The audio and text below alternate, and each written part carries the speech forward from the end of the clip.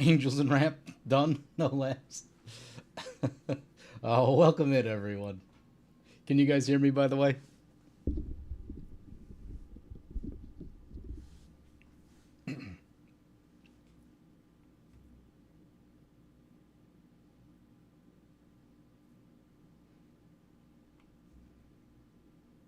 Excellent. Welcome, welcome, welcome. Can you hear me?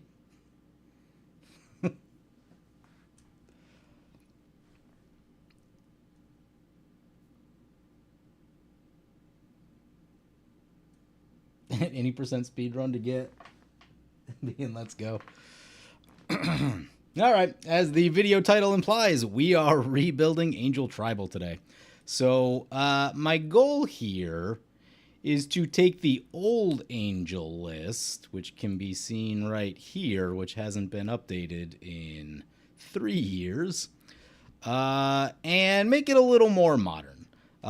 You'll notice with this deck it has 7 7 drops, 3 8 drops, and a 9 drop with Rhea. I want to get away from all that, maybe only like 3 or 4 7 drops and kind of cut the curve off right there. Is sort of my goal. We'll see how that goes. We'll see how that goes. The problem is that like all of the really cool angels are 7 mana, and Aurelia, who is 6. So we make this a little bigger for those of us who had LASIK that didn't go super well. Yeah, so right here, 8 7 drops is not good. Even back in the day, you know, 3 4 5 6 years ago, playing this deck, maybe not 6 years ago, but like, we'll say like, starting around like 2019, 2020, starting around that era, having this many 7 drops did become a problem. That's when things started getting like faster and smaller. And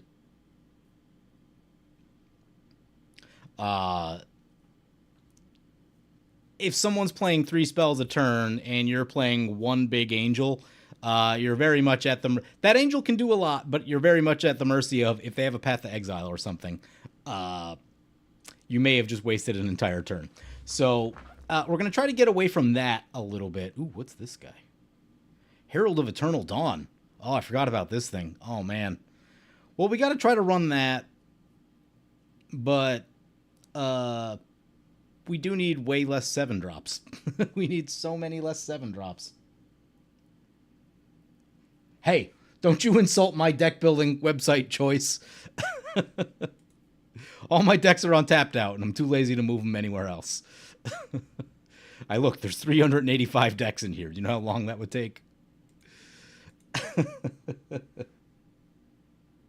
Oh, you updated your Dragon Tribal today? Nice. Yeah, I'm planning to keep Aurelia as the commander. Why is Aurelia so big? Yeah, keeping Aurelia as the commander. I still like what she does for this deck. You know, having played this deck a million times, one of the nice things about it is that if you have like 2 of these in play and Aurelia, that's probably enough to kill a player. More than that, you can kill more players, sometimes the entire table. So I really like what Aurelia does for Angels, and her ability to generate value with Hearth and Home and Sword of the Animist, Mask of Memory, stuff like that is just unparalleled, because for a long time there's kind of this question of Aurelia or Gisela, and as good as Gisela is, and she's very good, she does not generate value in the same way just because she doesn't trigger these equipment twice, which really gives Aurelia the upper hand. Plus Aurelia has haste, which makes her much faster. Gisela is more mana and slower, but her static effects are like inherently super powerful. But anyway, yeah. So let's get going. I did start this a little bit in the last stream while I was waiting for people to file in. MTGO now oversized the commander in its display. Yeah, it's freaking me out. You can adjust the size. Yeah, where is the thing for? I really need this to be. Okay, yeah, okay. Yeah, this is a little much. If you guys remember those oversized cards, I had an oversized Grizzlebrand for many years, and I meant to build that deck before it got banned, and I never did. Whoops. That was a long time ago, though. There we go. That is a more reasonable sized Aurelia. Okay, so what bracket you aiming for? 4-ish. 4-ish. I want to make it good. I want to make it hang. My plan, and I'm very interested to hear what you guys think of this. I'm thinking about trying to make it like a little bit staxy. So the things that came to mind for me were Linvala, because also I'm trying to get the mana cost down on everything too. So I want to really get away from all these big angels at the top and really get into like smaller, more efficient angels. I want more value, and I think I want more stacks. So Linvala, Angel of Jubilation is another one.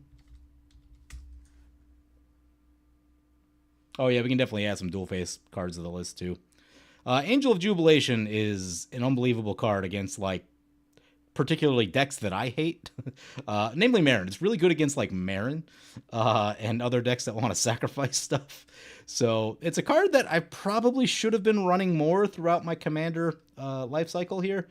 And, you know, like 8 years ago, I think this card, I would have been a much happier person if I was just running this against Marin decks.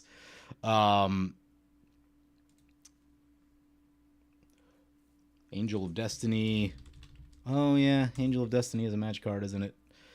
Yeah, I mean, the inherent problem we're going to run into with this deck is that there are a lot of really cool angels, and most of them cost too much mana. So we'll probably have like 140 cards here in a minute. But that's how it goes, I guess.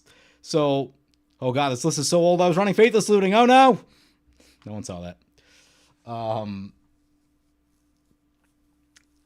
right, so my question to you guys, what Staxy angels have come out, and we'll call it like the past 2-3 years where I haven't really been like keeping super close tabs. Actually, I think I know what we're going to do. We're going to do a little search here. So we're going to do color white or red. Let's see. Type creature. Maybe get rid of that. Search for angels with CMC 4 or less, because that's really what I'm kind of looking for here. And then we'll do an isolated search after for angels at 5.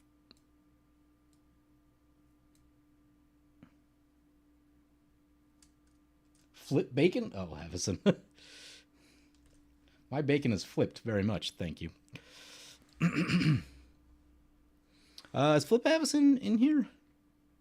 No, she probably should be. Good card. Good card. I do have, so like the other thing too is that like my paper version of this list has been updated more recently than the tapped out version. So I have been running Flip Avison for a while, and yeah, it's really good. It's a really good card. Not many stacks angels. It's creatures that have the other, mostly ground creatures. I think there's more Staxy angels than we're thinking, because I'm also so right now we've got 4 in, not that one. Where is it? Angelic Arbiter and Chancellor of the Annex, Linvala, and Angel of Jubilation. I want to say, what's that card? Windborn Muse is an angel, if I'm not mistaken. Also a card I've probably undervalued a little bit.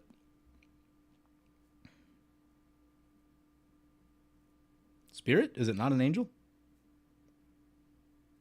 Maybe it's not an angel. Let's see.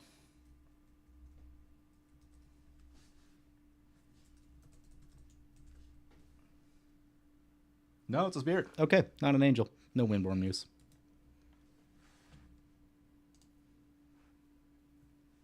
Firemane Commando. Did they put Firemane Commando on Magic Online? That's the question that I have. Ooh, looks like it. Looks like it. Love that. Okay, back to our angel search. Got distracted by this Windborn Muse business. Okay. Yeah, we'll go through the list here. Part of me does feel like I should run Angelic Purge just for flavor reasons, but Sacrifice to Permanent is pretty steep. Man, if this gave haste, I don't know. Maybe it's still good. I'm gonna put this in. It's probably gonna get cut, but I'm gonna try to sneak it in. I'm trying to make the deck different than it has been over the course of its life, because I don't know. That's just what I feel like I want to do. Giada's already in here.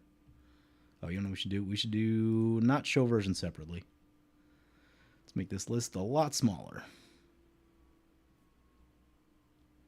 Really, I'm interested in the newer angels. Okay, what is it? Exemplar of Light. Whenever you gain life, put a +1/+1 counter on this creature. Whenever you put one or more counters on this creature, draw a card once each turn. Oh, that's interesting. I wasn't planning to go super deep on life gain, so that's a thing. Angelic Sleuth. Is that the... do I already have that one? That's the 3-mana one, right? No, that's Wojek Investigator I'm thinking of. We'll get to the Sleuth in a minute. Remind me. I don't feel like redoing my search here just because Magic Online is super laggy. And that always feels terrible. Exemplar of Light is tempting. I wasn't planning to go super into life gain, and the problem is it can't really trigger itself. So maybe we'll hold off on that one. Valkyrie's Call. Whenever a non-token, non-angel creature you control dies, return that to the card battlefield, +1/+1 counter. It's an angel. I need to run that. That looks cool. Not in this deck, though. Energy Angel. Vigilance and lifelink. Other creatures you control. It's okay. What is this? Phyrexian Human Cleric. Whenever another non-token creature you control enters, proliferate. I don't know why that came up in the thing. Guide of Souls. Is Battle Angels of Tears still not on Magic Online after like 3 years or whatever? Whenever a creature enters, you gain 1 life and gain a counter. Whenever you attack, you may pay 3. If you do put 2 counters on flag creature, put a creature and flying counter on it and target attacking, it becomes an angel. Okay. Cool card, not what we're looking for. Oh, the leg. The leg. That is Ox Angel, huh? Seems underwhelming. Angelic Sellsword. Flying Vigilance. Whenever Angelic Sellsword or another non-token creature you control enters, make a 1/1 mercenary. Target creature you control gets 1/0. Oh. That's interesting because Aurelia can untap all the mercenaries, and you can really pump some stuff up. Ooh, only as a sorcery, though. That's interesting. If it's only as a sorcery, then that means you can't like do tricks with it during combat. If it attacks, if its power is 6 or greater, draw a card. It's okay. I'll put it in. It might get cut. Aurelia Law Above, we got already. Angelic Vindicator, Wojek Investigator. What's the new feather do? You cast a non-creature spell that targets only feather. You may choose a... yeah, I don't think... It is just a good rate for 3 mana for a 4/3. Colors are a little intense. Ooh, and lifelink. Maybe. It just kind of be there as like a beater with lifelink that's cheap. But that could be good enough.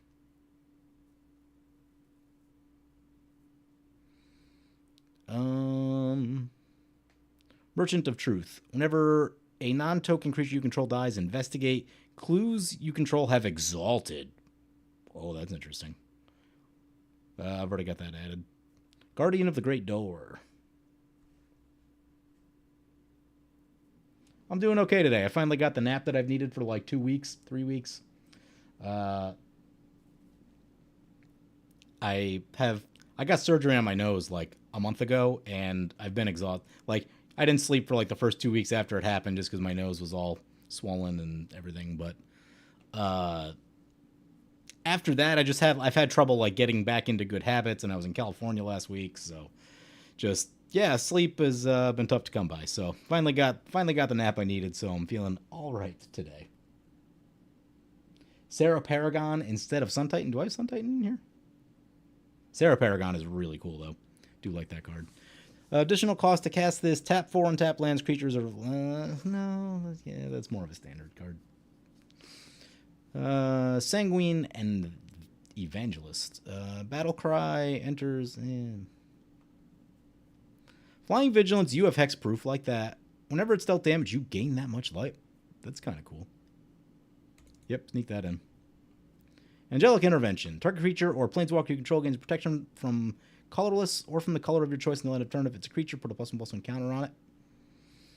Could definitely run it for flavor's sake, but there are better protection cards. Still have yet to flip this. I never made the battle deck. I still want to make the battle deck. Is this one multicolor? Is it black on the... I think it's black on the backside. Yeah, it's got black in the cost. Let's see.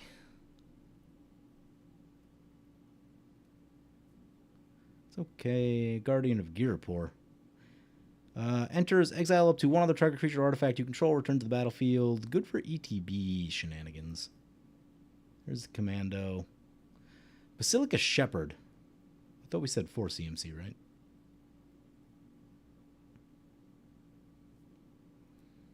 There's definitely a cool life gain +1/+1 counter deck you could build. It's definitely a thing, especially with the Choir Master here. Sarah Paragon, definitely get that one in. That one's insane. Archangel of Wrath, multicolor. Sarah Redeemer, another creature you control, counters on it.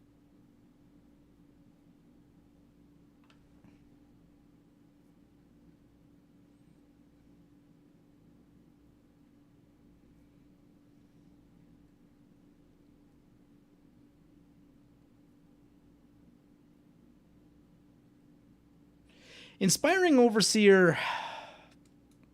Mixed feelings. Yeah, here it is. Without ways to, like...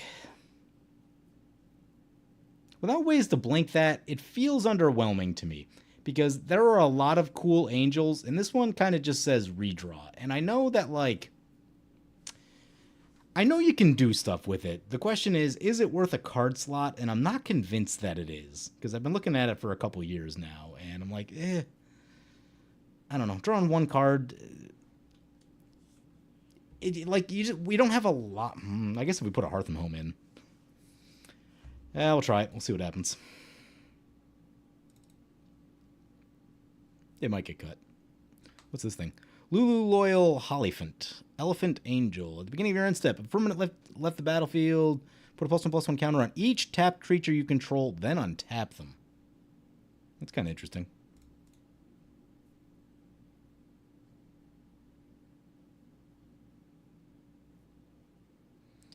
Enduring Angel is a very cool card, and I want that in the deck. Angelic Quartermaster enters, put a +1/+1 counter on each of up to other angels. Guardian Savior. If you cast it, return up to 2 target creature cards with mana value 2 or less from your graveyard to the battlefield. Ooh. That's cool, but that doesn't get a lot of things in the deck. It's pretty narrow, so probably going to hold off on that. Raven Watcher is actually fairly underrated, I think.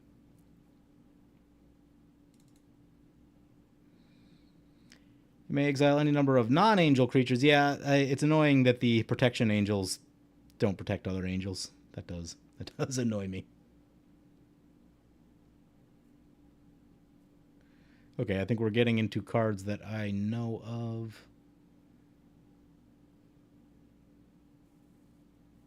Okay, yeah, this is about when I was really keeping an eye on things. Okay, cool. I want to go find that sleuth card. See if I can spell sleuth correctly. That looks correct.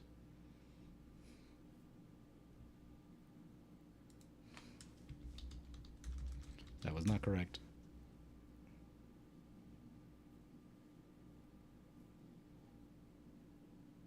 Serene Sleuth, Angelic Sleuth. Whenever another permanent you control leaves the battlefield, if it had counters on it, investigate. It's a cheap angel. Interesting.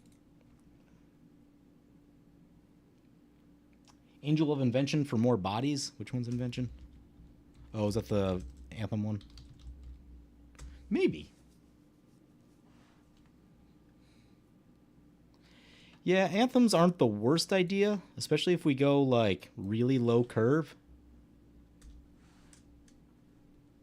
Resplendent Marshal. Resplendent Marshal I remember having weird effects.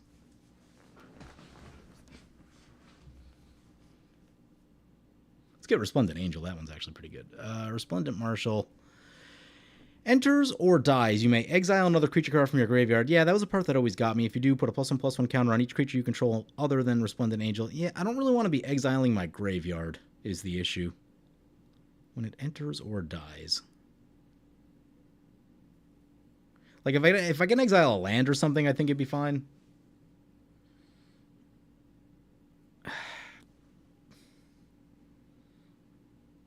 But, I don't know. Like,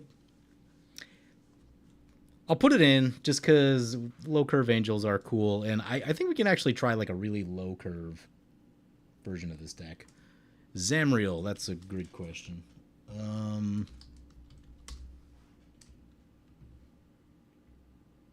Oh, I have the thing on.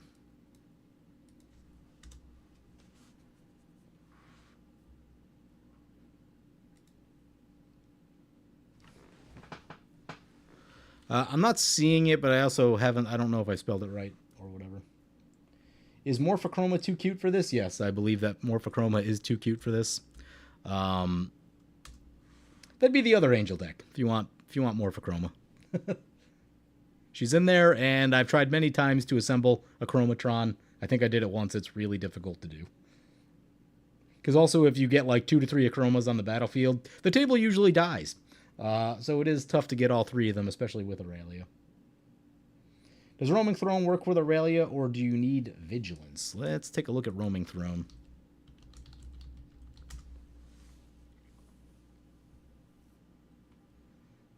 Oops.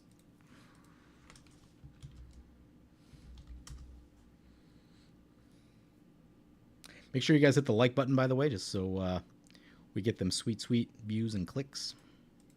Still can't find Zamriel. Roaming Throne.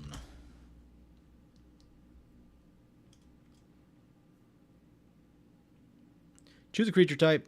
If a triggered ability of another trigger you control of the... If a trigger ability of another creature you control of the chosen type triggers, it triggers an additional time. Oh, okay, so... Yes, you kind of need Vigilance. You'll get a third combat step, but the sequence of the untap will get weird. So any of your creatures that don't have Vigilance will be tapped for the third combat. But Aurelia has Vigilance naturally, so you know she'll at least be an attacker. And some of the other angels, which also means we probably want, if we're doing that, it means we probably want both of the Vigilance giving angels. What's the other one called? Oh god, it'll come back to me. It's the Lieutenant one. Nope, that's not how you spell it.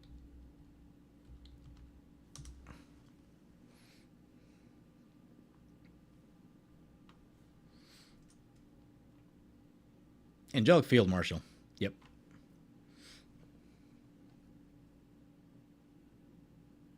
Okay. So, by my estimation, I think we have most of the new angels in here.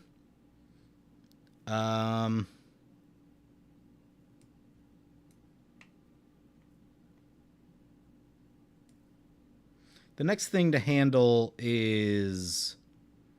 I guess there's a lot to handle here. Let's start by getting rid of all this big stuff. Rhea out. These 3 out. I'm going to go no Avacyn, even though part of me did think about it. There are less Stax Angels than I thought, so I am going to give up on Chancellor of the Annex and Angelic Arbiter, but they are fantastic cards. I can't overstate how good they are. This brings us down to 4 7-drops. I'm thinking I'm going to be less of a Reanimator deck. I think that's the plan. Like, there'll be a couple ways to reanimate, but it won't be the, like, big reanimatory thing that the previous version has been. Like I said, I'm trying to try something new with this particular build. So we have that one. We have Ameria. That's 4 7 drops. It's probably still one more than I truly wanted, but man, these cards are insanely powerful. It's going to be hard to not run them. Dawnbreak Reclaimer. I think Dawnbreak Reclaimer is a really fun card, especially if you're in paper. Maybe less so on Magic Online, but I'll get rid of the Valkyrie. Add a Farewell.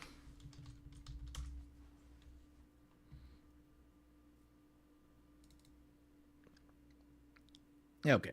Now we're getting into 5 mana.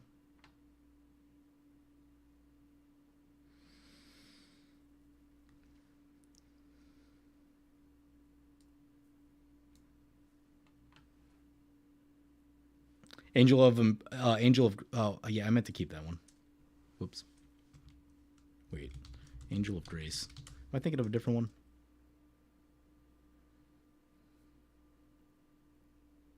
Oh, yeah, I remember this one. Okay. Flash Flying. Don't turn damage. Yes, my only concern with it is that you're still at 1 life. And it's better than dying, but it can be very good. It sort of depends on the situation that you're looking at. The other issue is that you're kind of stuck holding up the mana. And this isn't a deck that's like particularly good at like not, because I don't know, this card's weird in that like you have to hold it until the thing happens, and if you don't have anything else to do, it's not the best. Because now we've got, where is it? Herald of Eternal Dawn, which is, it's like kind of that, but all the time. Where this is just the ETB, and like there's definitely reasons to run this. If I had like a little bit more of a blink thing happening, like even just like a single cloud shift or something like that, this can be really powerful. Because we've got other cheat deaths too. We've also got Enduring Angel, which I also like as a cheat death. And what I like about Enduring Angel, it has the ability to gain life back. And with Aurelia, you can, so let's see, you go to 3, and then you flip this thing over. Whenever it attacks, double your life total. So your first attack, you go to 6. Your second attack, you go to 12, right? Going back to 12 from 3 can be meaningful. If you get a second turn with it for some reason, right? Potentially more life, 24 than 48. So there's some nice Aurelia synergy there. Bruna Gisela is super staxy, yeah. Yeah. Let's see.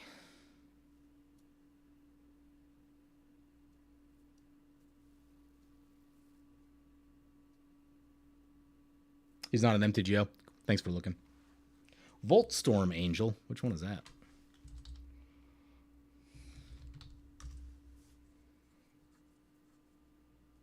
I built the cool life gain angel deck with Lyra. It's rad. Yeah, that I believe. If you're fully in, okay, yeah, we did read the Voltstorm Angel. Yeah, if you have Lyra in the command zone, go all in on the life gain stuff. Like that stuff looks really, really good. Let's see. Okay, we have way too many things in our deck. Okay, so what I'm gonna try to do, I'm gonna try to make like a fairly low-costed, aggressive version of this deck, at least relative to what it's been. Again, we had like many 7-drops, 8, and a 9-drop in this deck previously. So from where we started, we're already getting much lower to the ground. All right, what I want next, what are the what value-y cards do I need to add to this? So I know I need like Chivalric Alliance.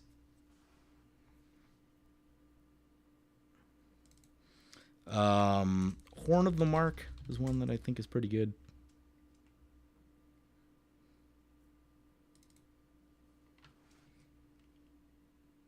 Yeah, we can fix the reanimation package after. So for the reanimation package, I'm just going to go heavy on Storm of Souls and what's the other one? The name will come to me.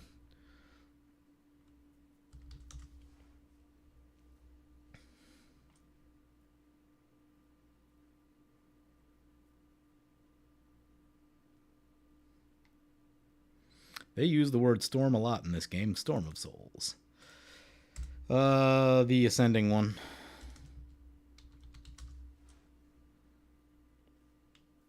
Ascend from Avernus, that's the one.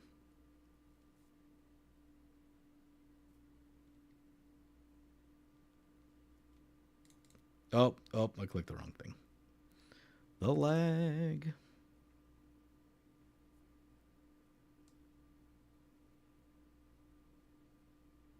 I'm pretty sure I added a card that's not legal, but I can't figure out. There it is. Found it.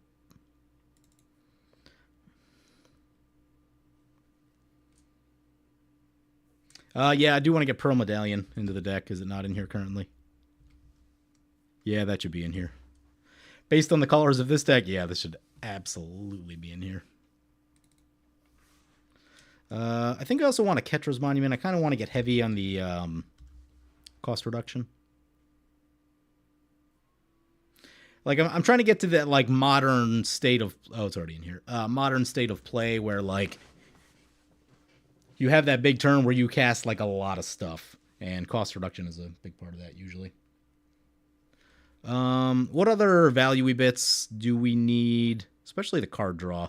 Chivalric Alliance, Mask. I'm going to go with my classic Ignite the Future and Showdown.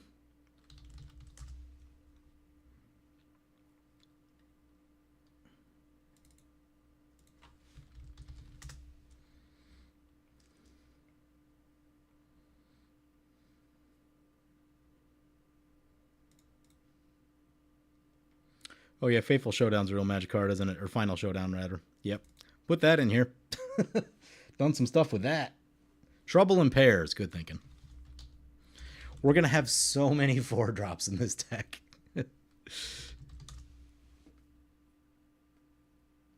Fighter Class? Yeah, Fighter Class should definitely be in here. Yeah, like I said, the version of this list that I started with is very old.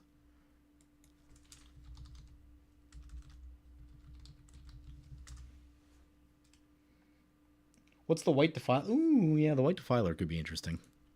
Let's take a look at that. Especially because, like, there should be a little bit of life gain in the deck, so you can, like, cancel out some of it. We'll try it. We'll try it. Oh, you want to... Archangel of Tithes. That was another one I wanted. Archangel of Tithe.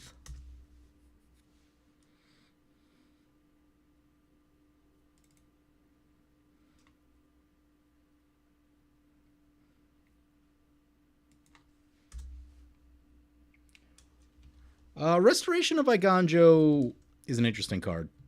It's not the best at anything that it does, but it also does 2 pretty good things. God, if it was 2 mana, it would be insane. At 3, it gets a little clunky, but we'll put it in for now. Because I am going to change quite a bit in the early part of the curve here.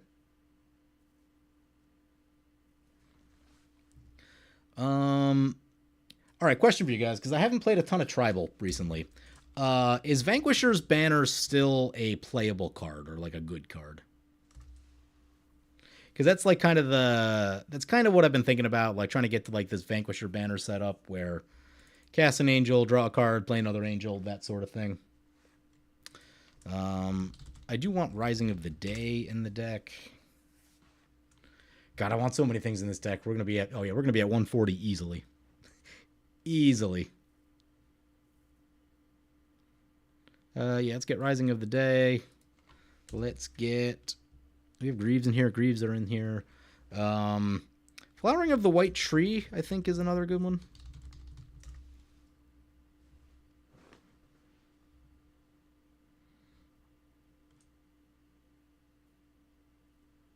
Yeah, Flowering of the White Tree is solid. Little bit of protection, decent Anthem. It'll probably get cut, but I'm also going to throw in, what's that card? Light from Within. Although I didn't end up with... Maybe not. I did want to put this in, but I didn't end up with as many triple whites as I thought I was going to. And there's a lot more... yeah, the lower cost ones are only a single white. Okay. Maybe not that, then. This is a cool card, though, if you have triple white in a lot of your mana costs. It can be very playable for Angel decks. Um, what's the other one? Shared Animosity, I think, is a card we're going to want. Nahiri's Resolve. I got to look that one up again.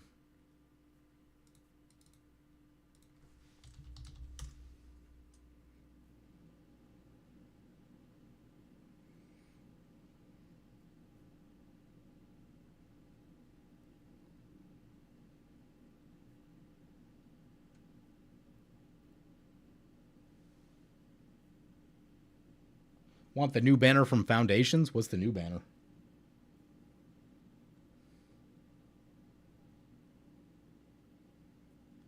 Which Nahiri card? There's a lot of Nahiri cards now.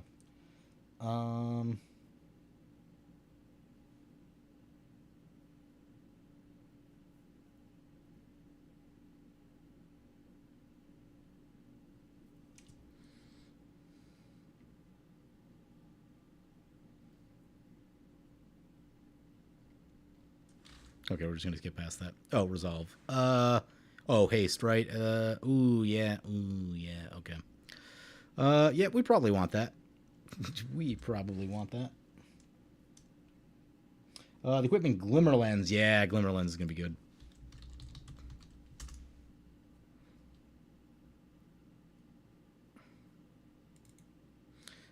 So this says whenever. Where is it? Come on. Whenever a equipped creature and at least one other creature attack, draw a card. Yep. Very solid. And what else? What else are we thinking? Made me just think about something else that was very similar. Oh, the banner. Yep.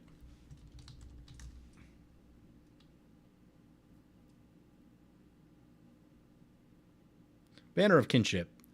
Choose a creature type. This artifact enters with a fellowship counter on it for each creature of its own type. Creatures you control get +1/+1 for each fellow. Ooh, yeah, okay. Seems good. Seems good. So that's a big finisher, is what it is.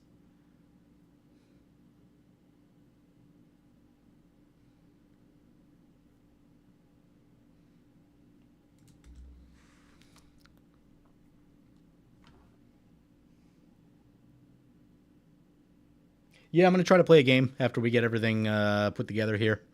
We're gonna have a lot of cutting to do, though. A lot of cutting. I have some ideas about what I want to cut, but um,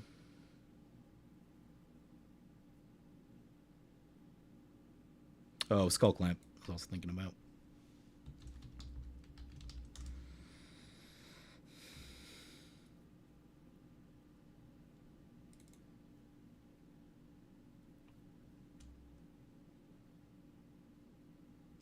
Is there another card that's like Chivalric Alliance that I'm forgetting about? I feel like there was another one of these like low cost draw card type of enchantments.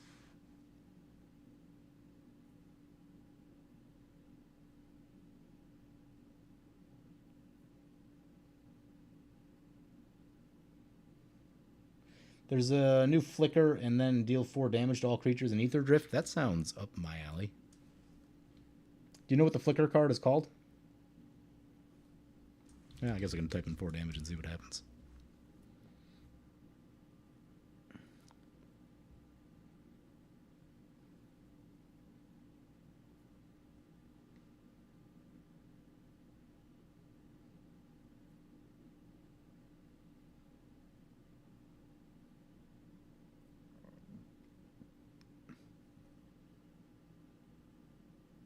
Skull Clamp is always a good card for every list that has creatures. Change my mind.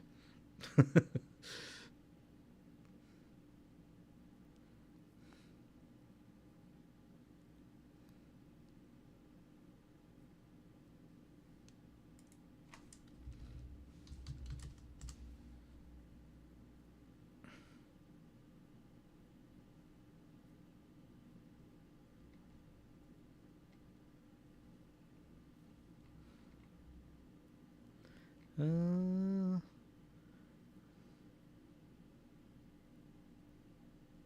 I can't find the thing you're talking about. Let me know if you figure out what it's called. Um, it's a gold card, has vehicle exploding in the art. Is it red, white, gold? I mean, I guess it would have to be legal in this deck, right?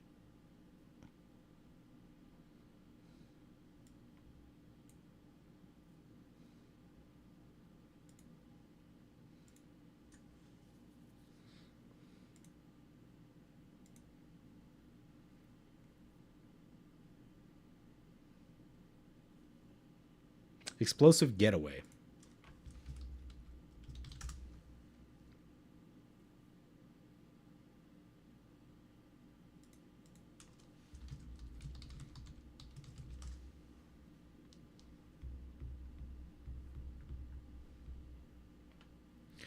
Exile up to one target artifact or creature, return it to the battlefield under its owner's control at the beginning of the next end step, deals 4 damage to you. That seems pretty good. Honestly. We'll try it. We'll try to get that in there.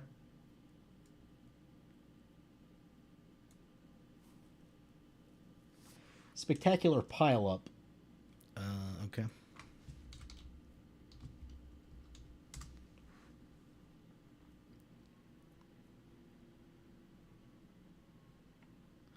All creatures and vehicles lose indestructible until end of turn, then destroy all creatures. It's just a board wipe. Looks okay, but we have many board wipes in white. So, okay. I am going to take a sip of water and then try to start cutting from this deck.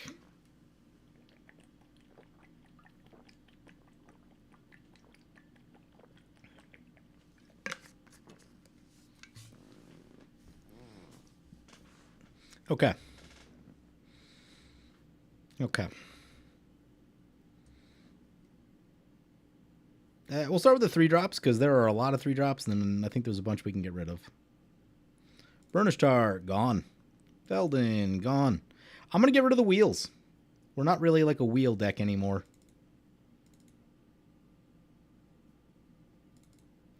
Wheels are gone.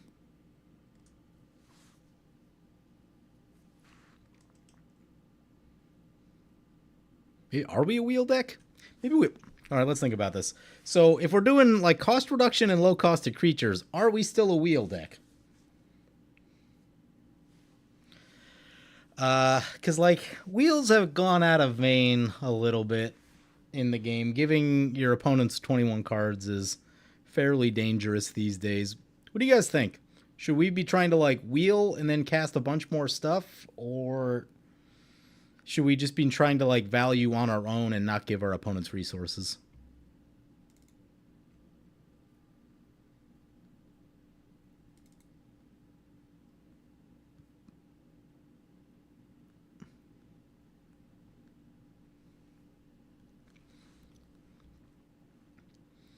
Um,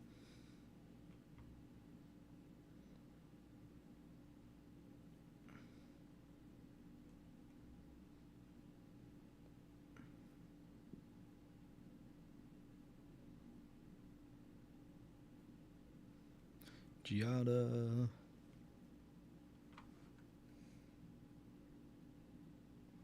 Always value on your own if possible. All the value. Yeah, that's sort of the question I have in my mind. We'll see. We'll see how this goes, and if we feel like the card draw is lacking, like we run out of stuff to do, then maybe we go the other way. Yeah, we have a million 3 drops to cut. Let's go up and cut some of the bigger stuff first.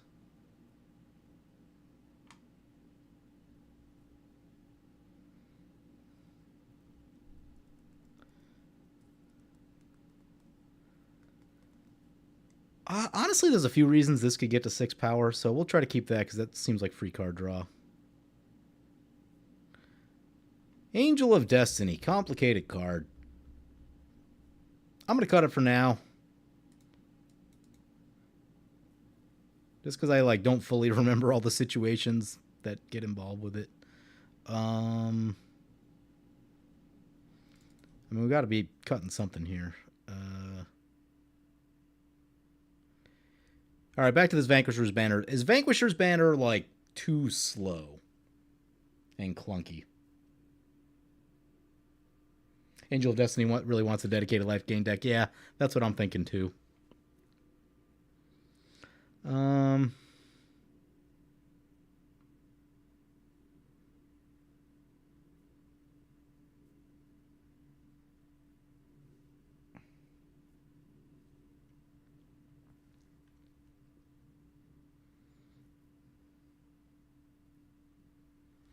yeah, those are pretty good cards up there. So this lifelink. Yeah, maybe we're getting rid of Dawnbreak. Yeah, I'm gonna get rid of Dawnbreak because we don't have all the big 7 drops that we used to. Because you're giving your opponent back something, and if you're giving your opponent back something, then you want it to be a big 7 drop and not like a small 3 drop for whatever they're getting back. Let's see.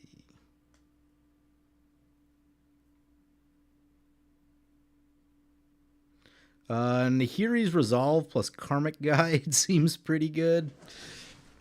Seems like a fun little thing. It's way too slow? Okay. Vanquisher's Banner out. I'm not sold on the Banner of Kinship, too, honestly, because, I mean, it's basically just another finisher.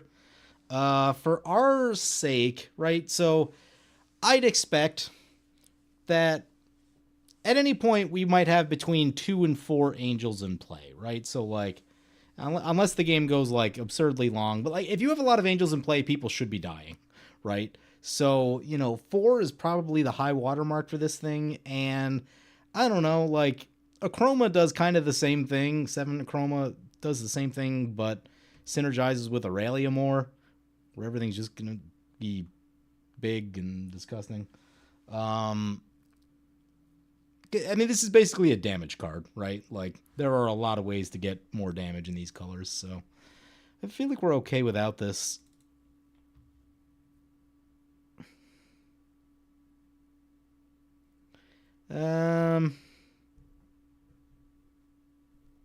Defiler of Faith might be too cute.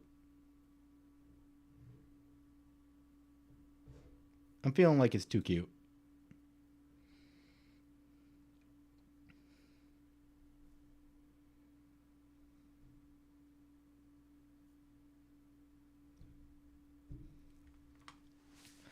Permanent +3 buff, huh? Yeah. The 5 mana. Like, we have a lot of 5 drops. My main issue is that, like, that's all it does. Like, like we can get +1 off Lyra, which does other stuff because it's a creature and it does damage. We can get more plus off of Angel of Invention because we can get plus off of Angelic Sellsword. And importantly, these are creatures that do other things, and you can get them back reasonably easy if they go down. Oh, hey, a super chat. Have you seen Invincible? The last episode was fire. Literally, if you haven't, I definitely recommend it. I have not. Is it on Netflix? I don't even know what it is. You will need to tell me more. Also, thank you for the super chat. I really appreciate it. Hedron Archive's probably out. Seems like a card of the past. Thran Dynamo staying in, though. Solemn Simulacrum. We'll try to keep it. That draws cards. Keeper of the Accord I still want. What's this thing do again? Slowly pumps the team. I think you want to be built around this. Like, in theory, it could get a few points on things, but we have many, many 4-drops. So many 4-drops. Aurelia's Vindicator hasn't really been great in the little bit that I've tried to use it. It's just a lot of mana to use that disguise ability. Yeah, we'll get rid of it just because we have many, many cuts to go. We're at 37 creatures, and we probably need to be around 27-ish. So, yeah, we've got about 10 creatures to go.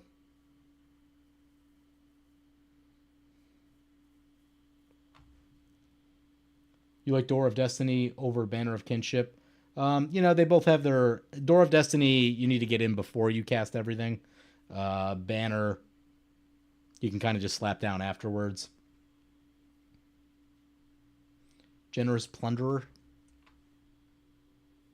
It's on Amazon Prime. Oh, I have Amazon Prime. Nice. About a superhero named Invincible who goes through many trials. It's definitely not Marvel trash, and it's really brutal. Okay. Okay. Marvel was good for a while. Maybe not in the past, like 4 or 5 years, but before that, they had a pretty good run. I enjoyed most of their films.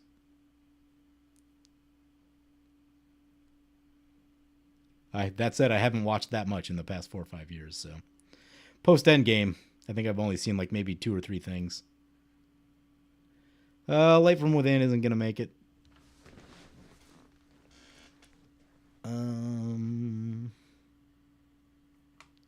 Whenever another non-token creature you control dies, investigate. Yeah, that seems very good. Raven Watcher, Archangel of Tithes, Night the Future, Showdown. Still need less 5-drops here. Miraculous. I'm going to get rid of Miraculous Recovery. We're not the Reanimator deck that we used to be. That is a really good card, though. Pains me to take that out. How many board wipes do we have? Do we need a Doomscar?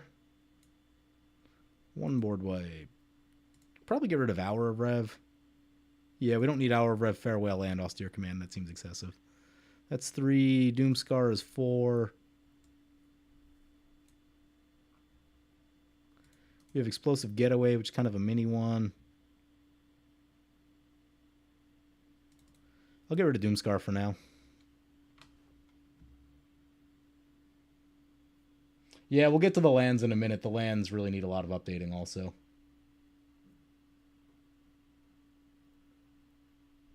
The Boros Phoenix Legendary is my Angel Commander for Boros Angels. Why? Because of the lifelink. Athari. Athari is very, very strong.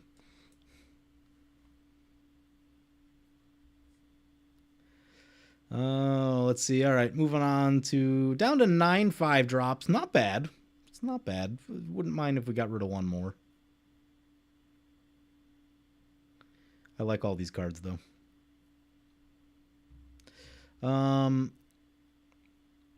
Moving on to the 4-drops. We have 18 of them. Yeah, I mean, realistically, we probably still need to get rid of about 4 of them.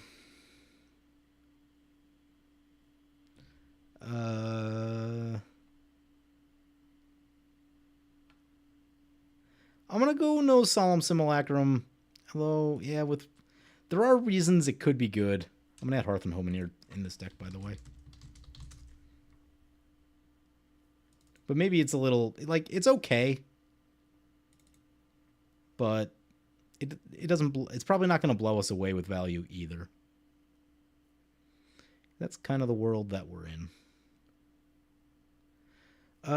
This Gisela is good, but we got rid of Bruna, so I'm going to get rid of this Gisela.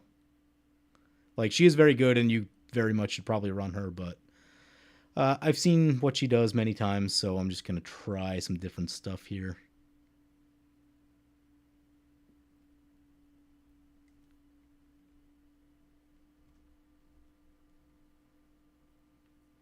Okay, Inspiring Overseer. Yeah, it's just not making the cut for me. Do we still need Search for Glory? It does find the cool stuff. Finds Gisela, finds Big Achroma. Yeah, that could be a finisher. Reaver Cleaver. You raise an interesting point with the Reaver Cleaver. Probably have to, right? What I'm also trying to avoid is just making this equipment.deck, because I have a lot of equipment.deck. But yeah, the Reaver Cleaver's so good.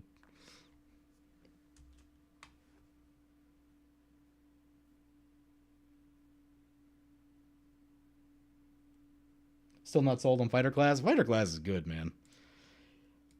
Like, if you wanted to say get rid of Steel Shaper's Gift, I'd buy that. But like Fighter Class and Stoneforge. Now the question is how many equipments we actually have in the deck, and that based on where that number ends up, we may cut some things. But for now. We're at 118. Still got a ways to go.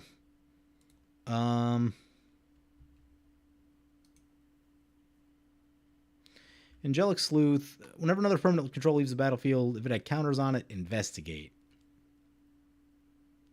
You control. We're not, like, heavy in the counters thing. Angel Fire Ignition, as much as I want it, just is not going to make the cut. I can actually see Jessica's Will not being as good as usual just because Aurelia takes forever to get into play. Oh, you know what wheel we do want? Did they ever put it on Magic Online? What's the wheel that it cares about the CMC of your commander? Anyone remember the name of that thing?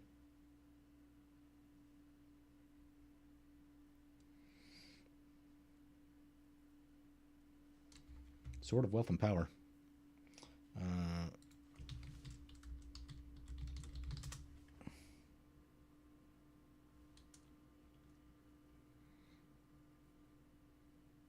I don't know if I've seen this one. Protection from instants and sorceries. Deals combat damage to a player, make a treasure token. Whenever you cast your next instant or sorcery spell, copy that spell. Ooh, that seems cool. It's probably not for this deck. We won't have that many spells in it by the end here, but cool looking card. Sweet art. Exemplar of Light. I feel like I remember what is that one of the. It's got to be one of the life gain ones.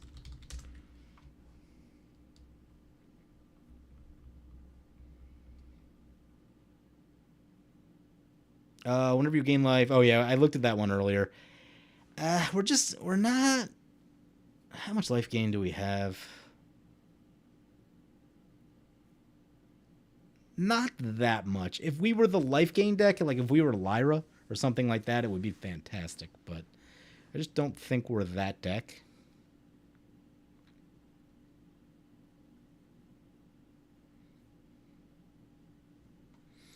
Okay.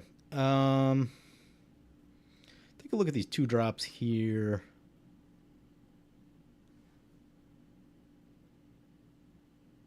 I feel pretty... Is this still a Pyre of Heroes deck? That's a question. That is a question. We'll try it for now. Mirror Entity, I feel like we can take out. Although, the fact that we do have smaller angels might be a reason to actually keep it in. But I'll get rid of it. That one hasn't actually been in the deck in quite a long time. Flying Vigilance, you have Hexproof. Whenever it's dealt damage, you gain that much life. I like that you have Hexproof. You never know when that's going to come in handy. Vigilance is also cool, too. I'm going to get rid of the Restoration. Like, I know it's decent. It's definitely decent. It's very playable. But we have so many things going on. Something's got to come out. Resplendent Angel.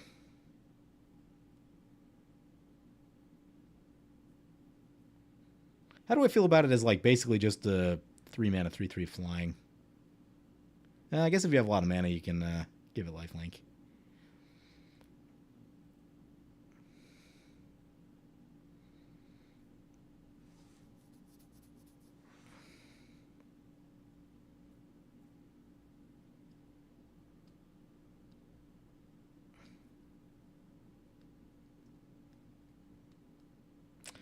Resplendent Marshal.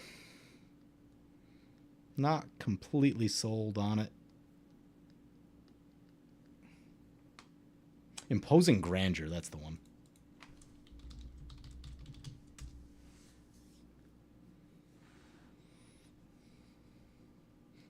Oh no, it's still not on Magic Online. Oh.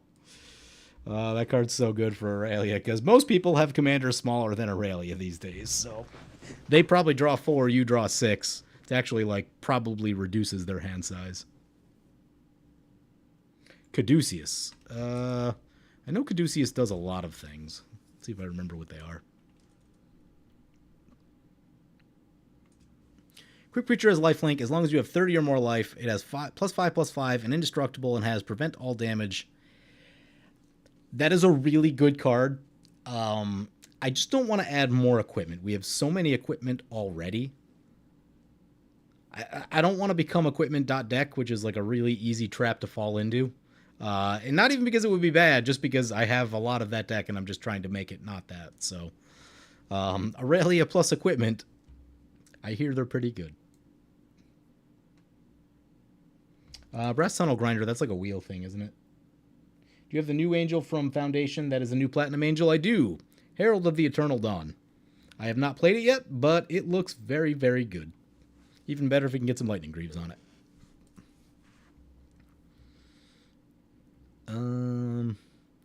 All right, back to the cutting. Back to the cutting.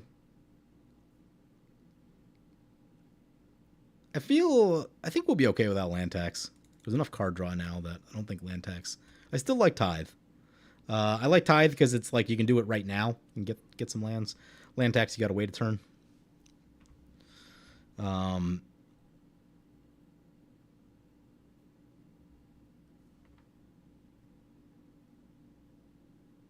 Too expensive. I mean, I'm doing good. We're down to 4/7 drops. That's probably the least amount of expensive angels I've ever had in an angel deck. So I feel pretty good about where we're at with that. We do need...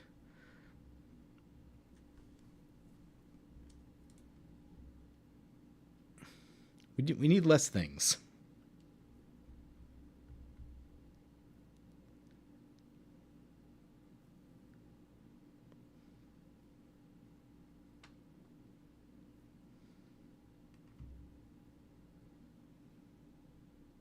Cut Feather.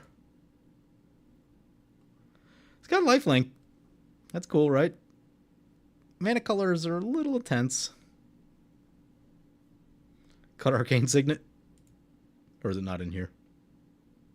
Oh, wow, is it not even in here?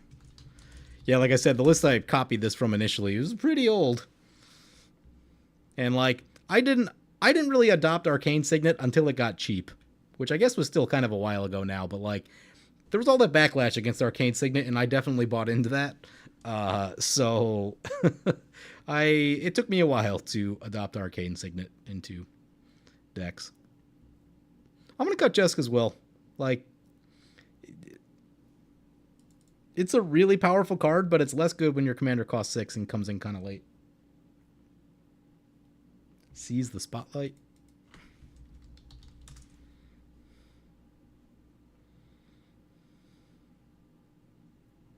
Each opponent chooses Fame or Fortune. Gain control of a creature that player controls until end of turn. On tap, those creatures, they gain haste until end of turn. Each player who chose Fortune, you draw a card and create a treasure token. Yeah, there's a time and a place for that card. I would, like, if Aurelia's in play, they probably just give you card draw, because giving creatures with Aurelia is game ending, probably. So it's probably never exactly what you want. I used to run Hate Mirage, which was like similar, except you do all the choosing. You copy 2 creatures, and you can do some silly stuff with that.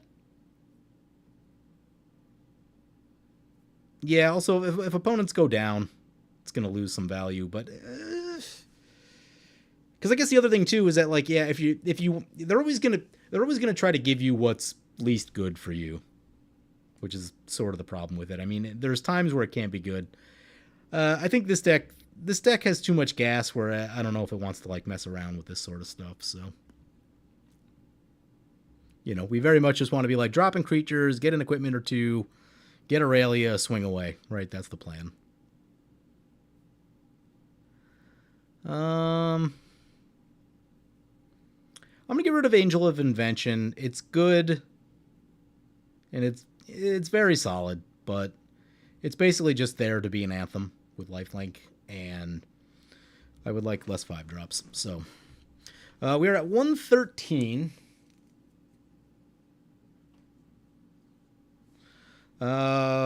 Which means we still need to cut a lot of things.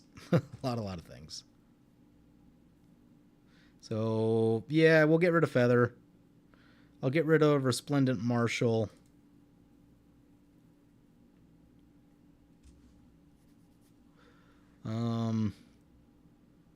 Let's do the old ramp count just because there's probably like a disgusting amount of ramp in this deck from this version and the previous version.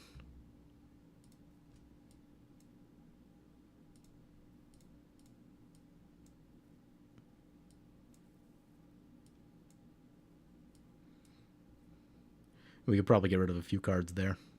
Also, we're down to 30 creatures, so we're getting in the ballpark.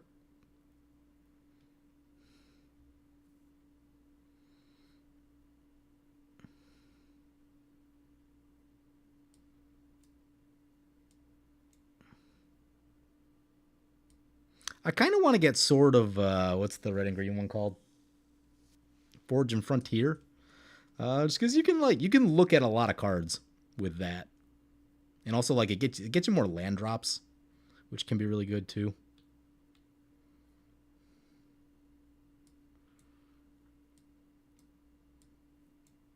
Oh yeah, we definitely have a lot of ramp.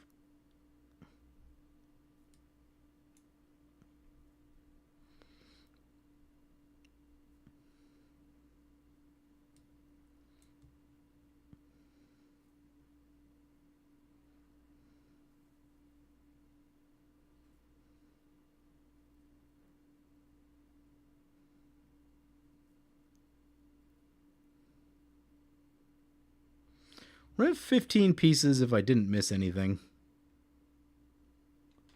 which is about where I usually aim for in a deck.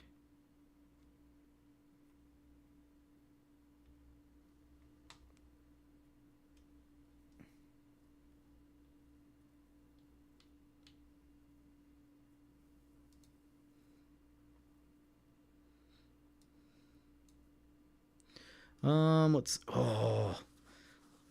I just remember what's that one card that's awesome. The Angel that exiles stuff.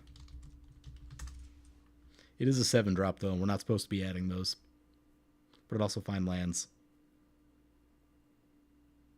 Angel of Indemnity, what's that?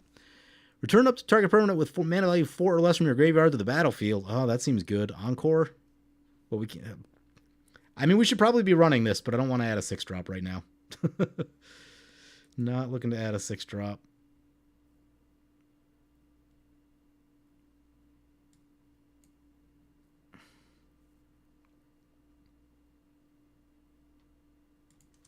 It's the Artifact Angel. Angel of the Ruins, that's the one. Yeah, that probably needs to be in here.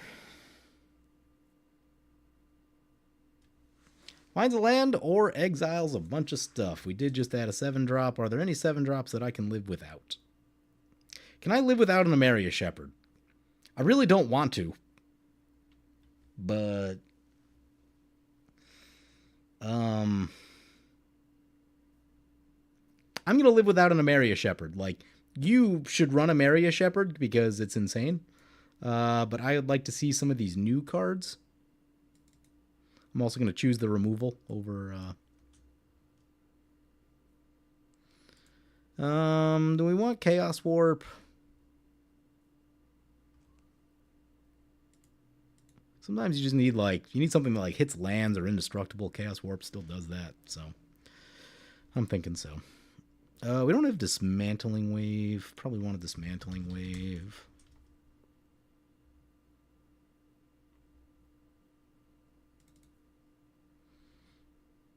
Okay, we're back to 112.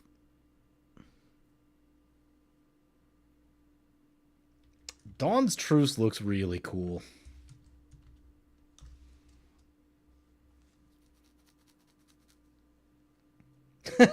Seraphic Greatsword, the best white mythic. Oh my god. How? What? I want to know what happened to that card in development. Did anyone ever like publish an article on it? Because how did that happen?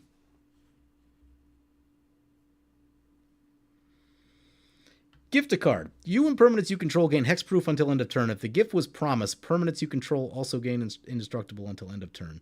You may promise an opponent a gift as you cast a spell. If you do, draw a card before its other effects. What is the gift? How does the gift mechanic work? Oh, they draw a card. I see. You and permanents you control gain hexproof until end of turn. Yeah, that's like it's a pretty good little card. It's a pretty good little card. That is for sure.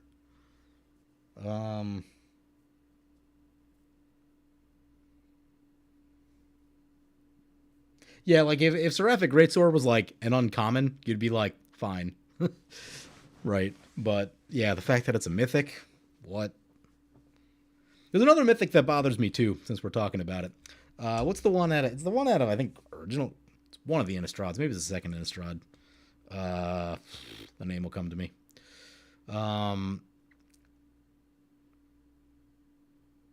It's the 5-mana. I think it's the second Innistrad.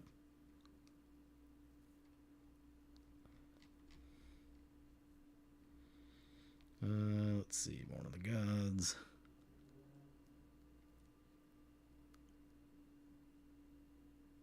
There's Eldritch Moon. Where is... What order are these in? This makes no sense. There it is. Shadows over Innistrad.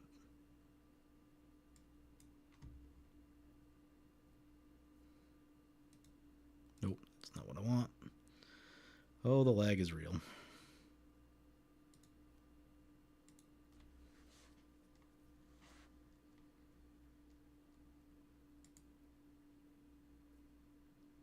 Wolf of Devil's Breach. Another card that begs the question, why is this mythic?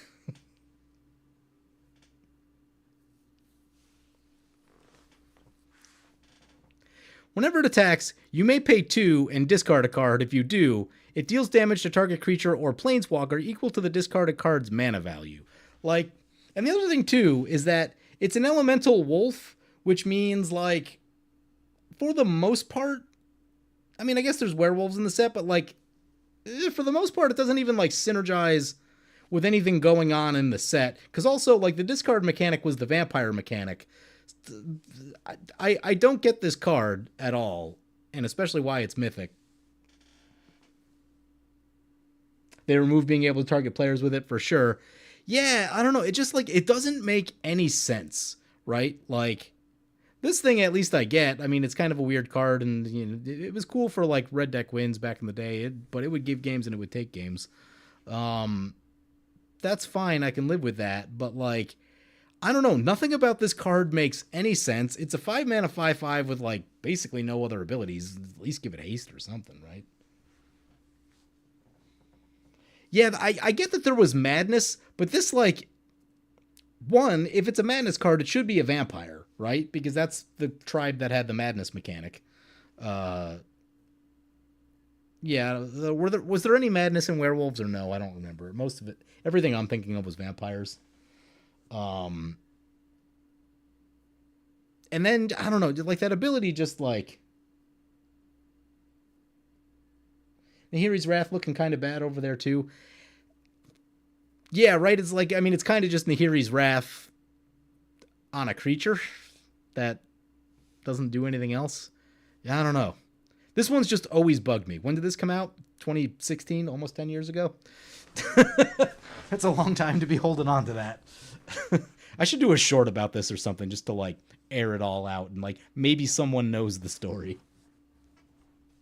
But yeah, oh man, this one's bothering me. What's the one before it too? The improvised thing out of Ether Revolt or Kaladesh, one of those. This was in that era of like really bad red and white mythics.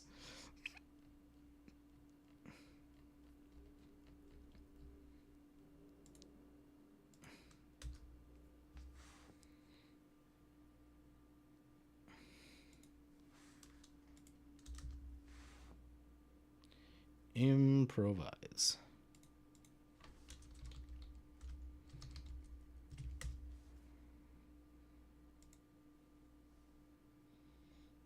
Cards that personally insult me. That's a great title for the video. That is, I love that. That warms my heart. Where is it? Somewhere in one of these sets.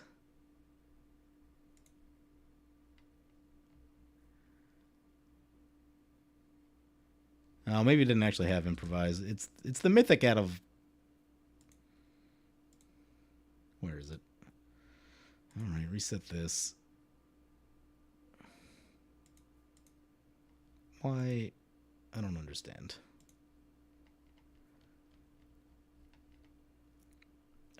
Guilds of Ravnica, Rivals,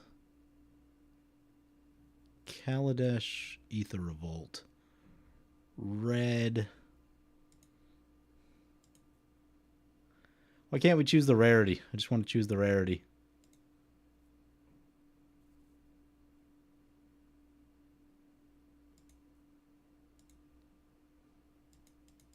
Reset everything. Taking way too long to find this, but it's going to bug me if I don't. Funny card for the deck. Insurrection. Yeah, Aurelia plus Insurrection is a good way to win games. I would say, like, a lot of times Insurrection by itself can be sort of dubious. You might kill one or two players, and if you don't kill the one or two players that add all the creatures, then they just come kill you. I've had that happen. I guess that's a skill issue. But Aurelia plus an Insurrection is probably good game.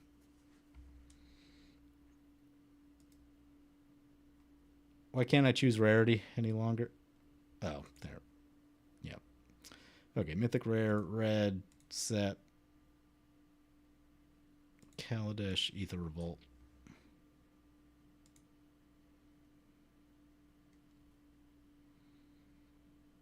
Oh, those cards were cool.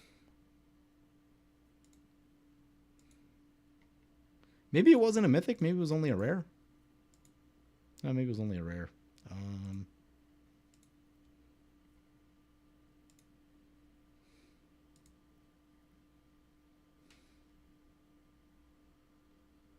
Was it this thing? Maybe it's that thing.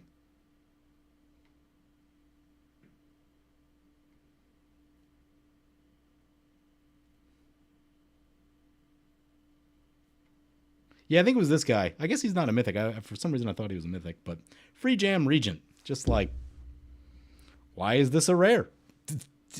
It's not exciting in any sense. It's a dragon with fire breathing. We literally got one of those in alpha. Anyway, we'll. What was the terrible green mythic from Kaladesh? Yeah, I don't even remember the green one, but yeah, the red one personally insulted me. Reprieve. Let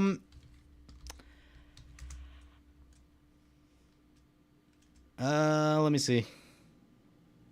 My experience with Reprieve has been less than stellar.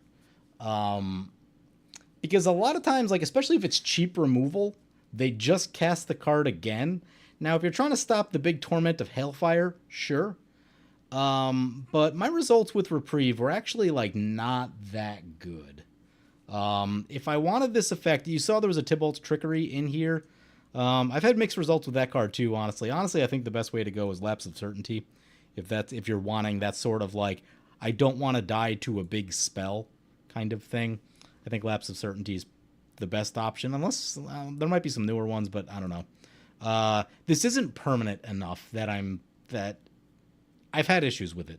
Like, and you know, if it's in there to like stop a spell, and then they just recast the spell, effectively this card did not do the thing. I get that you get a redraw, but like, there are so many protection spells in white that like, it's sort of treading into protection spell space, because that's a lot of, you know, half the time that's probably what it's going to be used for.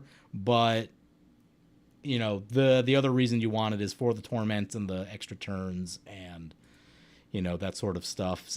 I don't know. It hasn't been great for me. Even Interrupter. I'm guessing that's not a angel though.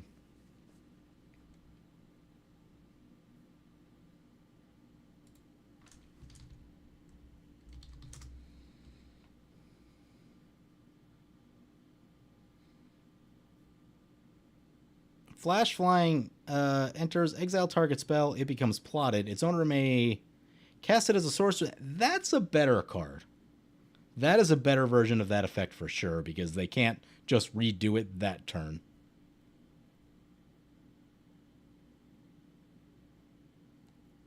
Yeah, that's not bad.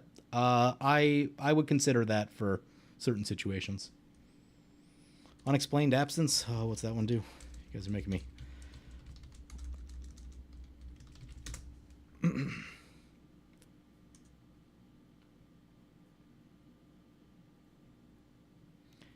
Non-land permanent. Yeah, it's not bad.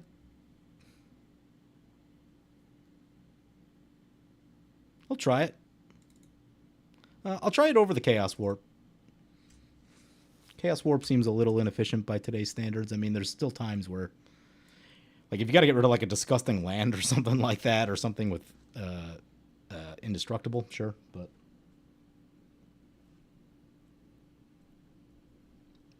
give that a go. Okay, back to the cutting.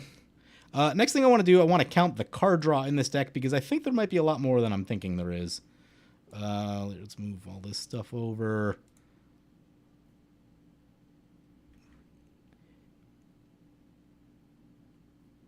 I'll put the tutors with the card draw for now just to keep an eye on it.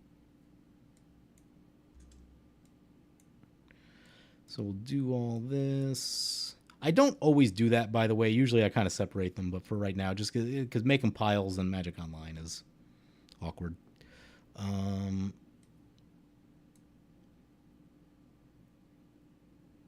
Maybe I will separate them. Yeah, but we have more tutors than I thought I did, so. Let's see.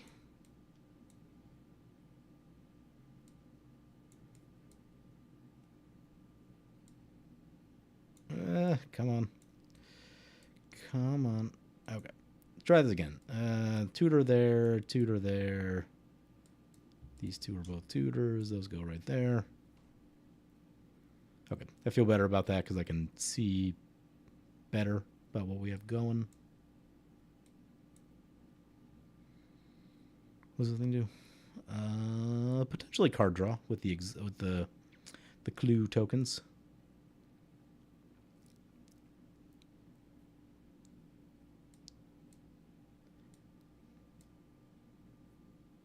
I guess that's not strictly card draw, it just kind of triggers things. Okay.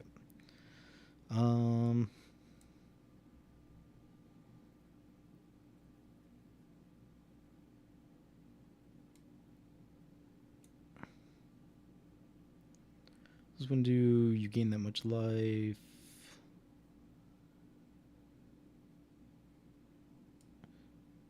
More tutors in this deck than I had envisioned initially. Oop, found another ramp card.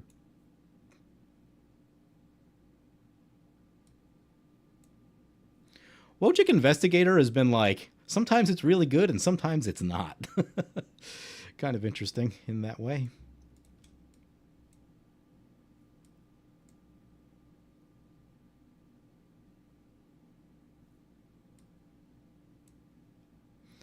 The question I have now is, like, can we get enough card draw out of just creatures, or like at least the lesser number of creatures?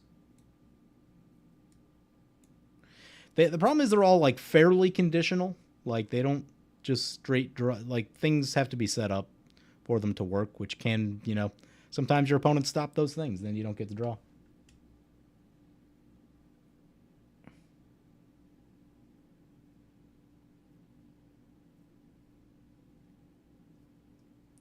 Oh, Winds of Abandon.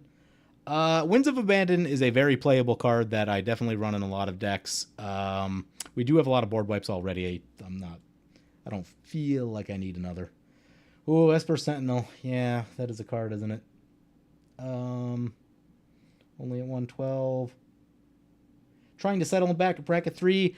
Yeah, somewhere between bracket 3 and 4. I'd have to look at the... If we cut... Smothering Tide? Smothering Tide's got to be on the Game Changers list, right? Drop Steel Shapers for Forging the Tyrite Sword. Mixed feelings on Forging the Tyrite Sword. Steel Shaper's Gift being 1 mana is incredible. Haven't seen a Deflecting Palm since Tarkir Limited. There was a period of time right before I kind of stopped playing a lot that I was trying to get people with Deflecting Palm. You do need the right situation. Maybe Explosive Getaway can get the chop. Yeah. Man, it does look cool, though. It does look cool. We do just have, like, a pretty good amount of removal. But I love one-sided removal. Like, nothing warms my heart more than, like, oh, hey, I'm going to keep my best thing, blow up all your stuff. Especially when it's, like, small red removal like that, because you just, like, blow away all the mana dorks and stuff. All the little value creatures that people are playing. But for 5 mana, I don't know, it's a little tricky on 5, because we could also just run Fault Line and, like, go wild. Boy, do I love Fault Line in a deck with flyers. All right, back to this counting the card draw business. What's this one do? This one can draw cards. Oh, you know what we forgot? We forgot 4 mana Aurelia. We got to get her in here. She'll be perfect for what we're trying to do.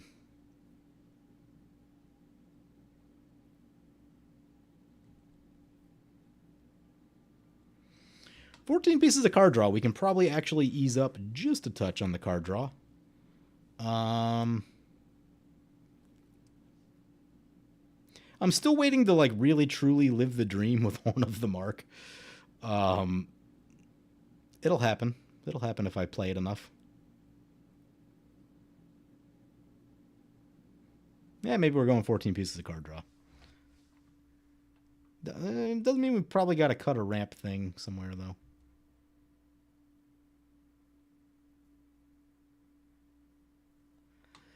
I'm going to cut Oketra's Monument. It's very good. It works with Skull Clamp. But something's got to go, and we've got a lot of cost reduction already. So, as much as I like it, very playable, very much could be in here.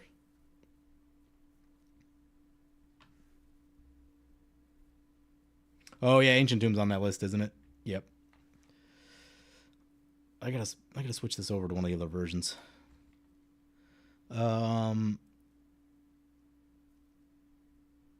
Okay, we're at 110.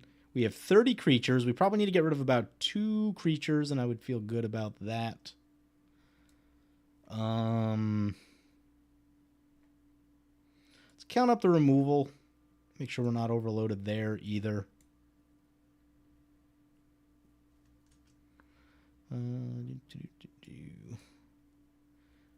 Dismantling Wave.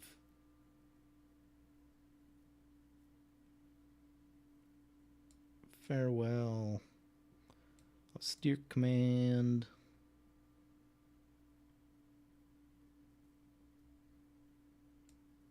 Angel of the Ruins.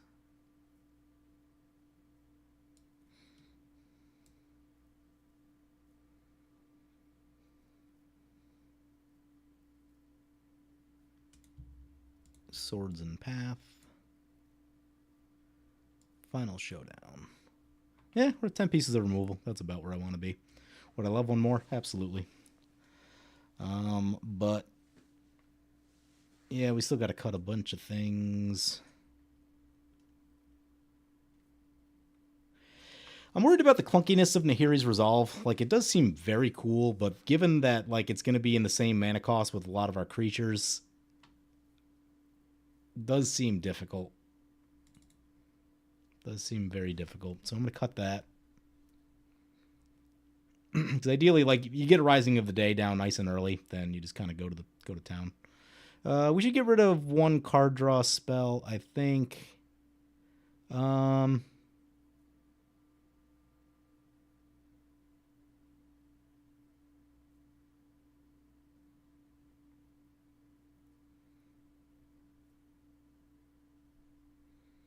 get rid of the Showdown of the Scalds. I like Ignite the Future better because it digs deeper. Sometimes you, like, whiff pretty good, and if that's the case, you're like, well, I guess we got to do it again.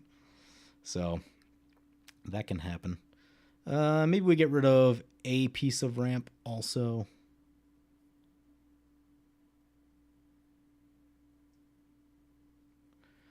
Maybe we get rid of Keeper of the Accord.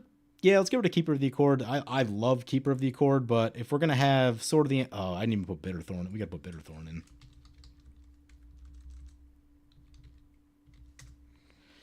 With Bitterthorn, Hearth and Home, and Sword of the Animist, that's a lot of land ramp. A lot of land ramp. Part of me questions if we still truly need Dousing Dagger or not, but since they're all flyers, it should be really easy to flip over, and when you do, it's such good mana.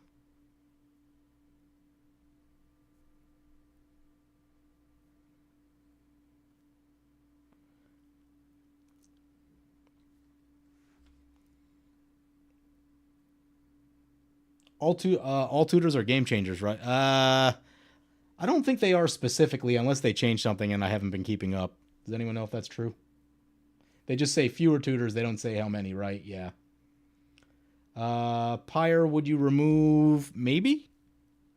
So this deck isn't going to have the Pyre lines like the old deck, but still, if you have a 4-drop, you can sack the 4-drop, get Karmic Guide, and get your 4-drop right back, and that's just value, right? And then you can do other silly stuff. You can also sacrifice Aurelia. Ooh, I did cut a Mario Shepherd, didn't I? Without a Mario Shepherd, I'll actually get rid of the Pyre, because that's a lot of times what you're working toward, because yeah. So you sacrifice Aurelia, get a Mario Shepherd, play a land, get Aurelia back, and then start getting real wild. Yeah, how many equipment do we actually? Well, we have more now. We have Bitter Thorn. I'll get rid of the Steel Shapers. Yeah. Part of me wants to cut the Stoneforge Mystic, but it's really easy to reanimate, so there is that. Oh, I got something in my eye. It won't come out. Down to 107.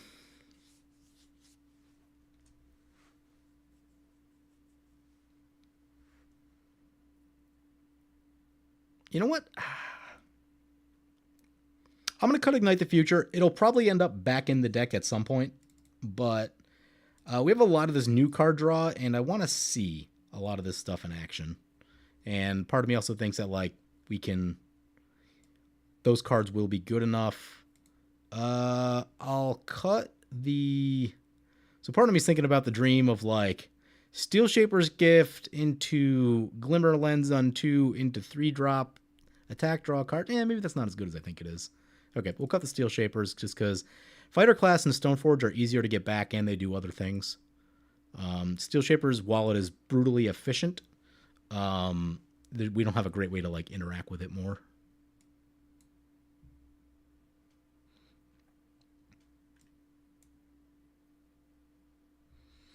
Thraben Watcher, Sarah Paragon, Angel of Jubilation, Giada.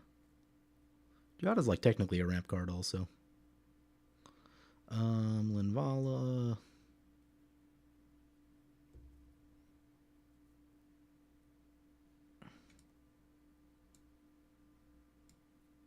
Where'd that Storm of Souls end up? Did anyone see that thing?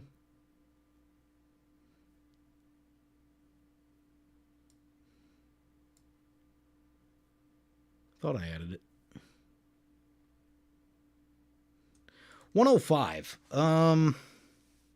So that means probably cut one of everything. Yeah, I think that's what that means.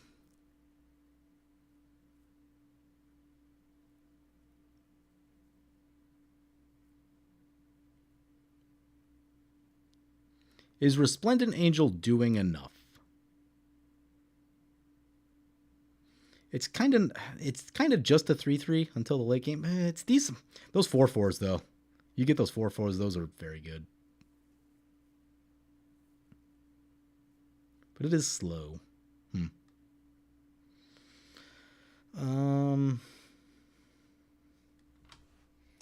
Check the chat, see what's going on over here.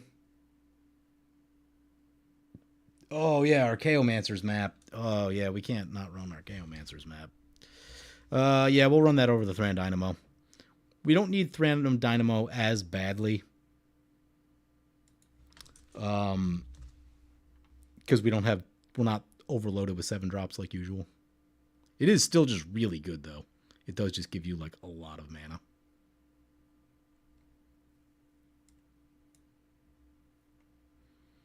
It's kind of just like, did you untap with Thran Dynamo? Great, you have a lot of mana.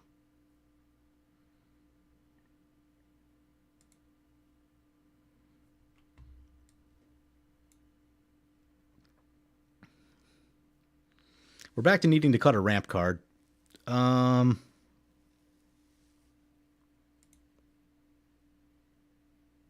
I don't. I can't in good conscience cut 3 and Dynamo. Um,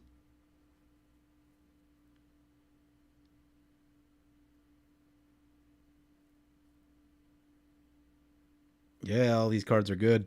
All these cards are tried and true. Maybe we'll just cut Smothering Tithe. Like, I know what Smothering Tithe does, and it's very good. Kind of just wins the game. But it also does get shot an equal amount because it kind of has to. So we'll cut Smothering Tithe.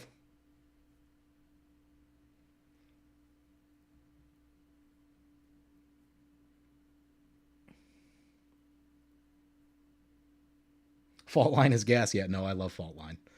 Absolutely love Fault Line. Deafening Clarion. Ooh, that's a magic card. I'm sure we're not going to have the room, but I would love to get people with Deafening Clarion and also the lifelink. But the problem is we're smaller than this deck usually is too right now, so we are liable to clean up a lot of our own things with it.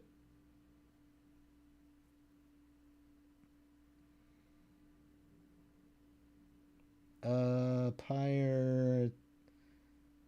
Tier 3 has no restrictions on tutors. Oh, okay. Can't Master's Map. You might consider.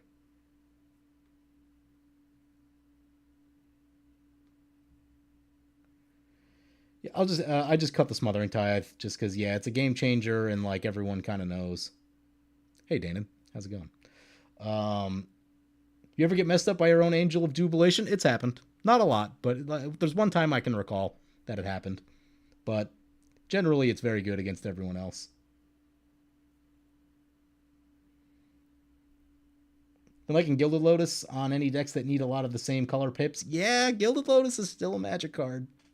It's still a magic card. Tithe. Oh, I can't cut Tithe. Turn 1 Tithe is one of my favorite plays ever. We'll get to the land base in a minute. The land base very much needs updating. Um, I just want to get through all the 90 the main cards here. Okay, so we should cut probably one thing from every pile, basically. Yeah, we can get rid of a creature. I'll get rid of Resplendent Angel.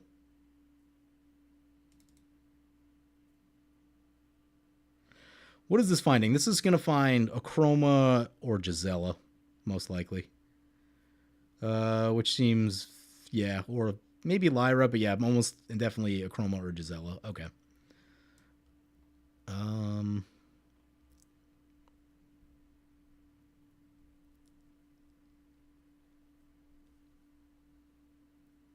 It also finds Sword of the Animist. Oh yeah, helpful. Occasionally, you can also find a legendary land with it, which I've had to do on 1 or 2 occasions. It's not great if you have to do that, but it does. You know, if you really need to make a land drop, and I know just the legendary land, Minas Tirith.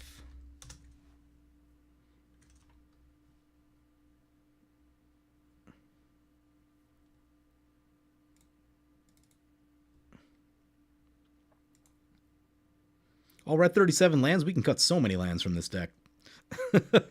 We also need to get 4 mana Aurelian here because the pump and the vigilance trample and all that good stuff is fantastic.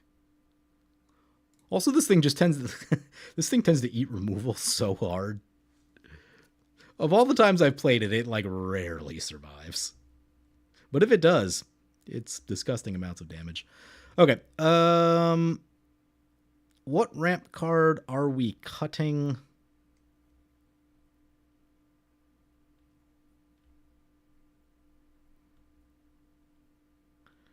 What card draw card can we cut? I think I want to stay at 12 card draw. I don't want to go lower than that.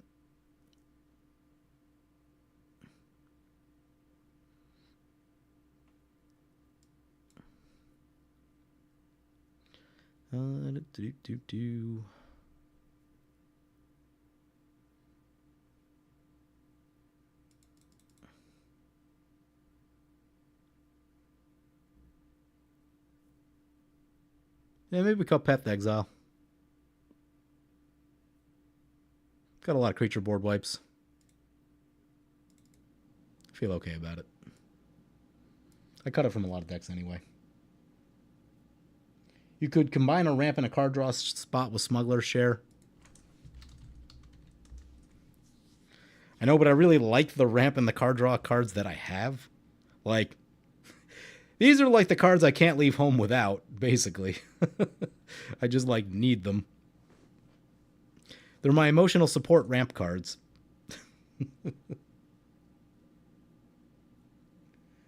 You got an Aurelia Exemplar of Justice anime art and paper finally? Sweet. Enduring Angel, I might get rid of it and keep Resplendent. Oh, Enduring Angel's so good. Because if you put, like, Enduring Angel has double strike. So if you put, like, Feast and Famine or Mask on it, insane value. On top of the cheat death thing. Dousing Dagger might be the one, but also, like, there's sort of a redundancy. Like, we're going to have to up our basic land count, by the way, with all the new things. I'm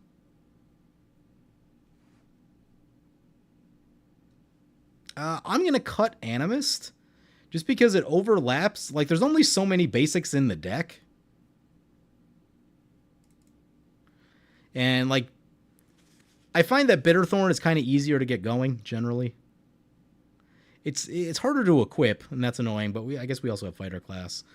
I'll go just Bitterthorn and Hearth and Home.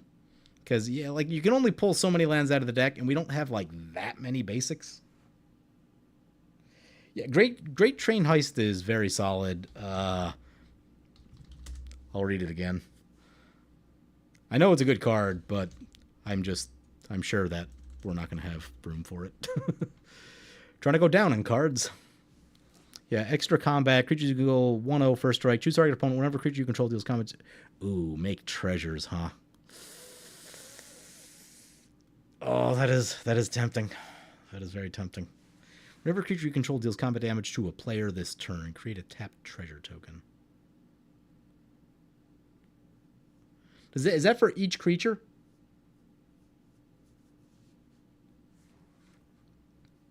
Like, if I attack with 3 creatures against an opponent, I get 3 treasures, and then I do it again with Aurelia, I get 3 more treasures? Is that how I'm reading this?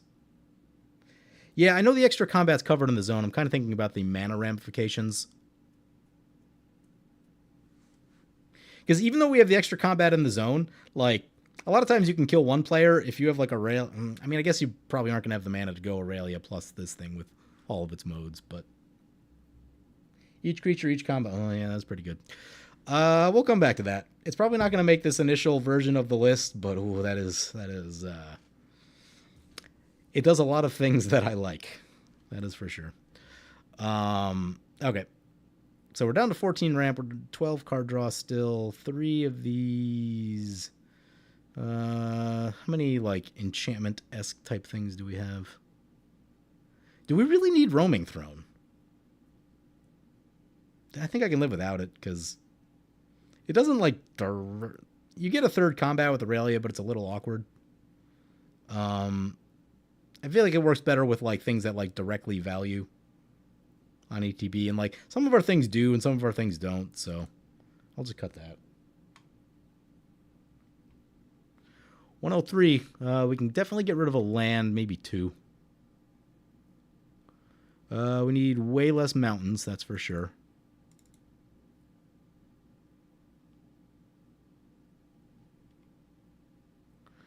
Kokoro's days are over. This isn't a great Gaia Reach deck.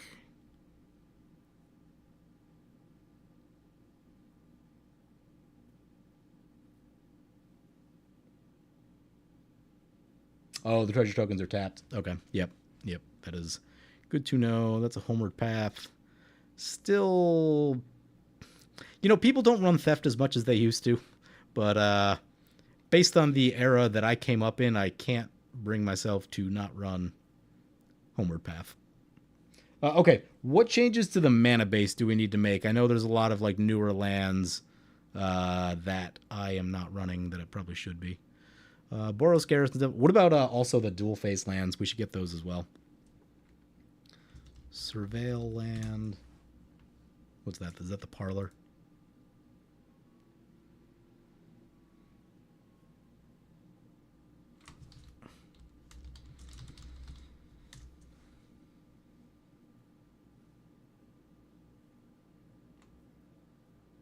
Arena of Glory, unless you control a mountain. Oh, yep, more haste. Love haste.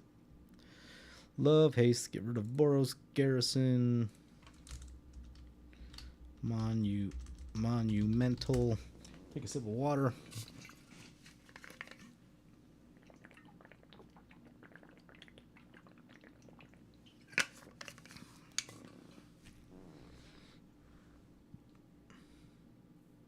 Top 5 cards, your library. Historic. Yep, sounds good to me.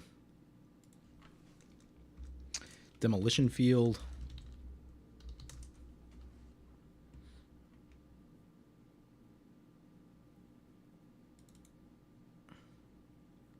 Was it that opponent gets a land and you get a land? Is that how this one works? Yep. Might actually... Do we have Strip Mine in here? Come on. I have Strip Mine in here. I'm going to cut it because our colors matter a lot. And it's so rare that I've actually sacrificed the Strip Mine to, like...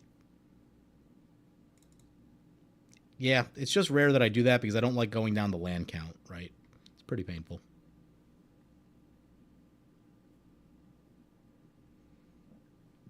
Dazzling Angel is a Soul Sister. Yeah, that's probably another deck. Elegant Parlor.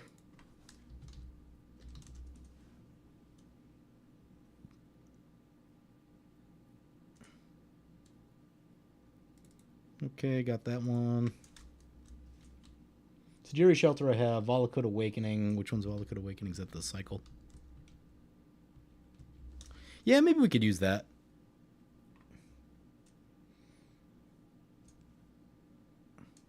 Yeah, I think Volakut Awakening would be reasonable. Just get like a reshuffle of your hand, basically. Oops. Was it already in here? Nope. Come on. Oh, it's getting laggy. It is getting laggy.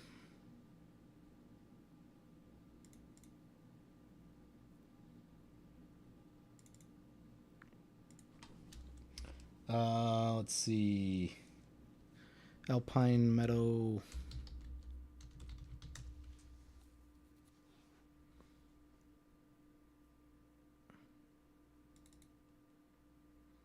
I do think I want Witch's Clinic.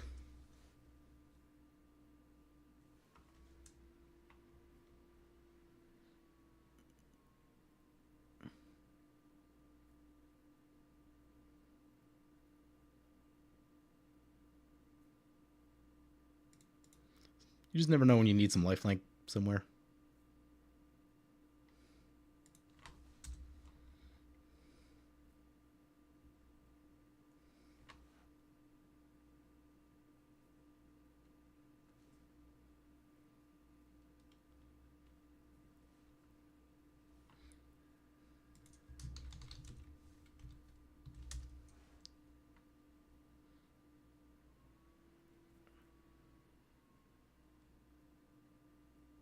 Sacred Peaks. Check. We're back up to 38 lands, so we need to come down on lands. Get rid of Battlefield Forge. It's good, but I'll prioritize the ones with land types. Bonder's Enclave I still like. Do we have War Room?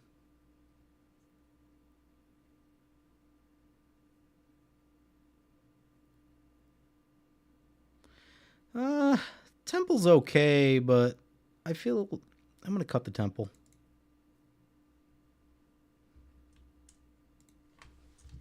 Need a War Room.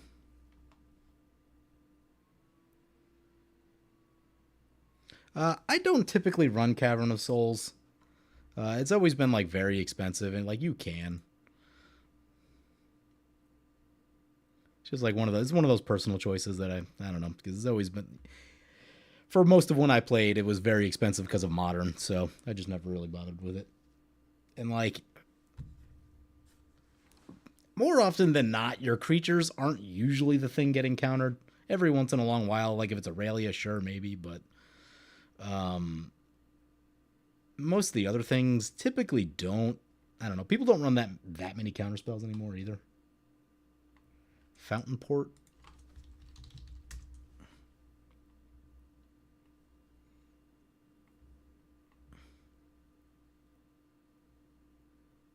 Sacrifice a token, draw a card. Do we have enough tokens? Seems cute. It seems a little cute. I think I'm okay with that. Definitely for like...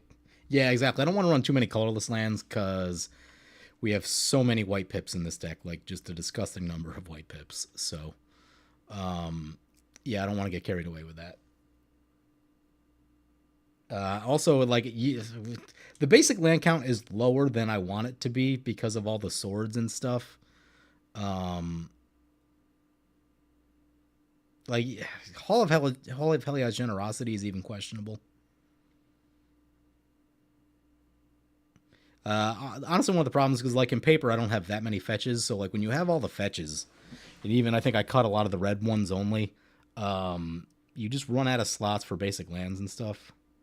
And when you're trying to pull lands out of the deck, that does become an issue pretty quickly. We're not... I don't think we need Sunhome. Like, it is good. Sometimes... The only time you're really going to use Sunhome is if you have Feast and Famine in play. And, like, in that scenario, it is pretty good. But, again, trying to cut down on the colorless lands. Do we have Nykthos in here? Because Nykthos is actually super important.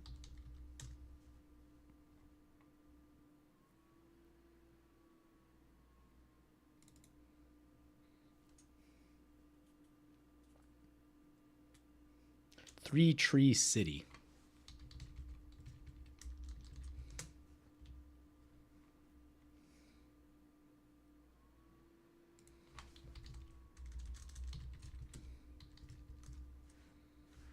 What about dual face cards? What's the Stone Rain one that I really like?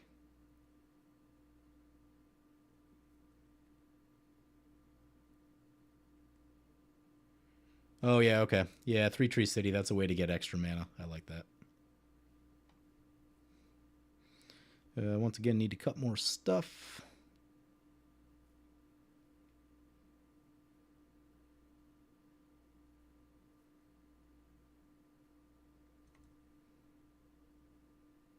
Maybe we cut the Ancient Tomb just to try to get down to bracket 3. May firmly stay in bracket 3. Sundering Eruption, that's the one. Yeah, that card's incredible.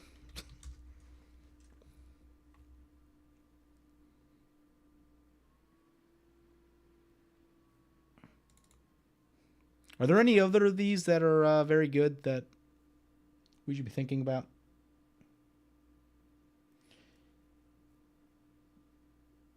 If you want to be bracket 2, you got to get rid of Trouble in Pairs too. Hey, let me look up the Game Changers list.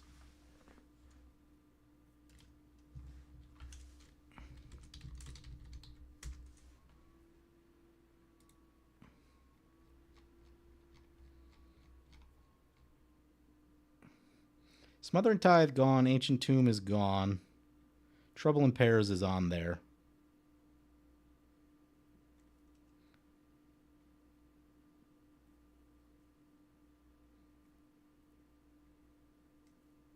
Yeah, we're firmly bracket 3 now.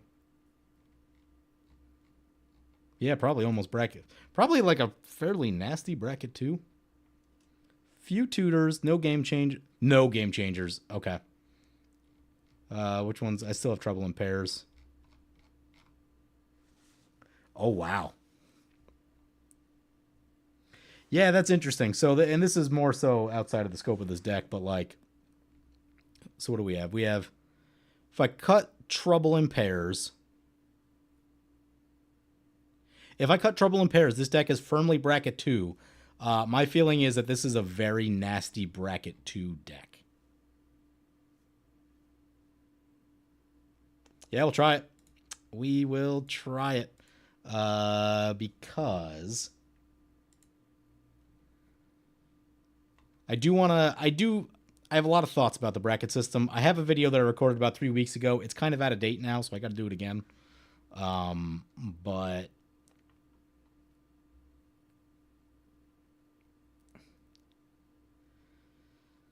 I think this will be very interesting. So things will be very, very interesting. Okay. What do we say we need to get rid of? We need to get rid of Smothering Tithe. Or did that... No, we got rid of Smothering Tithe. Which one did we just say we had to get rid of?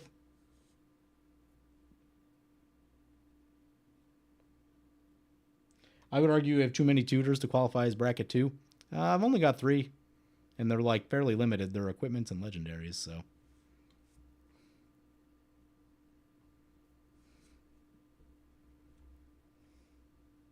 Bracket 2 has 3 or less tutors. Yeah, I mean, most of the searching is just lands, right? Lands and equipment. I feel okay about that. Back to the thing. Few tutors.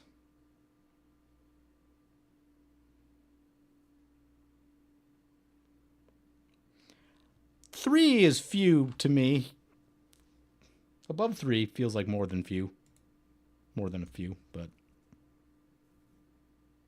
We do search a lot of lands. They weren't... Did they ever clarify if searching land is tutoring, right? Because I've seen people make that argument. I don't necessarily feel like it's one and the same, but... We do need to cut... get rid of another mountain. This basic land count is getting low. I'm almost thinking about getting rid of Myriad. I'm gonna get rid of Myriad Landscape, because it's colorless and it's kind of slow. I think I did put the Tree City thing in. Yeah, it's in here.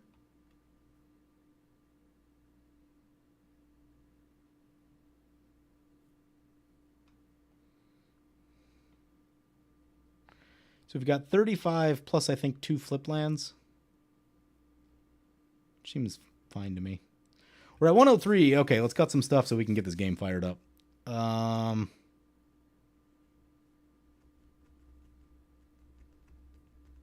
Yeah, I love Myriad Landscape too, but it may be slow for today's day and age.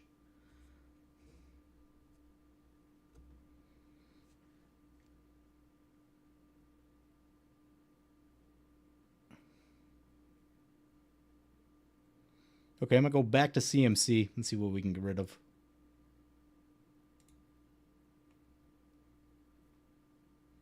Still 23 drops. We should probably cut some 3 drops.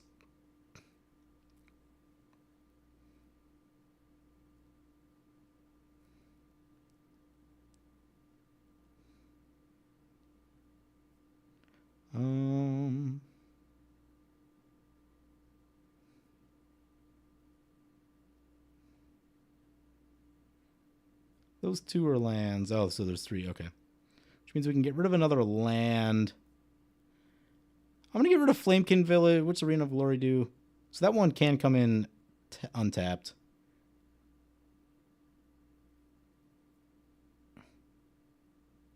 I'll get rid of Flamekin Village. I love Flamekin Village, but Arena of Glory does seem generally better.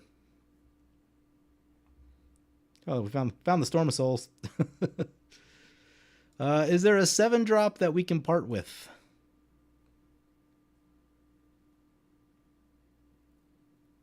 I'll part with Angel of the Ruins. Puts us down to 3 7-drops.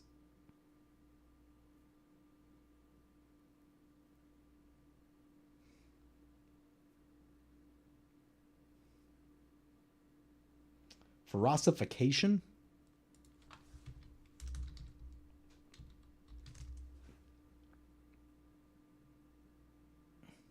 Ruins is a 2-drop? Yeah, you're kind of right. Beginning of combat on your turn, choose 1. Target creature gets 2/0 until end of turn. Target creature gains Menace and Haste. Ooh, that's interesting. What do we say that was over? That was over Shared Animosity. I have Shared Animosity to get finishing damage because our creatures aren't that big anymore. This is certainly cool looking, though, because the rally you can do that twice. I'm going to need to think about this more. There's definitely a home for this in Aurelia. What other enchantments did I have in here? This might go over some other enchantments. I really wanted to get, what's that? Virtue of Loyalty? That thing's kind of disgusting. Man, that can do a lot of damage. Oh. I'm trying not to run, like, more enchantments, but... Animosity is one of the few reasons for a deck to be tribal. Yeah, I agree, right? Plus, like, with that second combat, whoa, that's damage. That is damage. I'm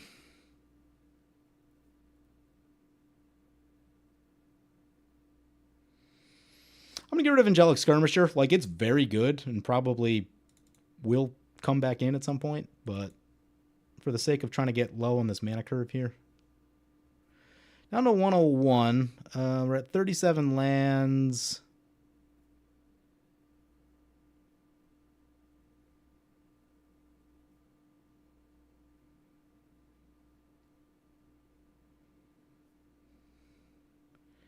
We get rid of Sacred Peaks because we've already got... We need to get rid of a land. One card to go. What are we getting rid of?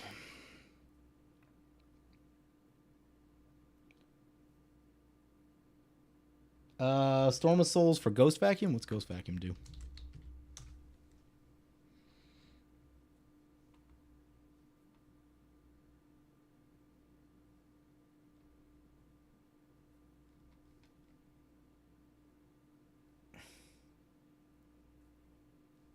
I don't see a card called... Oh, wait, no, found it.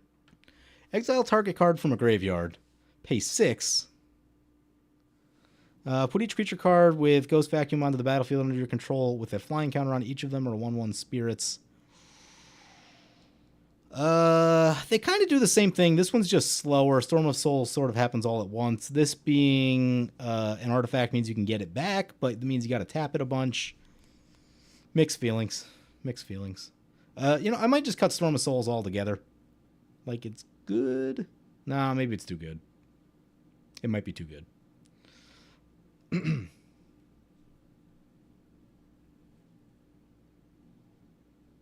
Yeah, I've still got Alpine Meadow. I just felt like, we're starting... you only need so many ones with the basic land types, so... Oh, can you exile opponent stuff with it? Oh, you can. Oh, I see what you're talking about now. Okay, that's very tempting. That is very, very tempting. Yeah, we'll sneak that in. I never run enough graveyard removal, so there we go.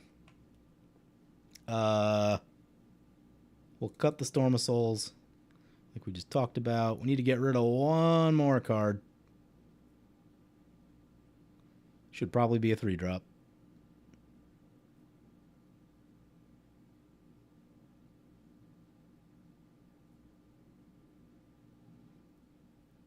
Really want to try that thing. Seems kind of interesting. I'm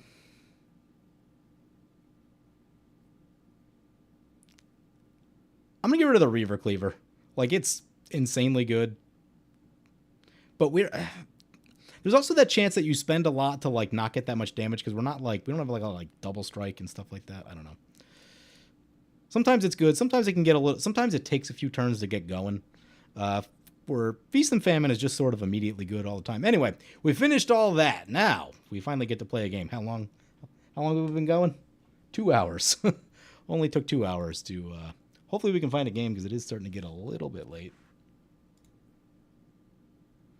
Oh god, they changed all the stuff. Commander open play. Let's see. Let's find out how this bracket system works. Bracket 2. Be cool. Filming.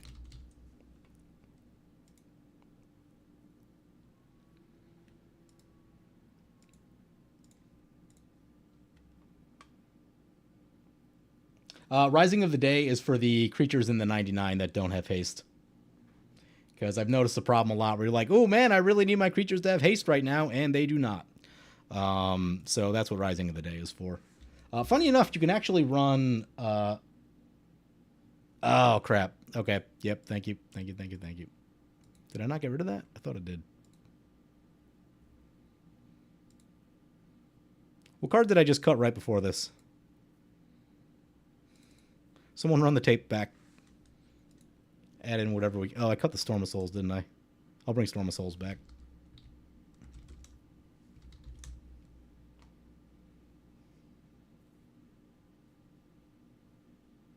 We also got Reaver Cleaver. I feel okay about the ramp. This deck, ramping shouldn't be a problem. Storm of Souls, there's not a lot of those type of effects, so... Let's see if there's any of the games out here. I'll join this game. It says bracket 3, even though we're technically bracket 2. Looks like it's not that far away from firing. Can our bracket 2 deck beat a bunch of bracket 3 decks? Uh-oh, Jeff's in the game. Jeff, you better not stream snipe me. Stream snipe me. Words, I better drink water.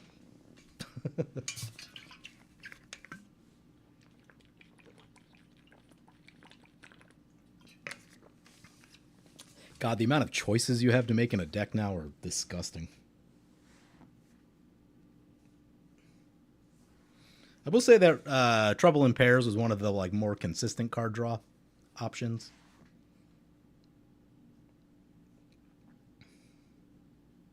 The other ones have like a lot of conditions about them, and I'm a little nervous about that. Little bit nervous.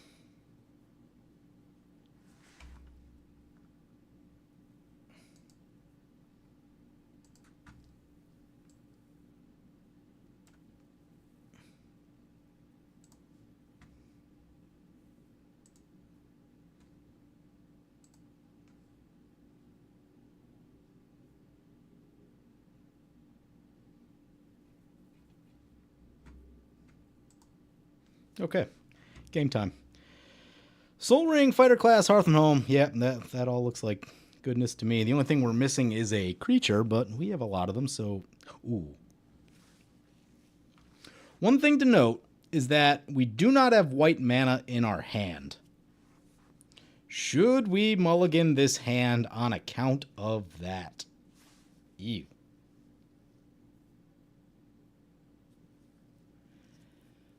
Oh, that's tricky.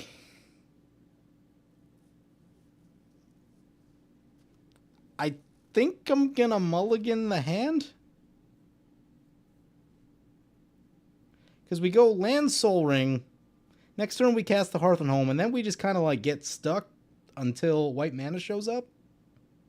We don't know how long that's gonna be. I think we mulligan. Is like we could take the risk on it. I don't, because I don't feel like trying to get another game going. I'd like to be able to like consistently do things. Okay, this is better. So 3 lands with colors, both colors, creatures we can cast. This thing can theoretically draw cards. Yeah, we'll keep this one.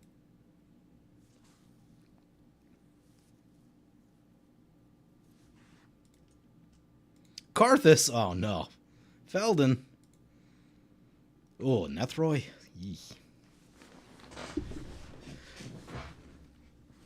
We left that thing that messes up graveyard decks, right? Ghost Vacuum. Indeed we did. Indeed we did. We are going to need to exile some graveyards. Alright, if everyone could play super fast, that'd be amazing. Thank you. Please and thank you.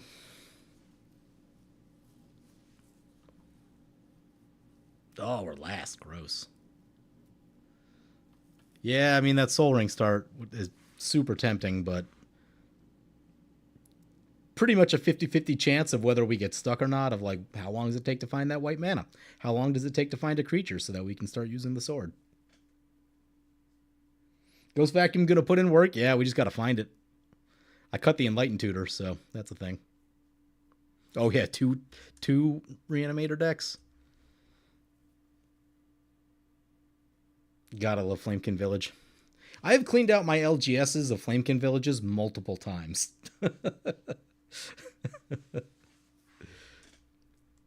I'm even more excited when I get to like reveal an elemental and actually do the thing. We'll start with Command Tower. Nothing on one.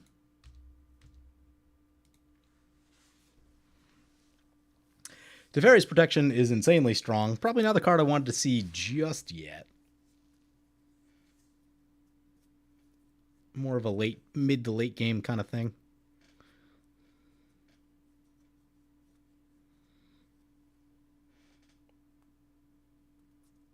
And a Jund deck, which is honorary reanimator. Yep.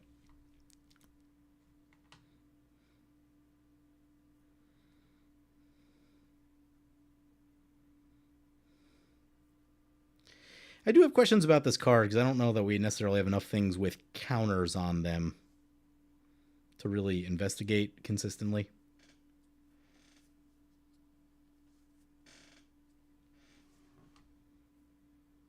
Swinging over to the Nethroy, can appreciate that.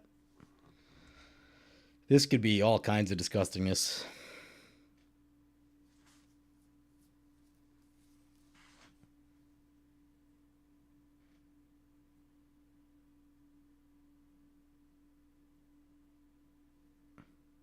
Oh, you told me to cut the sleuth?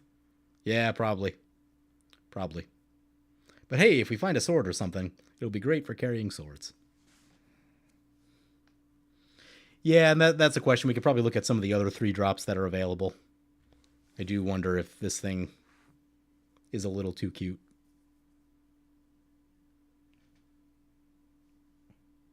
Oh, I forgot Toma Legends. Knew I forgot something.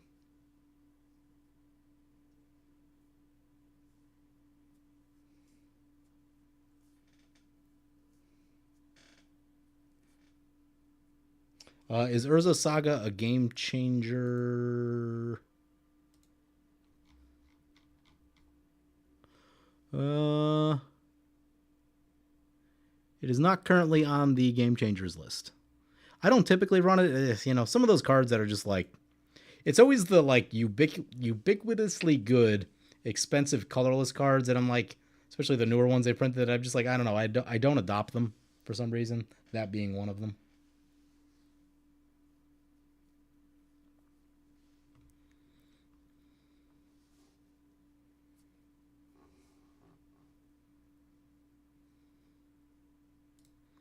We draw land. Land's okay. Play the Signet.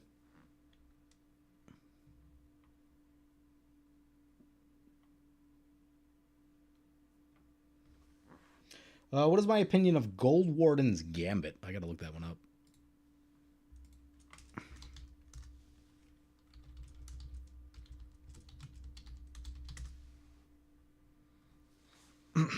Eight mana, affinity for equipment. Create 5/2/2 red rebel creature tokens.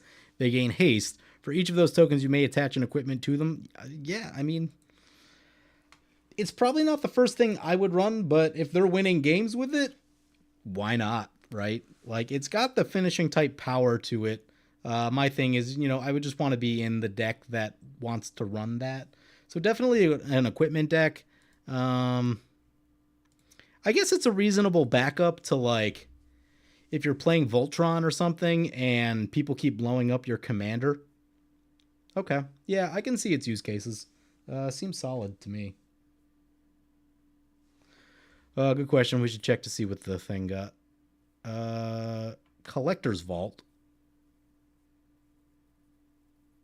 Oh, wait, no, that's what it discarded. Oh, right, yeah, they discard. Search and then discard? Yep, okay. Yeah, they search for a Collector's Vault.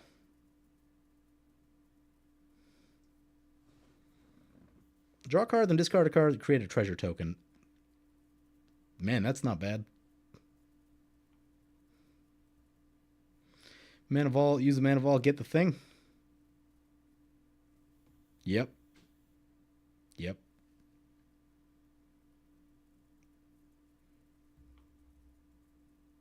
This is a bracket 3 game. So I think that makes Mana Vault okay, I think. We joined someone else's game, didn't make our own. Selvala. How is this not on the Game Changers list? Gross.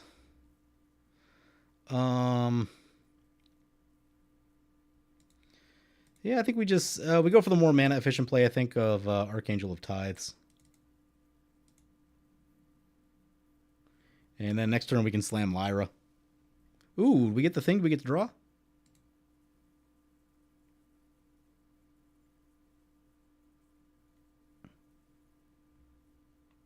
Yes, we do. Love that. Love that. Extra land. Grove of the Burn Willows. Haven't seen that one in a long time.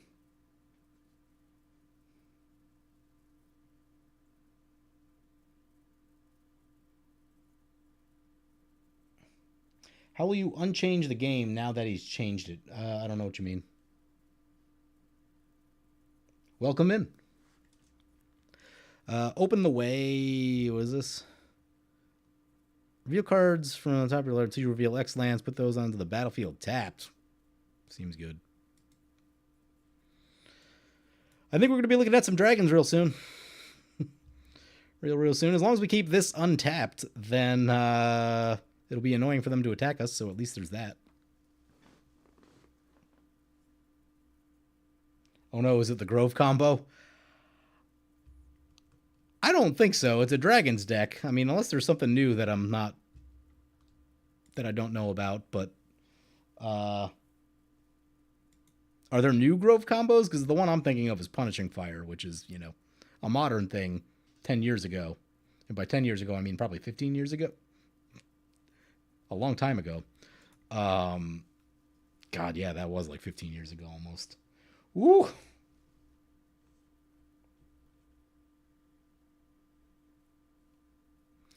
No, I'm not expecting the combo. I faced Jeff's dragon deck before. It's very much a dragons deck, and he's going to play Karthus. And I think there's a way to turn some of our stuff into dragons. Is that a thing I'm thinking about? Maybe I'm wrong. I can't remember. It's been a long time. But what I am worried about is all the shenanigans going on over here. We are... what I don't love is that, like, we've ramped one, and we're behind. Like, everyone else has ramped a lot. Maybe not Nethroi yet. Oh, they will with this thing, though. Yep, there's an Underrealm Lich. Yep. We are on pace to get another card draw, though, so that's good.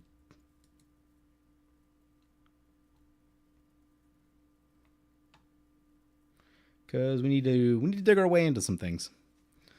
I don't like where this game's going already. It's turn 4.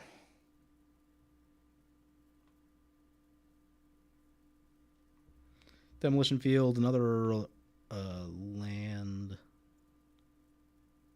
We'll play the Demolition Field. Be nice to have that in just in case we need it. In case of a wheel or something. Play the Lyra. This should get us another card.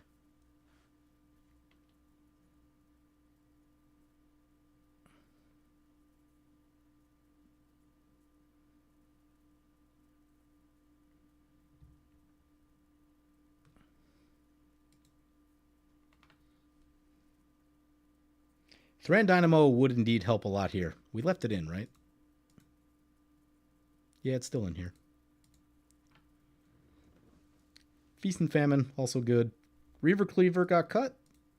Reaver Cleaver got cut. Nykthos would be solid. Draw again. Hall of Heliod's Generosity. All right, finding all the lands. We're flooding a little bit. Getting a little nervous now.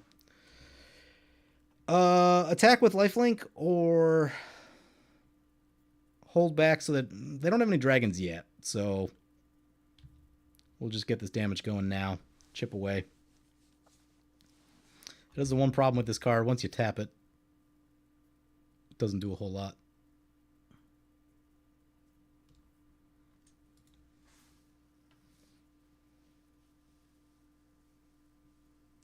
There's a reason I picked up as many copies of Sword of the Animus when it came out. Yeah. Could use one right now. That is for sure.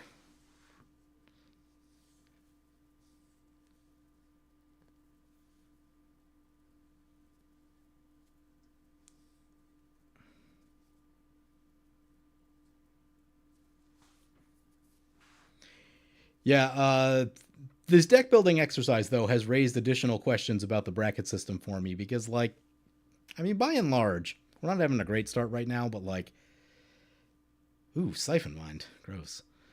This deck, I feel like this deck is beyond the nasty level of what should be considered bracket 2, but technically it's legal in bracket 2.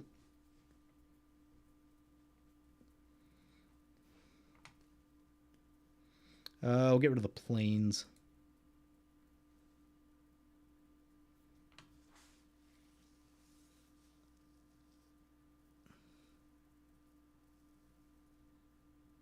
Oh, Dragon's Horde. Would love a Dragon's Horde for our Angels.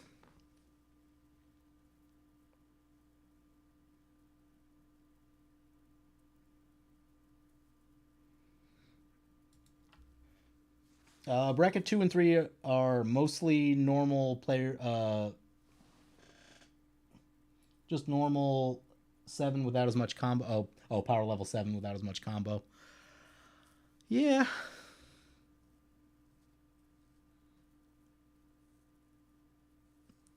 But isn't that what bracket 3 is supposed to be? Maybe I need to work through this more. Maybe I don't know. Part of me just like probably needs to like play more games and like get accustomed to like what's happening in bracket 2, right?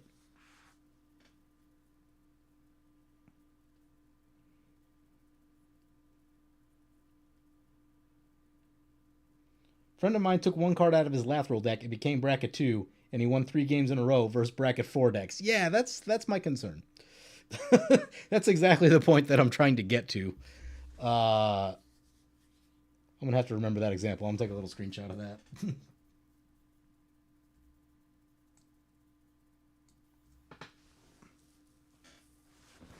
That is exactly the concern.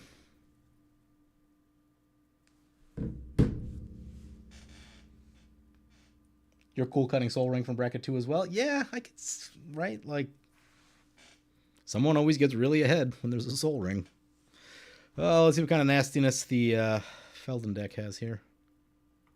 Okay, just more value so far, but their Mana Vault is back. They have disgusting amounts of mana. We probably need to focus a little attention over there. There's a Volkid. They must have Volkid Awakening at some point. Yeah, that makes me nervous. They're down to 3 cards, which I guess is a saving grace. But Hoarding Dragon. Oh no. Oh no. Yeah. Okay. There's a world in which we may need to like shoot that Flamekin village. I don't know where we're gonna come up with mana for that necessarily, but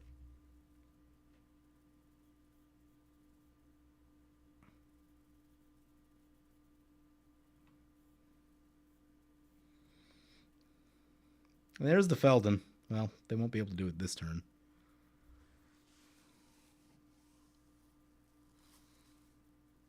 Wouldn't be completely sad to see a board wipe.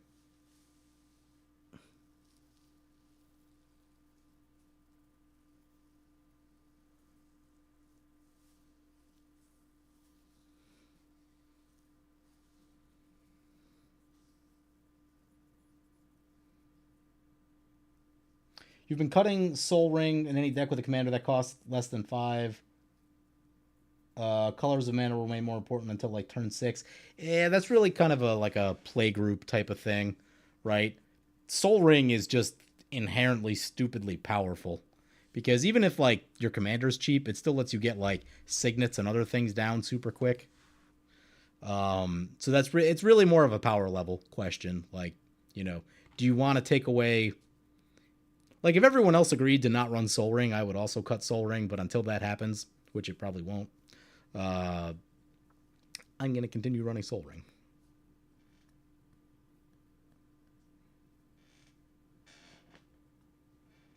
You might consider Odric for this deck. Yeah, Odric is actually very good with Aurelia, Flying Vigilance, Haste, spread around. And I was thinking about that earlier today when I was thinking about what I was going to do tonight. And we ran out of room, and we have so many 4-drops. There's like all of the good angels are at 4 mana and 7 mana, basically, right? So the deck just gets so crowded in those spots. Nethroy getting back a bunch of stuff that I'm sure I'm not going to be thrilled about. Tyam. Birds of Paradise. Forgotten Ancient. Oh no. Nissa. I haven't even seen this one. Make a bunch of mana. Make more mana. Gaia's Cradle's in the graveyard. Fantastic. Ooh, that's a deflecting squad. Oh my god. Oh, that's crazy. Um, so just what, the Birds of Paradise maybe? Whose deflecting squad is that? That is the Feldon's deflecting squad. So they came to play. They came to play. Yo, Odric getting blood tokens? No, not that Odric. Good God, not that one.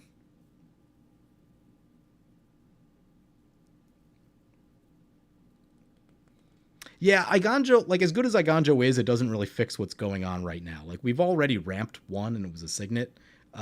We need to ramp like four. Like Thran Dynamo is about more likely where we need to be, or like one of the catch up, one of the Archaeomancer's map is probably where we want to be in this moment, especially with like multiple green decks running around. Myriad Landscape over there ready to do things.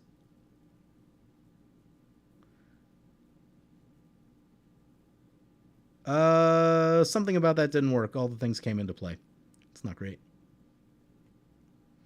And they get their Gaia's Cradle. No big deal. I mean, that's where this thing's gonna have to go.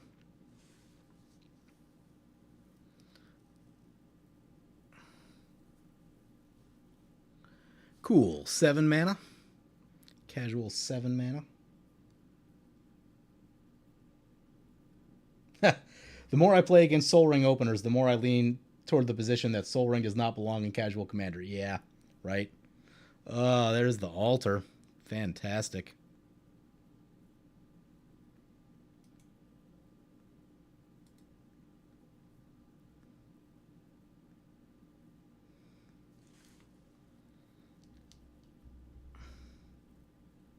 I mean, if someone doesn't have removal, like we're very close to dead. Conduit of Worlds may play lands from the graveyard. Oh no. So shooting Cradle doesn't even do the thing anymore. I mean, we can. All we can really do is like blast them in the air for a bunch. A4 life gained indestructible.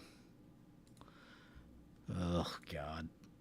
Chivalric Alliance is something, but I don't know that it's exactly what we need in this moment.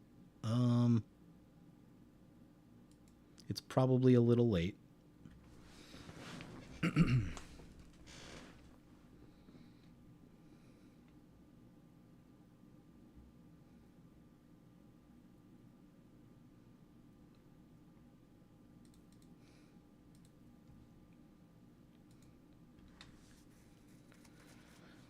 Uh, Running our crappy little creatures down there doesn't seem like it does all that much. Chivalric Alliance seems good. The question's like Chivalric Alliance plus Teferis. Yeah, I mean, if someone else has the board wipe, they have to play it. So, I think that's what we're on.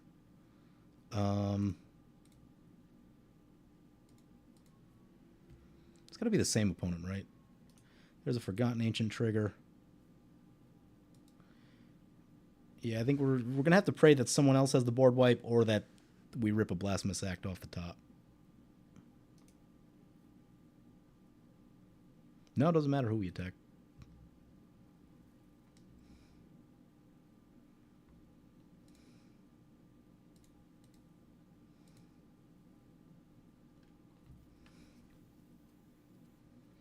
Draw a card. Farewell would be solid. I honestly don't know. If no one has any removal, I don't know if we'll have another turn. Arena of Glory. We have flooded. We have flooded.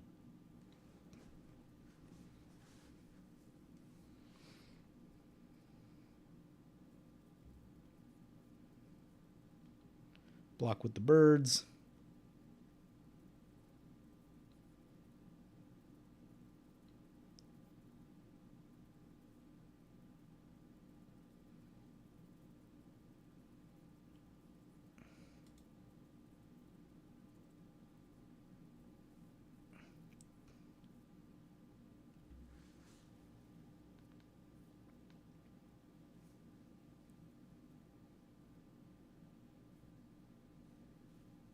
Yeah, I think Nethroy and Felden are definitely the threats here.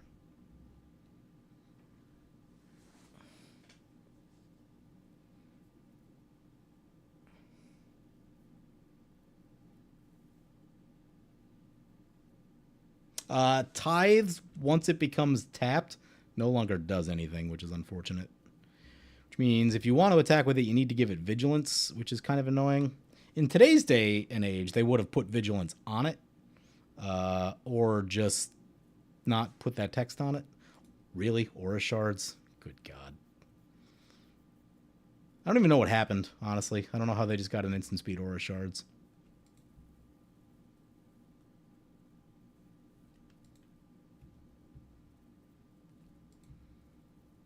Remove 3 counters from return target permanent. Oh, I see. Yeah, someone's got to have a board wipe, otherwise this game's over.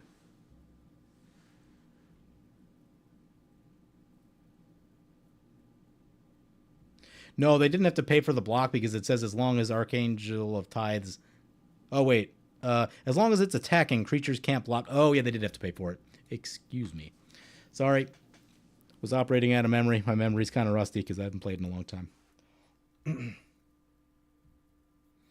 Yeah, that's going to be the old... Who's got removal?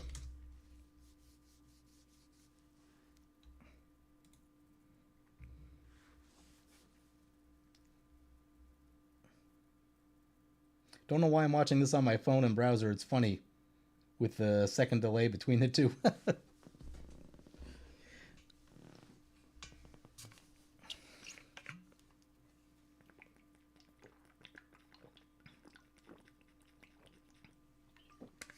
I will say that maybe it depends. It depends on how bad things get, but aura sharding 1 or 2 of these type of things isn't the worst idea ever. What really, but they're also poised to just like dump a million things into play. So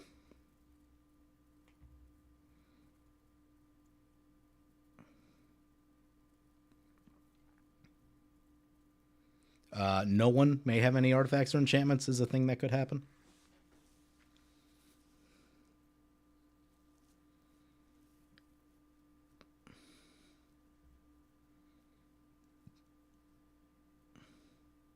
There's Karthus. I like Karthus, but I don't think that play... That's not really the play that we need. We really need someone to drop a board wipe.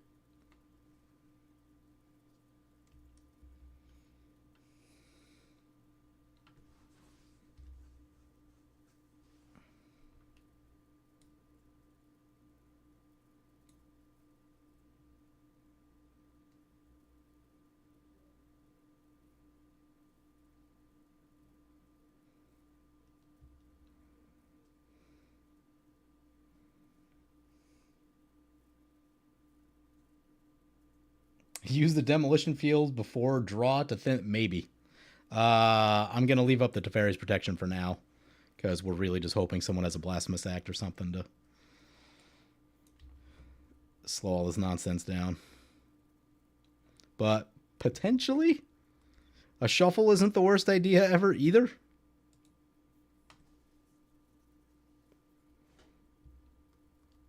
Do we control a mountain? Wow, we don't control a mountain. This can find a mountain. So, okay, in theory, this can find the mountain we need to get this untapped. And that could be a thing. Skyclave Relic. More ramp is, yep. Really need to be dropping that board wipe. A hasty Balefire Dragon or a Dracuseth would have been really what I was hoping on.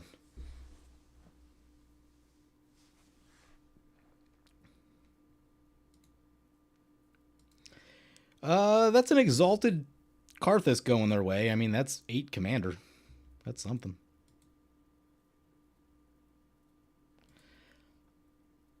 I do think this Hoarding Dragon is probably going to do some nonsense. I'm hoping it's like remove some of this stuff and not just win the game. I haven't seen a good Felden deck in a long time. I know that Felden has a lot of tricks to it. Yeah, he needs to do something that like slows this deck down and doesn't just win the game.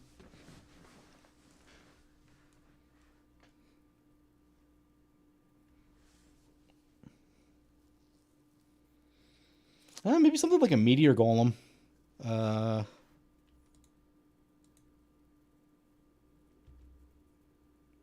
Like multiple meteor golems could be an interesting thing.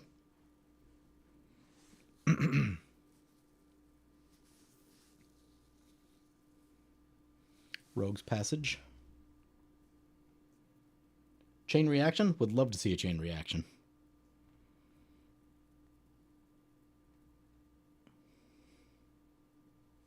Imperial Recruiter is not a chain reaction.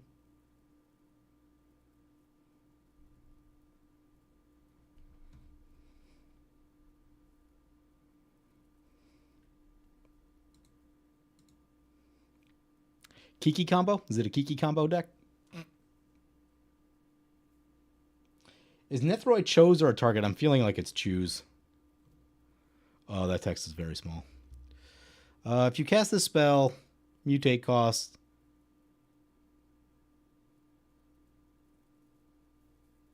You target the creature that it mutates onto. And then it says return any number of target creatures with power. Return any number of target creature cards. Yeah, both modes target. I don't know why the deflecting swat didn't work.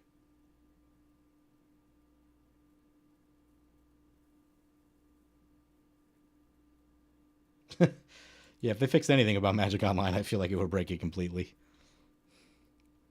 I would love it if they would just, like, fix the performance of it, because the performance is god-awful. Like, things get so laggy and so slow. Like, you play any modern game, even play, like, old games, because I play, like, mostly old games now, and, like, they run beautifully smooth, right? Just, like, the response time and the lag is just so bad. Magic Online. What did they get? They got a Siege Gang Commander. As cool as that is, I don't know that we're getting another turn. Well, I guess we can Teferi's Protect, so it sort of depends on what they have, but based on all this nonsense, they are ready to combo off.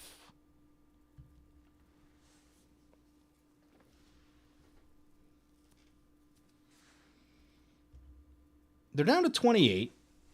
How much damage is... We should count up our damage. These are good things to know.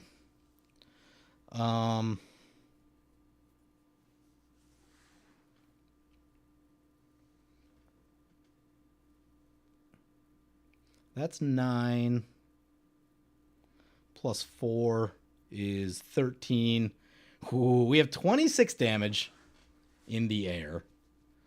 I guess Jeff could finish the job if we can't finish it for some reason.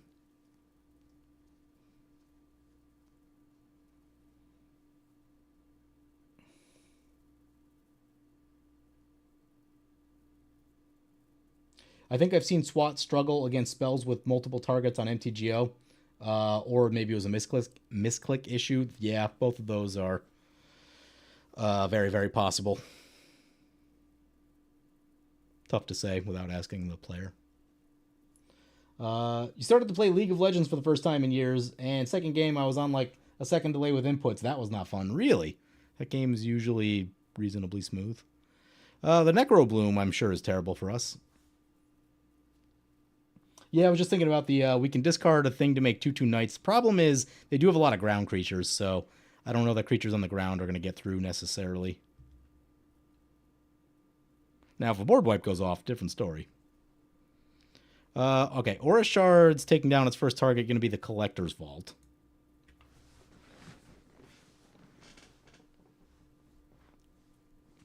Nissa, Necrobloom, yep. Oh god, here. The rest of the artifacts and enchantments, I think, are about to get nuked.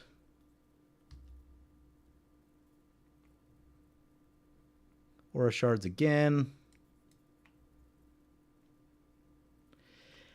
Ugh. Teferi's Protection for Chivalric Alliance.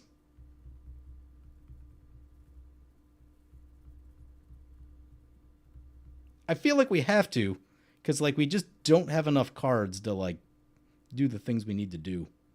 Yep, I think I'm doing it.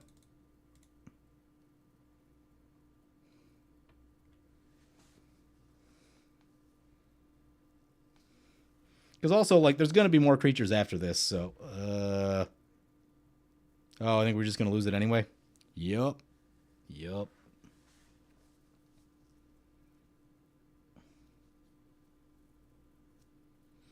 Land, make a thing. Yep, fantastic.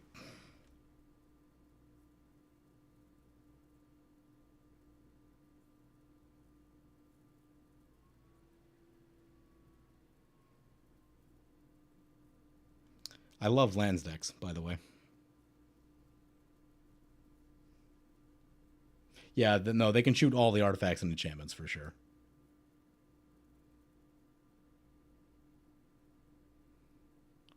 Chivalric Alliance down. We phase out. At least our Signet's safe. Still get Aurelia in. Esper Sentinel.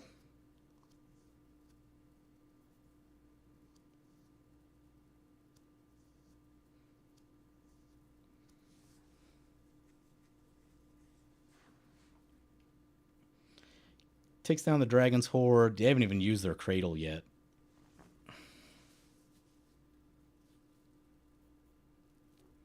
Liliana Death's Majesty. Okay, so at least we didn't like completely... I assume they're going to go Sacrifice. Because that's usually what happens. No, they're going Plus. Okay, well, that happened.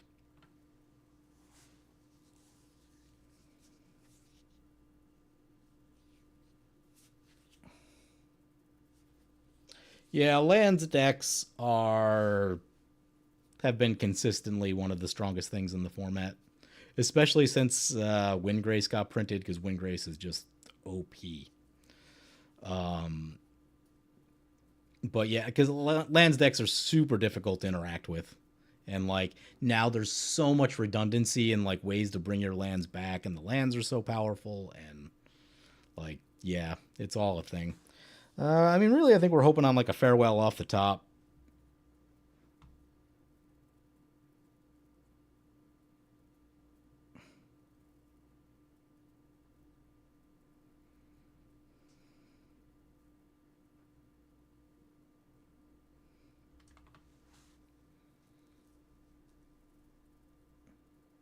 Wouldn't hate to see Field of the Dead go. Yeah, no, neither would I. I mean, I've lost to that card so consistently, even through board wipes, even through like I'll shoot it and then play a board wipe, and it still just comes back. Well, this thing showed up too late. And it's too much value for what it does. Play the Hall. Oh, that we can get our thing back. Okay, I guess that's why we play the Hall of Heliod's Generosity. Should be on 7 mana now. 4, 5, 6, 7. Hopefully we have enough colors.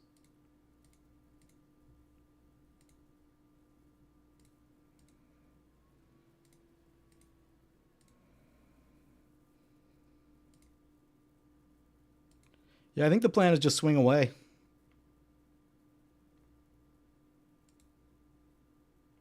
What else can we do? God, they're back up to 35. I didn't even see what gained the life. Who knows?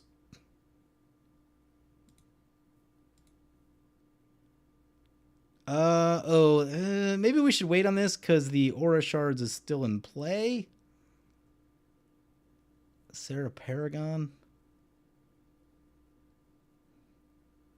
Let's just play it. Be mana efficient.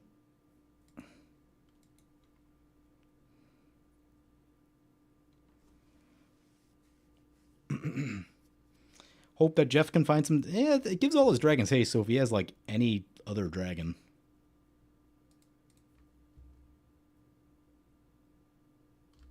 then... I guess even, like, a Siege Gang Commander could finish them off.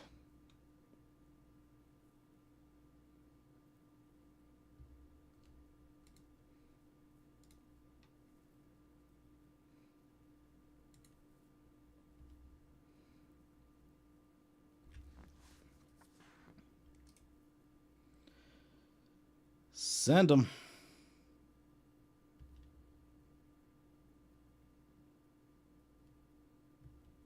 Yeah.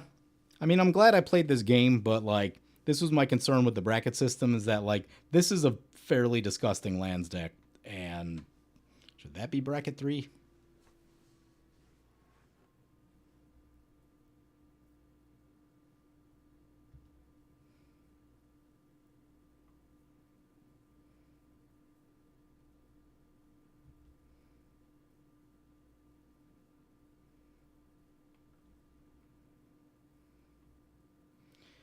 They go down to 22.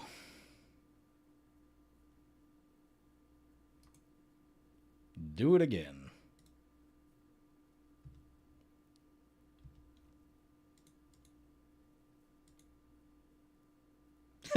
Opponent says, I renew my subscription to only lands. That's pretty funny.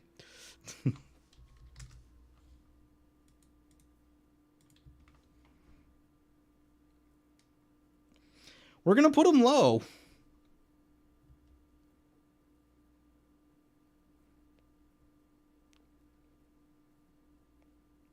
Oh, 9. Jeff needs another dragon. I mean, I guess if we team up on them, dragon, then Siege Gang Commander, that should be enough.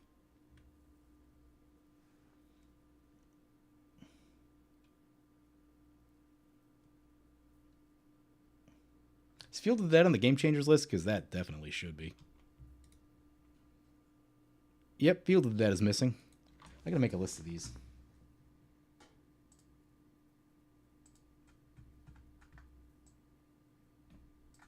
Did I already start that list? I feel like maybe I already started that list.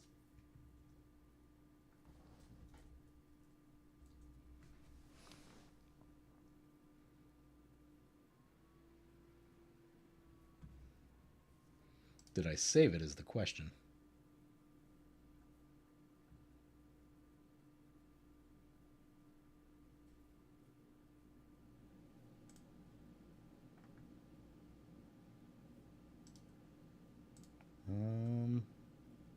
Apparently not. Game Changers list. Field of the Dead.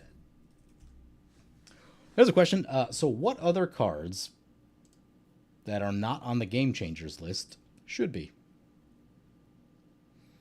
Aura Shards has got my vote. Aura Shards is a nasty card.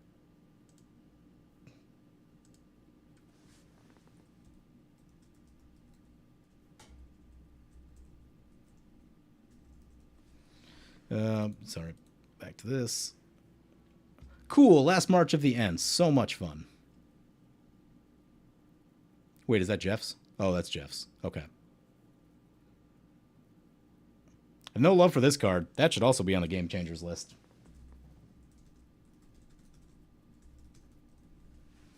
I would argue also, like, Cradle's on there. I would argue that Selvala Heart of the Wilds probably also. I've seen this do just absolutely disgusting things over the years. Like, the amount of mana that this thing can generate in a hurry is a problem.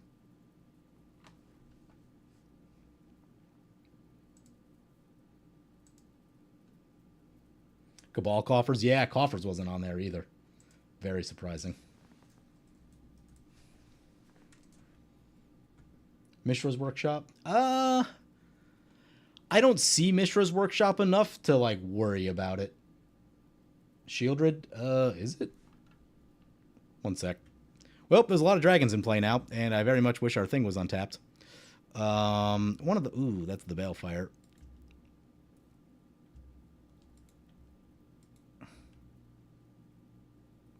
Does he send them all?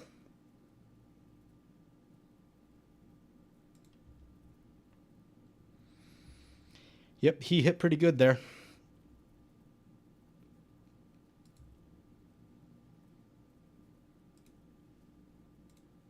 What was the one what I was checking? Shieldred?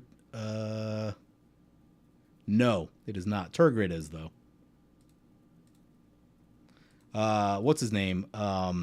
Sir Conrad wasn't on there either. That very much should be.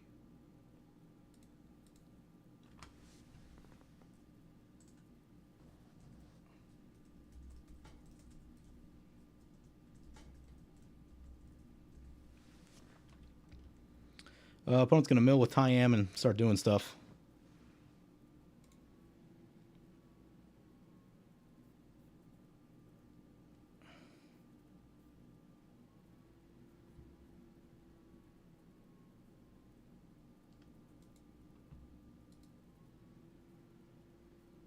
Can we see the target with the ghost vacuum? Hold on, I should pay attention here. Apparently not. What did they get? Well, they're gonna exile that thing. That's annoying. Should probably take something with us.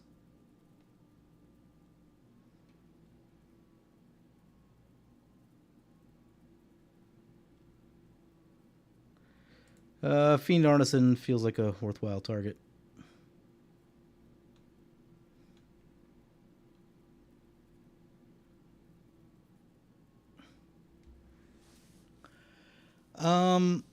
There are certain dragons we can take, like... Well, I mean, I guess basically we just don't want the Balefire. We really don't want the Balefire. We would have to block it if it came in our direction.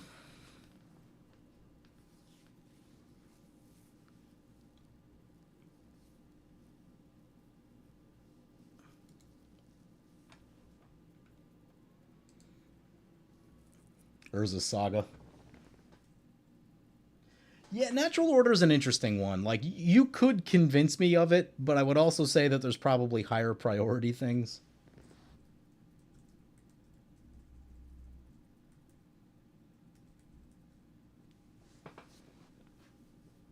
But, like, yeah, it can very much just be disgusting. Seedborn Muse for sure.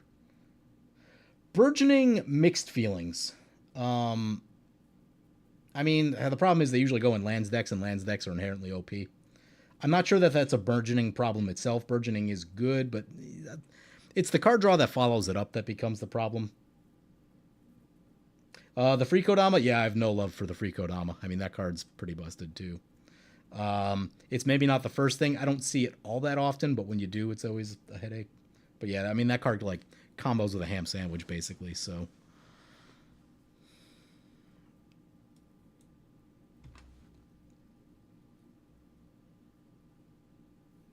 I think Gifts Ungiven could be unbanned and added as a game changer. I'd have to think about it. I'm kind of trying to pay attention to this. That's a blue card, and I don't play blue cards that much. So I'd have to sit there and think about it, probably like test it out a little bit. I forget what the most broken things you can do with that card are. I guess that's really the question. What is the most broken thing you can do? Because that's people tend to gravitate toward those things. Signet and Ghost Vacuum down. Don't love that. So most of the artifacts and enchantments are cleaned up off the board here.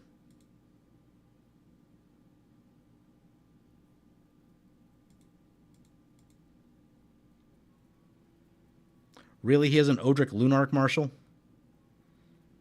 Please have no flyers.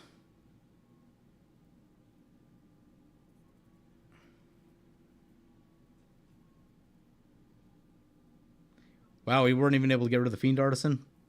Awesome.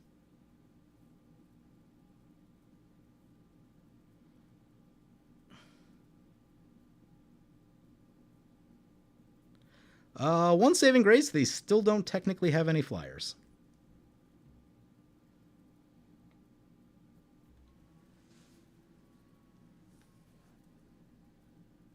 He's trying to charm you with Odric, yeah.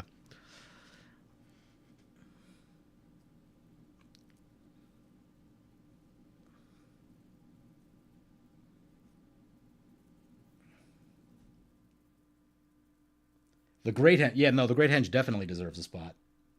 And the reason I say that is there was a game many years ago now, but I stole someone's Great Henge with a deck that was like fairly middling, right? It wasn't a deck that was gonna blow you away. It was decent, but like, and I went from like basically the cast a creature, draw a card type effects are pretty busted. I stole their Great Henge with something, I don't remember what. And I went from like playing a reasonably fair game to, oh, this deck is busted now because I just keep casting things and drawing things and casting things and drawing, right? Like, yeah, no, Great Henge, absolutely.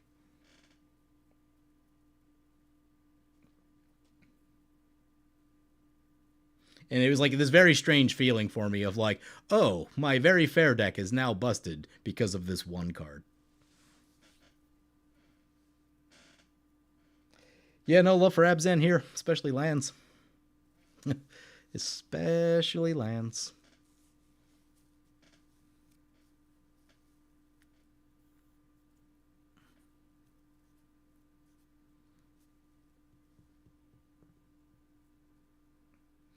I mean, I hope so. There is the problem of like this is taking so long that like Jeff may misclick. I hope he doesn't, but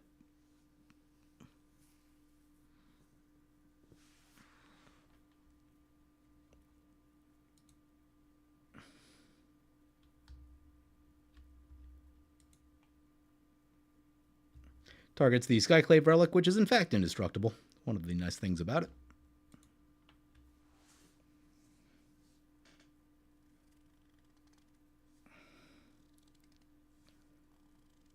Uh oh, I see a problem. With Ashnod's Altar, he can like sit there and do this until the end of time, I think. Until he finds like something that he needs. That's not good. Because he can just keep sacking stuff and bringing more things back.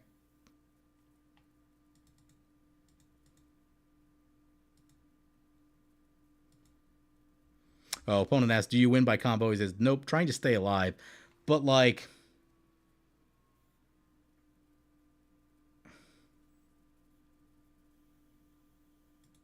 I think he can play his entire deck, basically.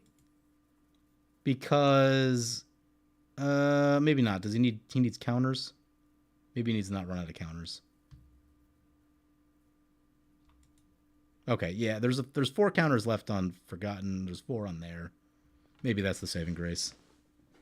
But he can certainly bring back nasty things. Like a flyer plus Odric is actually a problem because of the blocking.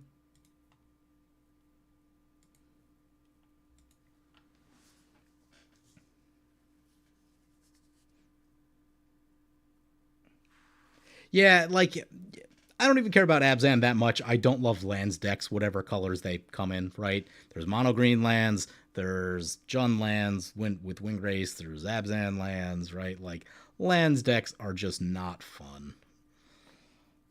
And I get that that's an opinion, but we get it. Lands decks are broken, right? I've never seen a lands deck before in all of my years of Commander.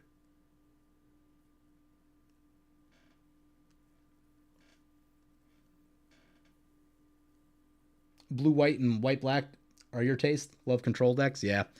I don't know where white, black is at currently, but man, white, black back in the day, we'll call it 6 years ago, was so slow. Such a like, you better be prepared for like a 12 to 15 turn game because,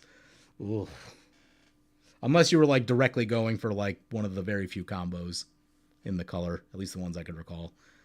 Usually the ones I remember were like the Tesa combo or Karmic Guide combo. I have who's the black white angel there? Firja. I have her in like interesting deck, but it is just like slow in plotting and doesn't close the game out super good. Yeah, Grave Pact and Dictate should definitely be on the Game Changers list. When I did my video, that isn't going to air because I got to do it again. Those are like some of the big ones that I talked about. Dictate for sure. And like that's one of the few that I feel like no one would argue with me on. Maybe I'm wrong, but there's a Magic player someone's always going to argue. But yeah, Dictate is just unfun.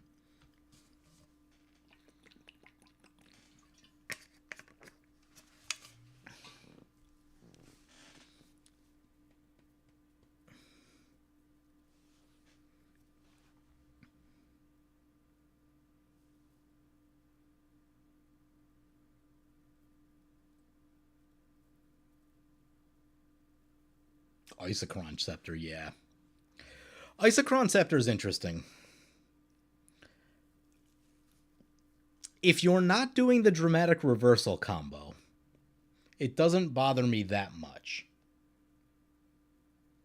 But like when you see it, it's a weird one for me just because like I get why you would put it on there, but it's one of those things that like I only ever see that in CEDH, and For the most part, I feel like people have been decent about like keeping the CEDH combos in CEDH and not playing them in casual commander.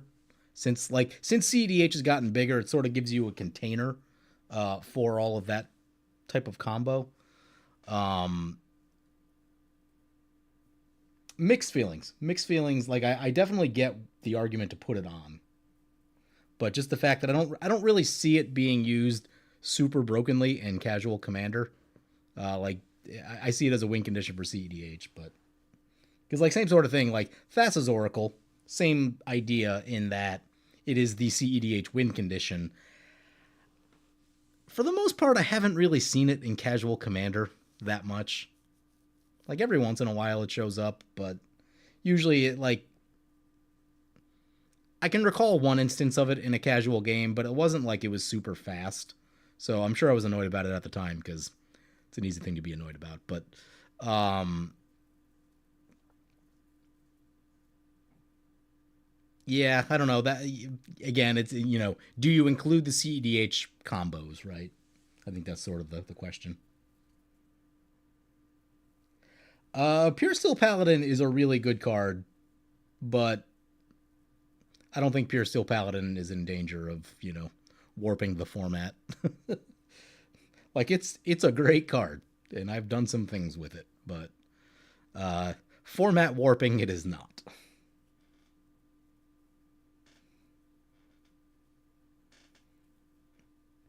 Yeah, I mean, I'd also be on ban for the. I don't play. I haven't played CDH in years, but like from what I understand, every deck is a Thassa's Oracle deck. At least that's the last I heard. And to me, it seems like maybe you just ban that, and maybe the format's a little more interesting. I don't know. You run a Merfolk deck? Yeah, that makes sense.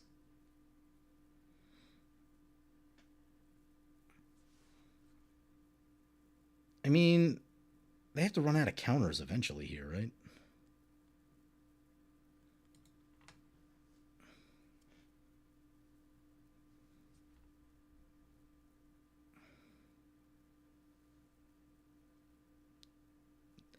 And after all that, they scoop.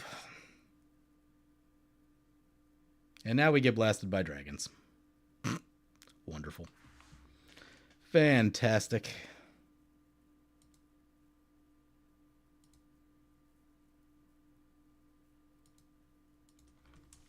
Cool. I appreciate you making us sit through that.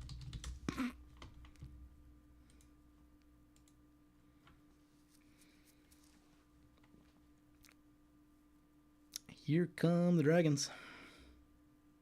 So this is that short. It was actually one of the best performing shorts I ever did. The Angels versus Dragons issue of how many of our angels can profitably block these dragons, and the answer is not that many.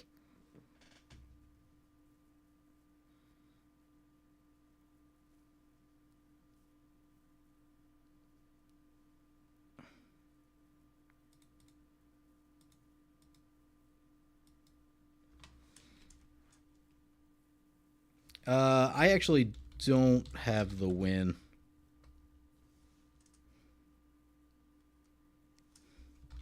Your call.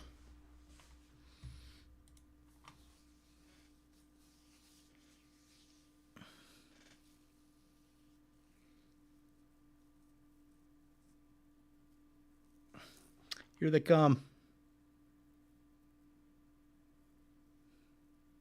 Nope, changes their mind. Just the Balefire. Nope, and this one.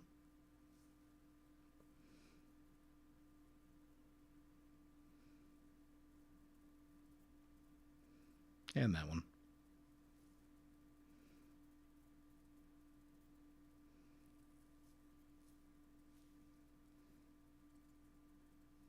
We've got 74 life, so, we can take a punch or two. It's the Balefire Dragon and the Sacrifice that are kind of an issue. That's probably going to clean us out, and that's definitely going to force us into, like, we have to draw a board wipe.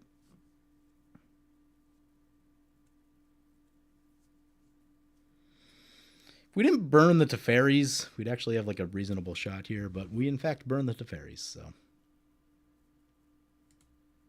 Yeah, I mean, block the Balefire.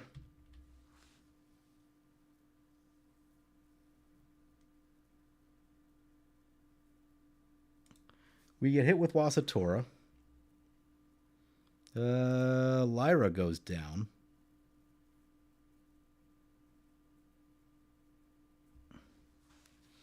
Yeah, I mean, we just got to rip a board wipe. And then we have some chance. Problem is, like, Karthus just comes back with haste and they have a lot of lands.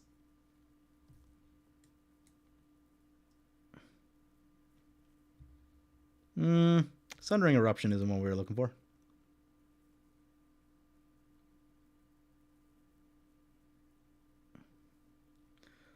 Play Arena.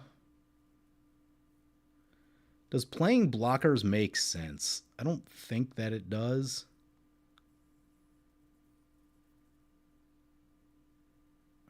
Maybe it does.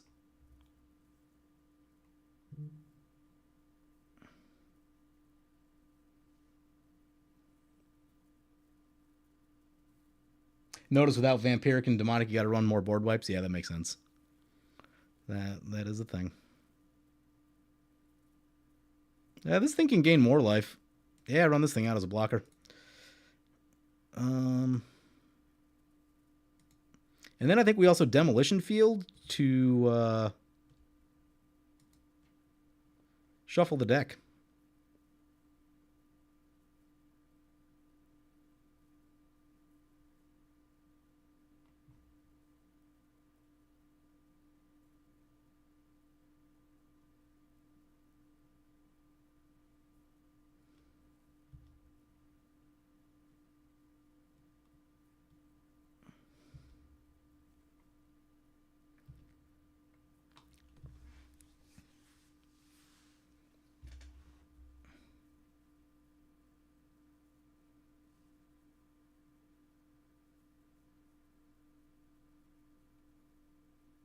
Yeah, the tax only works if it's untapped, so we can kind of choke their mana a little bit. They can't send everything. Or I mean, they can, but they'll have to tap their mana to do it. You know, the Blade Wing's a nasty one.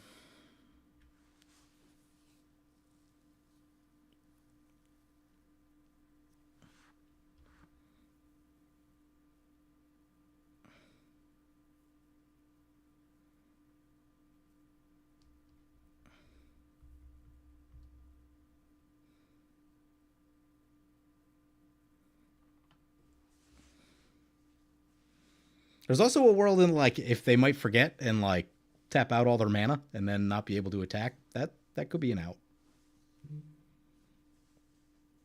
Demo field the stadium, make them pay life for their green or black. Where's the stadium?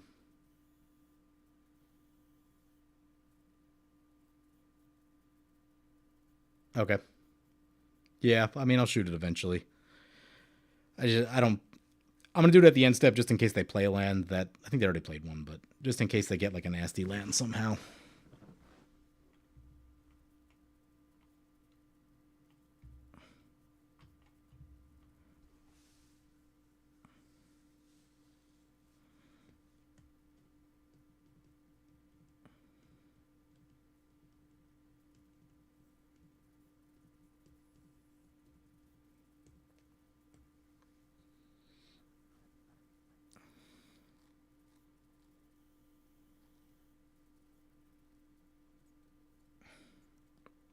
I'm not all that worried about the land. Season of Gathering. Trample's not great.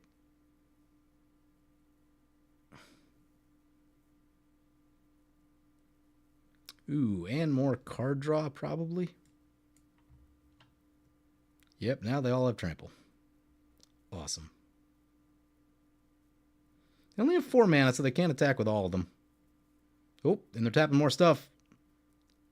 Uh-oh. We might have got him. We might have got him. We might have got him.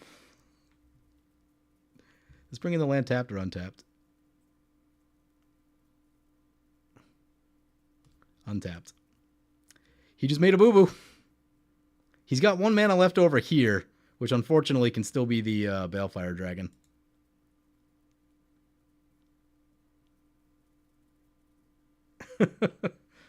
And then Balefire will just kill everything anyway, which isn't great, but...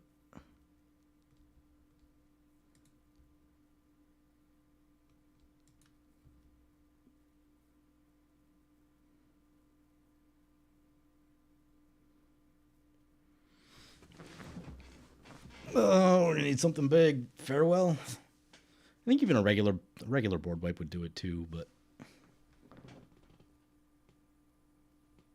And this is why we run an Archangel of Tithes. In hindsight, I probably should have kept that Soul Ring opener.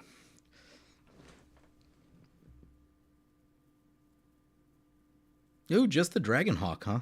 Okay.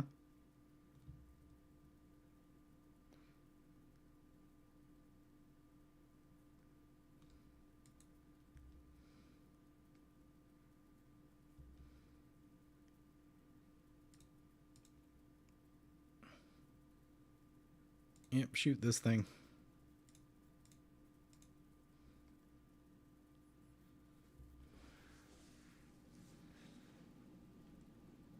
They can't block, right? Oh, that he can block one now. Crap. Maybe I shouldn't have did that. I mean, I guess we don't have 19 damage yet, either way, but get a mountain.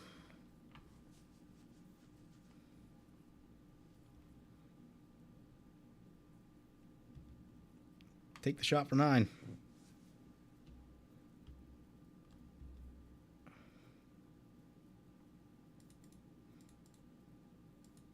I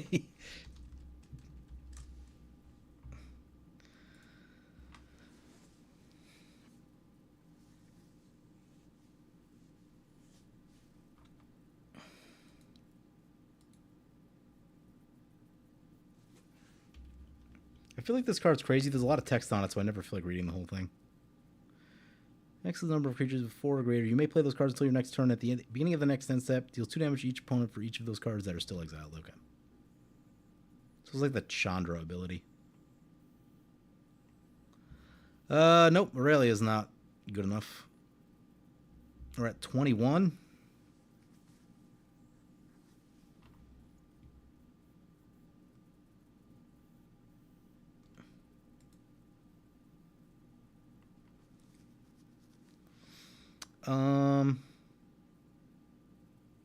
They can't block.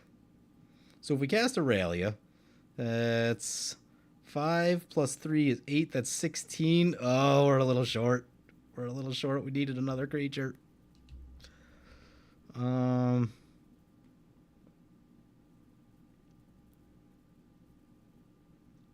Yeah, let's cast Aurelia.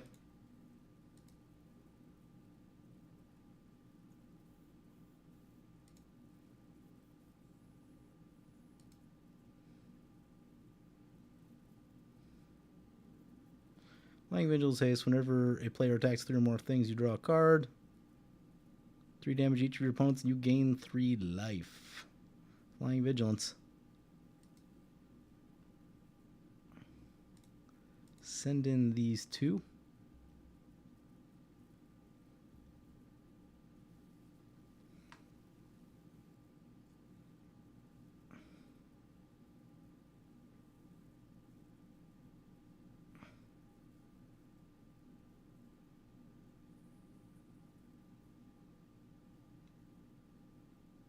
Oh crap! I didn't attack with it. Oh, that's gonna be game.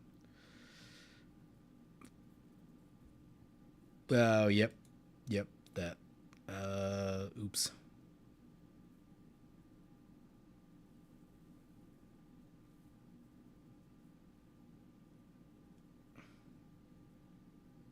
Yeah, I mean he can. Does he still have trample? It doesn't matter. He can just kill us.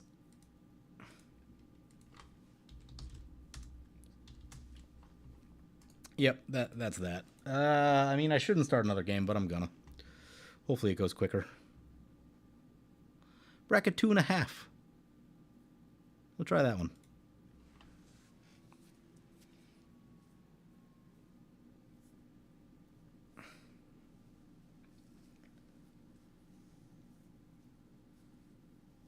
Yeah, there was like no great outcome there. We were 3 damage short, so we needed to get. If we got that other creature in at some point, then it may have worked. But I mean, everyone just out ramped us like crazy. We didn't get any of our early ramp. The hand, honestly, I probably should have mulliganed to 6. I overestimated our starting hand after the first.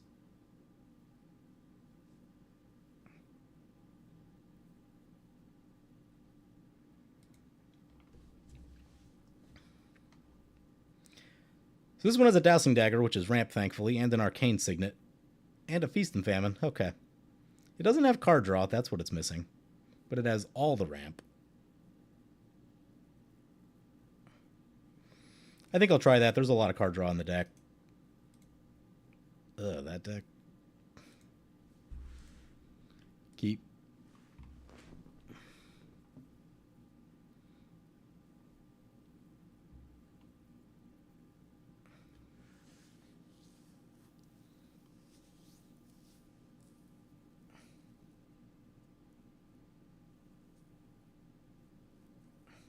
Oh yeah, yeah. We should probably get rid of that counters angel because yeah, it just didn't feel like it was doing much.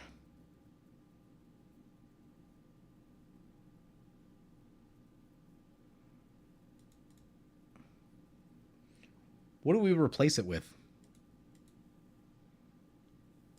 Isn't Plants to Gabby a bad idea? Third in the turn order.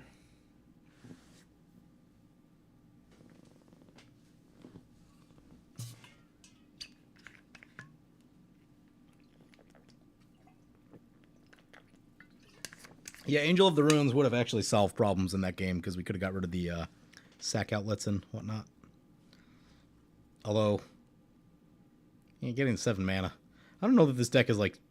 Currently, it's not like super geared for the 7 drops, but we'll see. Wojak Investigator seems like a much better Angel than the others. We'll do this. We'll get one of the tap lands. Yeah, we'll take a Surveil. Why not? Oh, wait.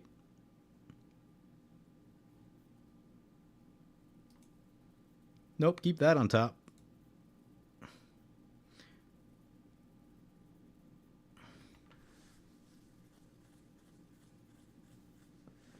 Yeah, Last March of the Ents should definitely be a game changer. I would also argue maybe like Finale of Devastation. Crater, and definitely Craterhoof.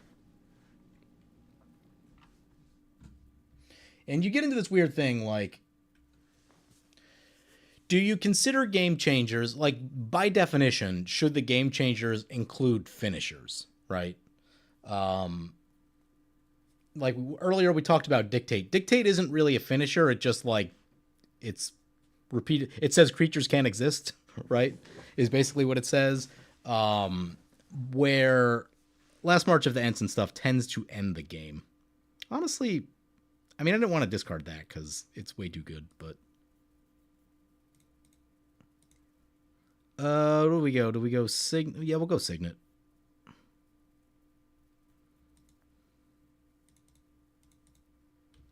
Because we could have gone Dowsing Dagger right there, but I think I'll go Aspirant. This might get played as a land.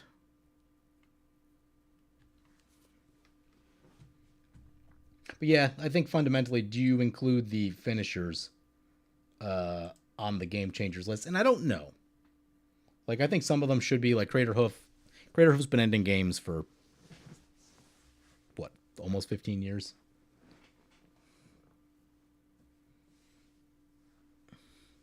Last March of the Ents should only be uncounterable if you control a tree folk. I'd buy that. I would buy that. Bring back Tree Folk Tribal.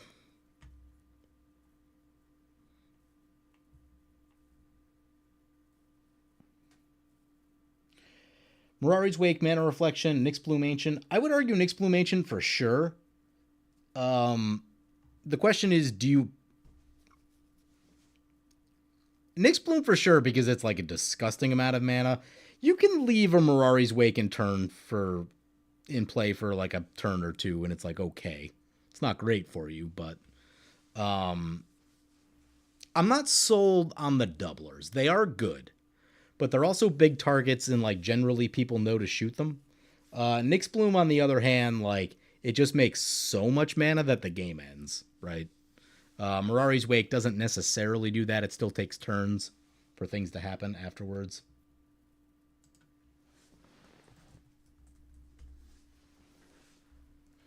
Back to our turn. Chivalric Alliance is a site for Sore Eyes.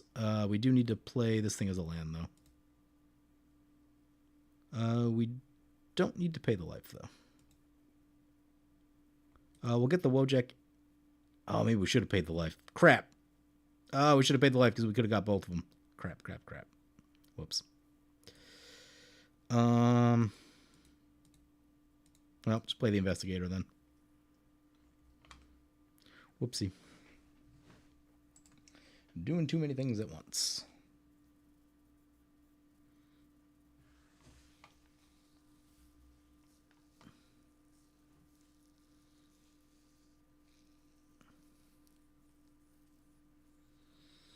Who is the threat currently? Azuri's always kind of annoying.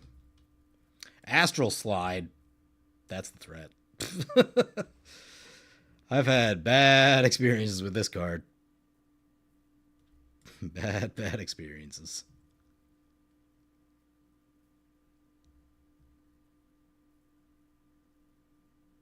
Hopefully they don't have a free cycling card. Well, I guess this makes things free, doesn't it? Yep. Halana. I don't know that I've truly ever seen the Halana and Elena deck, this version. The original partners. I assume it's just red-green big fight stuff?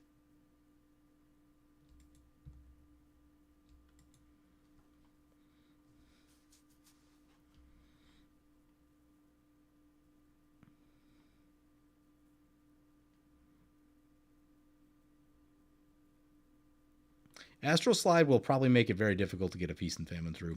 Yep, opponent off to the value race. Oh, Kami of Whispered Hopes. That's currently, like, that's the threat, because that thing can make so much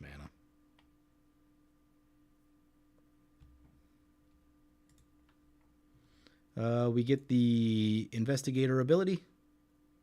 We get one card. Oh, wait, that's our normal draw. No extra cards. Ooh, the ward on here could be helpful. We do get two clue. Oh, yeah, they're clue. Never mind, those are clue tokens. We got two clue. Forgot what I'm doing. We got two clue tokens. That is very helpful. Let us get the Dowsing Dagger. Give them to a Halana and Elena. Prefer to not have my stuff fought down.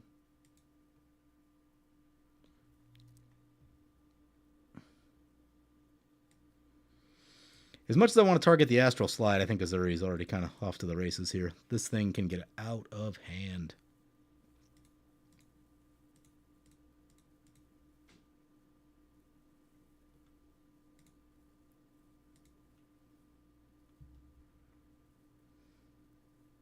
So we'll swing over with the Investigator.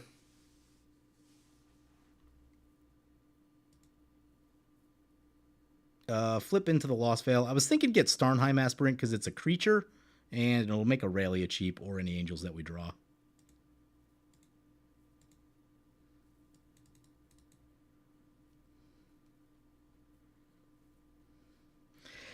Next turn, we're on pace for a Feast and Famine, and Feast and Famine with a Lost Veil is really good at this stage of the game.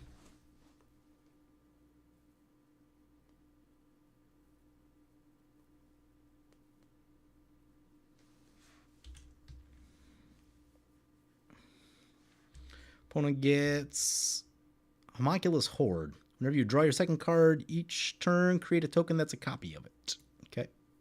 Wait, what? That's a copy of this creature. Oh, that seems like it'll get out of hand.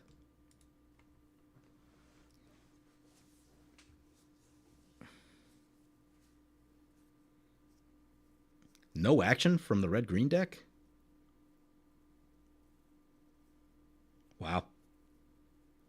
Wonder if they have removal or something.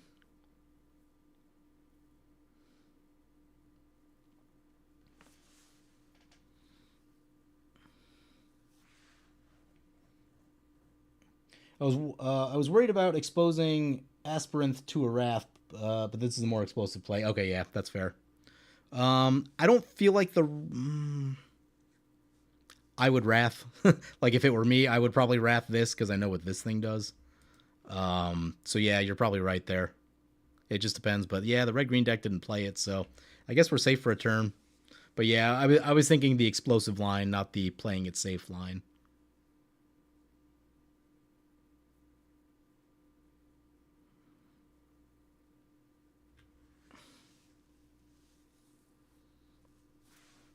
What just happened? Opponent goes on an adventure. Cool. They put, wow, 4 counters in this thing. Yeah, that's a problem. They make 5 mana. Rift?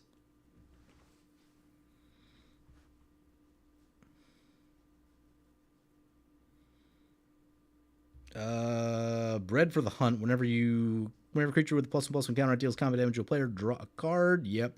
This deck getting out of hand. They are the threat. They are the threat. Proliferate, draw a card, prowess. Yep.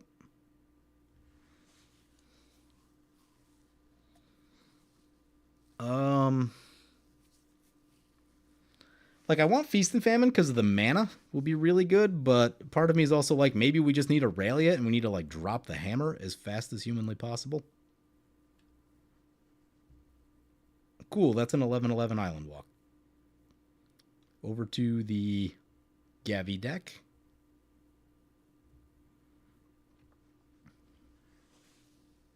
On the other hand, like, going super hard at them, we can make them discard their... Well, they'll probably draw a million cards, yeah. Tell me they're going to draw 11. Oh, yeah, they're about to draw 11. Fantastic. Fantastic.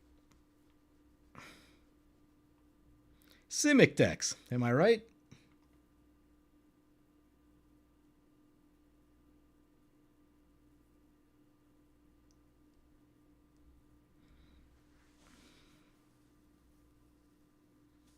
And so now the problem is that with, like, card draw like that, high likelihood of running into, like, free counter spells, free fogs, things they can, like, pongify. A lot of problems can come up now.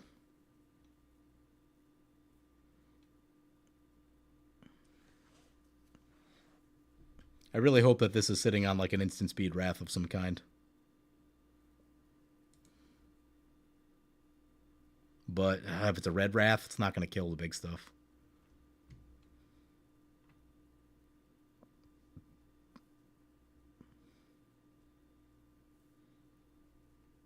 Wojek Investigator.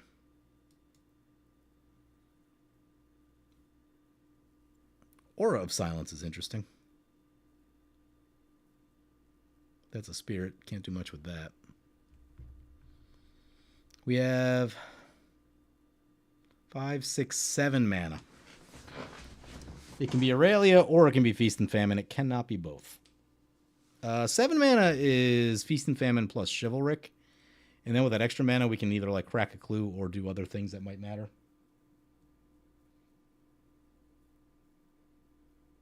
Okay, it dies first. Yeah, you're right. Yep, well, Feast and Famine time then.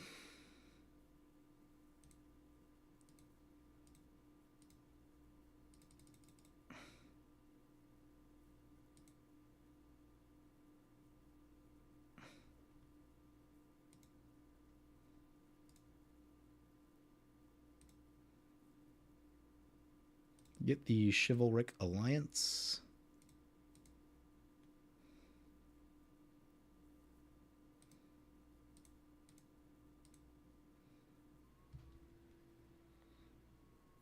We draw a card. It's a Chroma's Will. It's useful. Actually, it can be very useful in the sense that if we can just get set up, like if we can get Aurelia with the Chroma's Will, that's potentially lethal damage. Feast and Famine. It's going to take a turn, which I think it's going to be a long turn, but What did opponent discard? Because that'll tell us a lot about what they're doing. A lot of lands. Tezzeret's Gambit.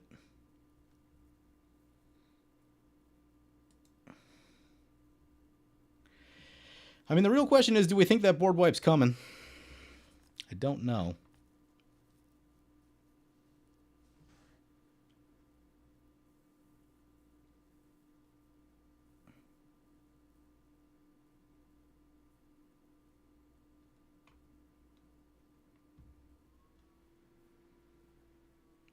I think my plan, thinking about the astral, thinking about the Aura of Silence.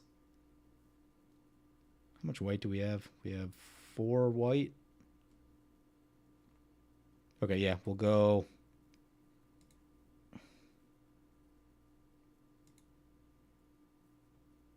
Let's do it this way. Just cough everything out here. Get the flowering of the white tree. Get the Aura of Silence.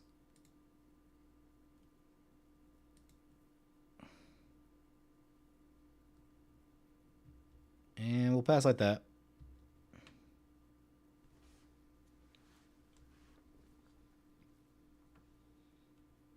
Piles of clues to eat through. Yeah, Feast and Famine will help with that. We'll need the Feast and Famine to stick if we're going to do that.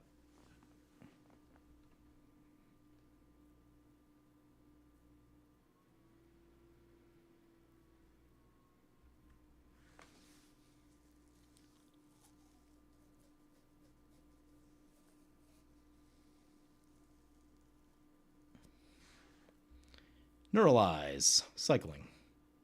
Really? You're going to blink that? Dude, what are you doing? Blink the Selkie. Are you serious?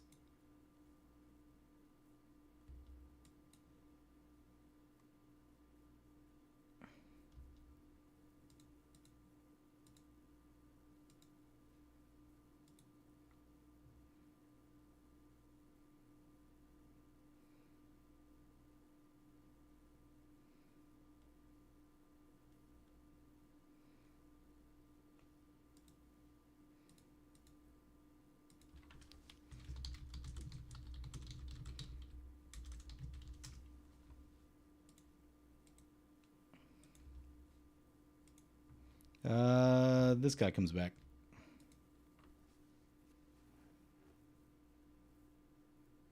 Court of Calling for a Death Touch creature. Fight Helena. Oh, okay. Yeah, that'd be a thing. That did not happen, though.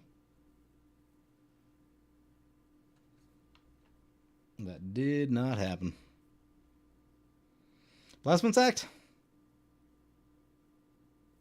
There's still time. Still time for a Blasphemous Act.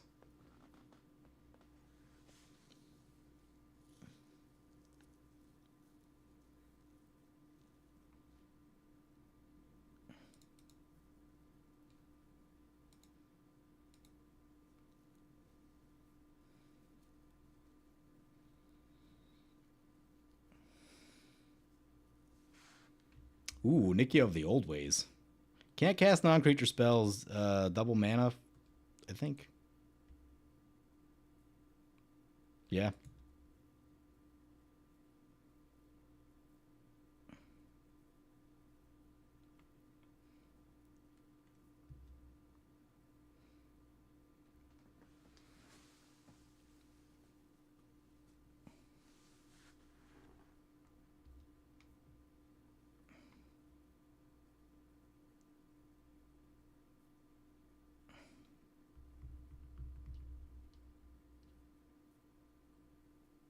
Bet you the Gruul deck plays nothing. Yep.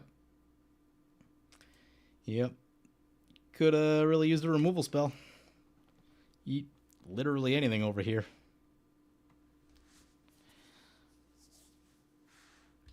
The big question is the Simic opponent going to have any interaction? Because if they don't, I think we can kill them. We cast Aurelia. Maybe we can't. We probably need more mana. I think we need one more land. One more land and we might be able to kill them. So we cast Aurelia. We have to re-equip the Feast and Famine. And then we hit. And then when we untap, we cast a Chroma's Will in the second combat to get the double strike. And that's probably enough.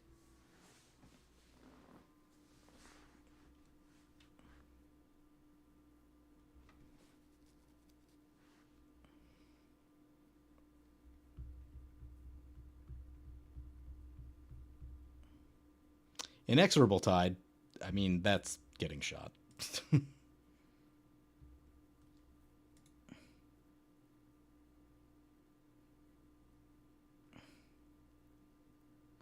least they paid extra. They're going to Astral Slide. Please hit the Kami.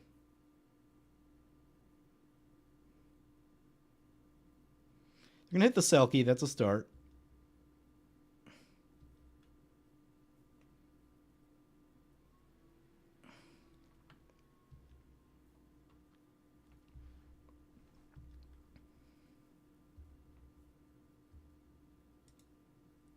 Problem is they'll get priority to cast something before we can shoot this.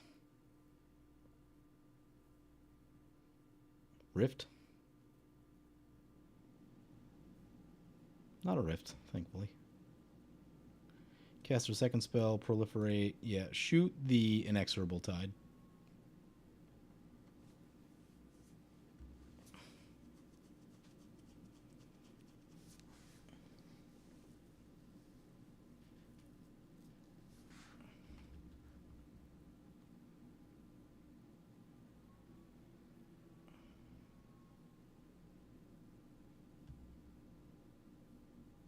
I got nervous. It looked like it had flying. It does not have flying, though.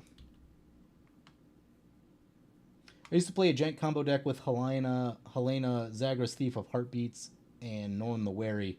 Made Norn an assassin that killed things when he came back. Nice. Creatures with +1/+1 counters can't be blocked. Fantastic.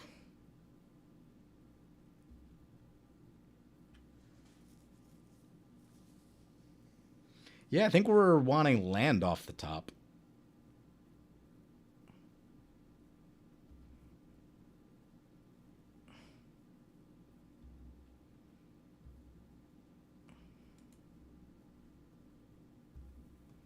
Eight.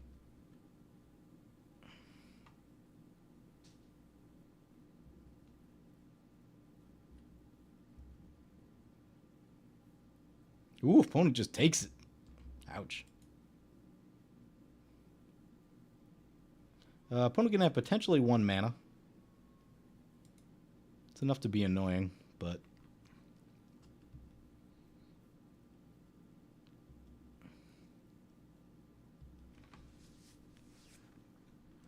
What do we draw? Angelic Field Marshal is interesting. It's not the land we need, though.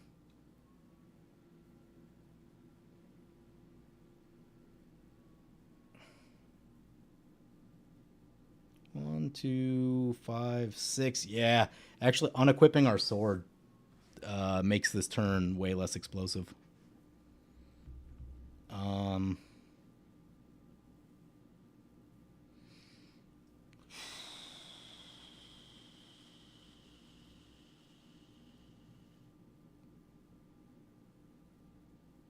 So it's probably got to be something like...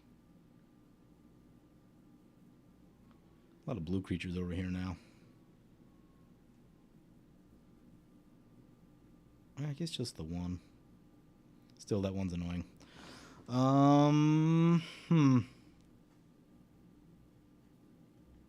That's true. This guy can't actually get through either. Aurelia draws us 2 cards, though. That might just be on Aurelia.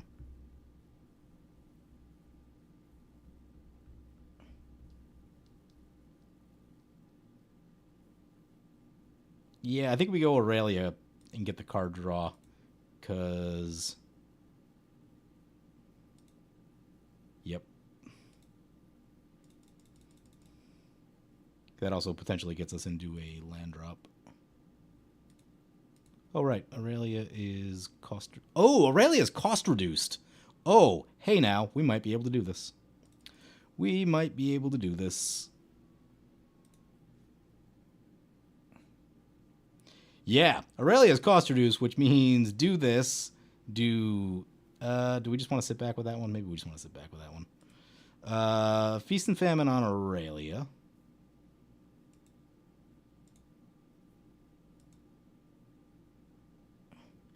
Now we go to town. start getting some things done.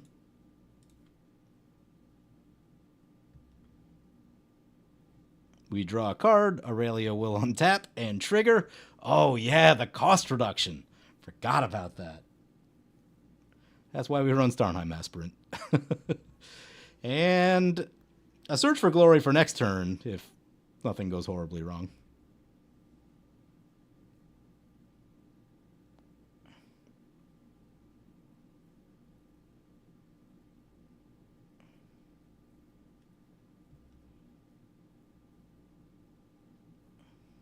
Feast and Famine.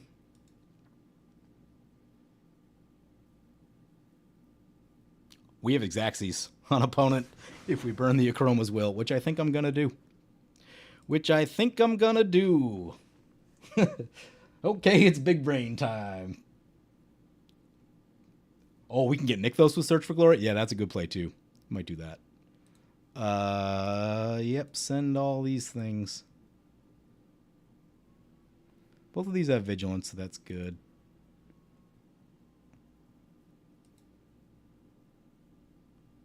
Draw again.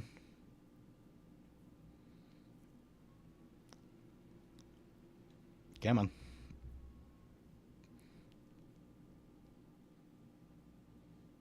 Ooh, another Aurelia. And then we Akroma's Will for both modes.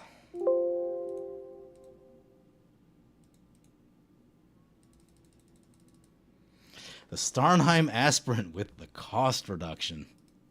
I hope this doesn't get countered, though. I didn't think about that initially. They could have a free counter. They have drawn a lot.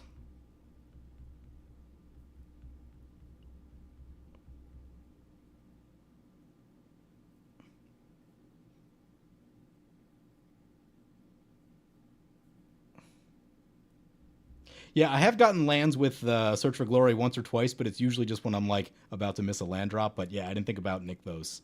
Because Nykthos is insane for this deck. And even more insane with the Feast and Famine out there. Yeah, we got them. We're going to lose our lifelink, sadly. But down they go. Scooping. Not losing to the Simic deck today.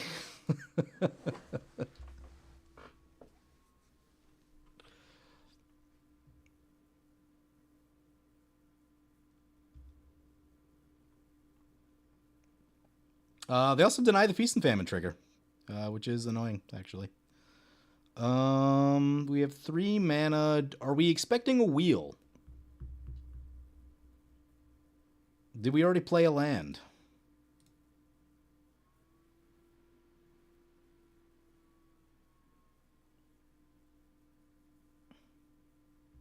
I don't think we did. I'm gonna. I might hold that. Because also, if we get we can get like 7 mana Akroma. Although I don't know that we'll have mana for all. Yeah. No. Okay. Yeah. We'll Search for Glory. We'll Search for Glory. And now we can be the Simic deck.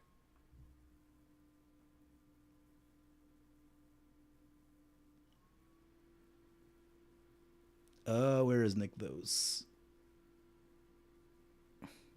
I don't see it. Does anyone see it? There it is.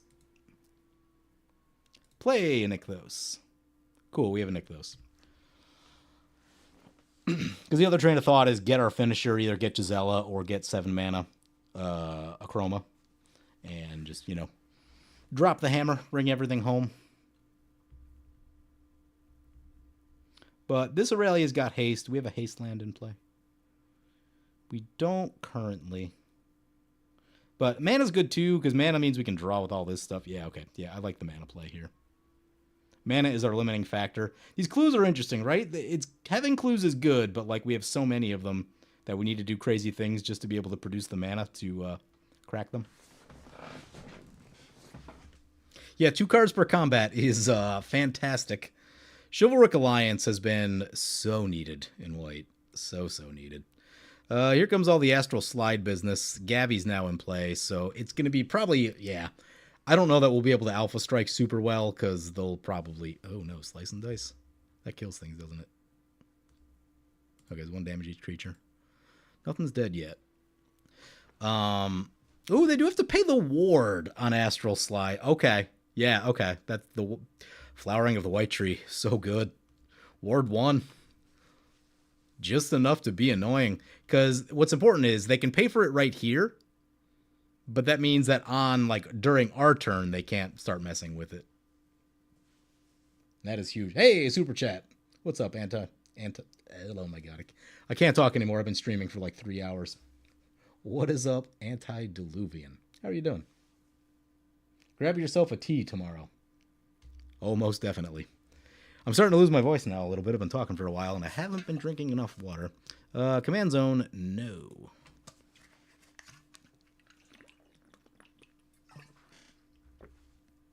I do need more of my uncaffeinated tea, because I usually drink very caffeinated tea, but I've been trying to cut that down a little.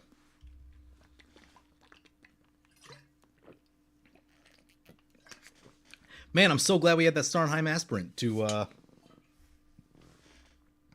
make Aurelia cheap enough to get the Feast and Famine. That was a turn. That was a real turn we had. Opponent's getting a little silly over there. It's an army of tutus, but, you know, enough tutus and they will get scary. And our life gain got denied. Because we would have gained, what, like 20 life, I think? With Chroma's Will. Oh, you want what I'm excited for? I'm excited for 6-mana Aurelia with Aurelia the Law above. I don't know that I've done that just because I haven't been playing that much of late.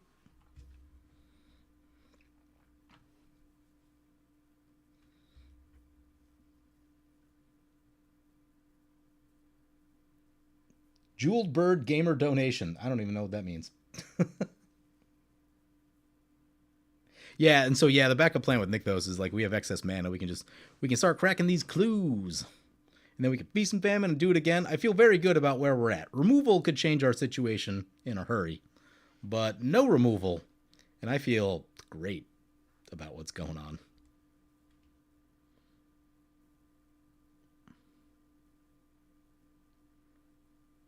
Wait, why didn't... Oh, yeah, Aurelia's back. Never mind. I got scared. Ooh, that's in Atali. No haste, though? I don't see any haste. They can fight something, though. That could be a problem.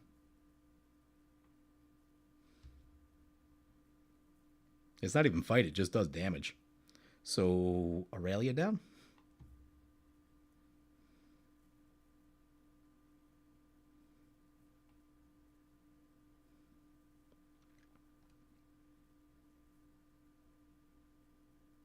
They're paying the ward?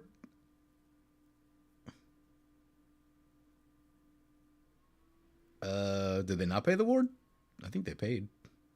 Oh, no, here comes the... Yeah. Yeah, they paid. Here comes the damage. Command zone or graveyard? I'm going to go back to the command zone. We have the Nykthos. We have the Feast and Famine. I think command zone. If like both of these went down, then we'd look at the Ascend from Avernus, but I don't think it's there. A board wipe hasn't gone off yet, and typically you want to see the board wipe before you cast something like that. Always play for anti. Yeah, you're right.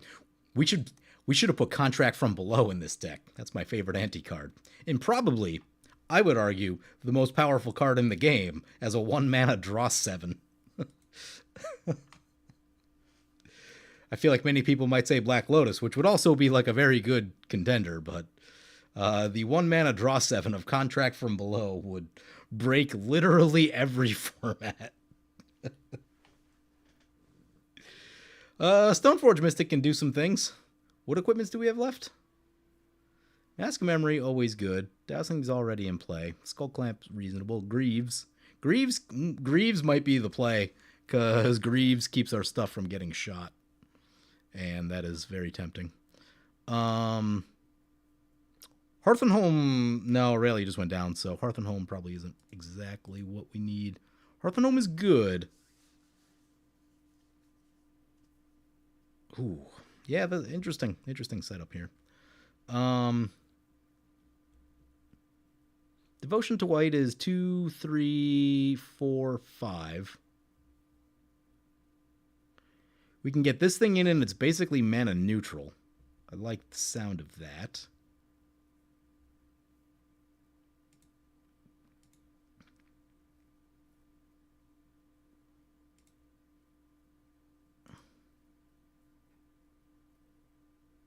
Oh, never mind. Not mana neutral. It's...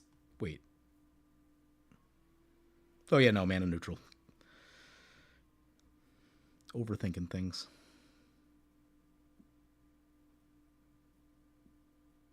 So then we can use this to make a bunch of white mana.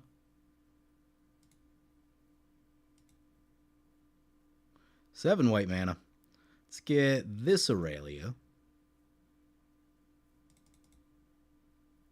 Let's get the red.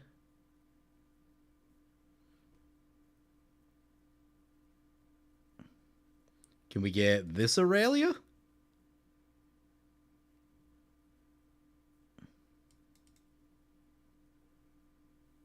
We can, but no Feast and Famine.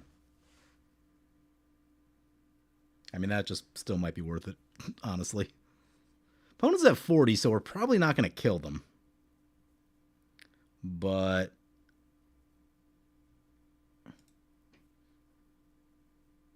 Okay, yeah, that being the case, let's... So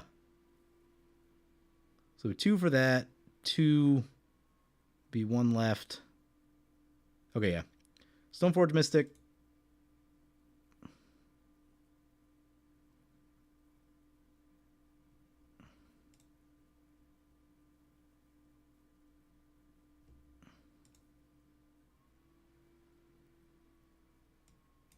Let's get the boots.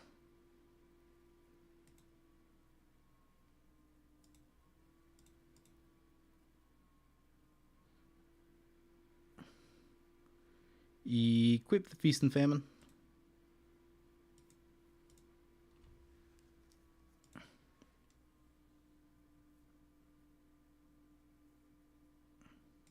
Put the boots on this thing.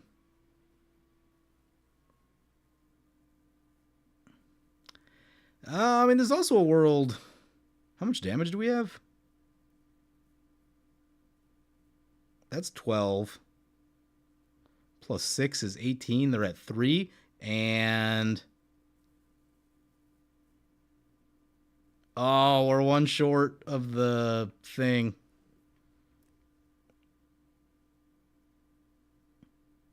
Hmm.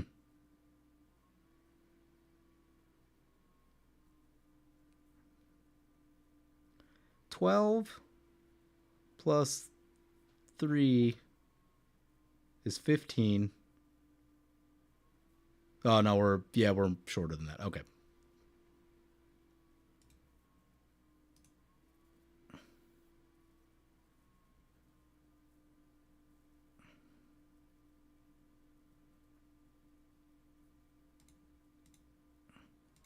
Send the big ones over here and this one right here. We draw a card and then we draw a card. Love that.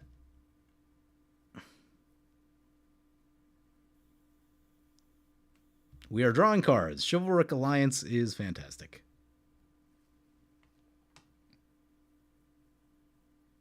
Yeah, they can't. I was thinking about that too. If they wouldn't be able to full send, they would die to the Helix ability. Yeah, that was a thing that was on my mind, but they're at 21. 21 is striking distance from us, so I decided to put a little chip on them. I'd rather get the Atali is a very scary card.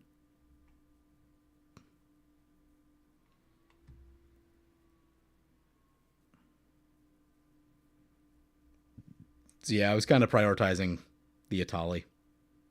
And not like we're not necessarily going to deal with it, but we want to get them in striking distance so that way, you know, if they get 1 turn of Atali, we might be able to survive that. 2 or 3 turns of Atali. That's a tall order. We ever find Homeward Path? Because now would be the time for it with an Atali on the board. Play the Hall of Heliod's Generosity. We do untap at the Feast and Famine. They discard a Garrick's Pack Leader. I don't really want to play Aurelia just because, like, let's move the boots over to this Aurelia. Uh, I think we'll just sit put and then like at some point crack clues for the uh use Nykthos to crack clues. I think is the plan. The key will be what are we doing by not? I guess we're technically playing around. Like I don't know what we're playing around. I'm too tired. It's late. It's 12:42 in the morning. Afara, God of the Poles. Solid. Solid for that deck. Oh, yeah, we get to draw when they send 3 our way. That we do. Astral Slide? Yep. I dare you to blink the Stoneforge Mystic. Yeah, it's not that late. This is about my normal bedtime, just that I've been streaming for 3+ hours.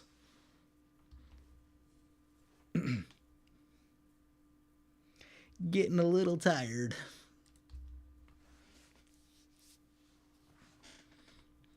Also, I mean, one of the things too is so like, again, this goes back to play literally any other game online and like it operates smoothly. Uh, that time on Magic Online while you're just waiting, like there's a lot of time to lose focus. If you were playing like StarCraft 2, for example, or like any other modern game, where your focus is like there's no interruptions in your focus, like you're just constantly going, then you can stave off that tiredness for much, much more. But then it's also like 4 in the morning and you realize you have to work the next day. And that definitely happens too. But yeah, with like just like the pauses between actions and waiting for everything, you're just like, you have time to stop and think about how tired you are. Enduring Innocence. Seems like it could be scary. Whenever one or more creatures with power 2 or less enter, draw a card only once each turn. If it dies, this creature returns to the battlefield as an enchantment. Okay. More value. Just all the value. So much value.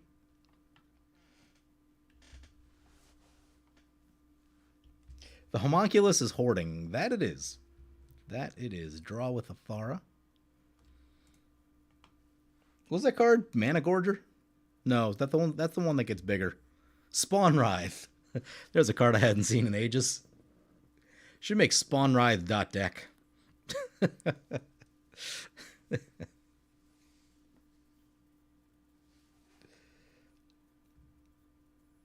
Once us Canadians become the 51st state, I hope to get a paper game with you. Oh boy, yeah. I don't even want to know what's going on there. I mean, I've seen the news, and it does not make me happy. Like, really? We're gonna pick a fight with like the only people that don't completely hate us? Doesn't seem like a great strategy, in my opinion.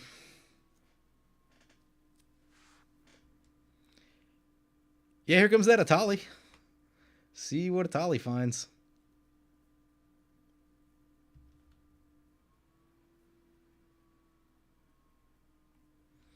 Come on, nothing nasty.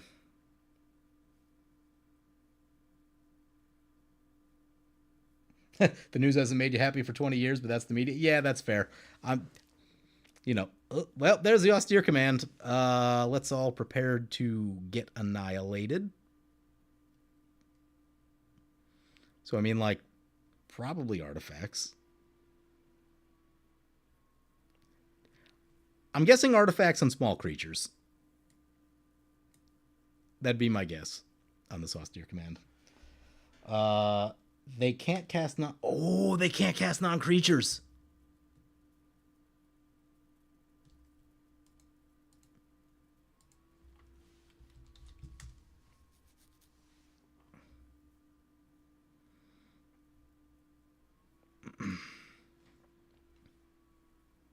Haha, non-bode.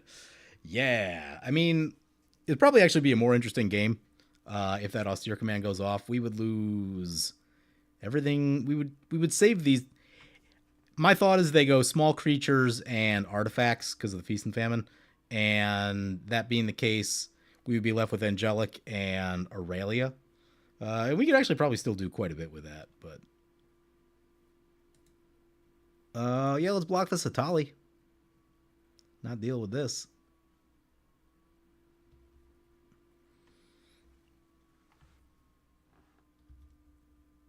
Well, 4 mana they would keep Nikia and Atali, and all these tokens would.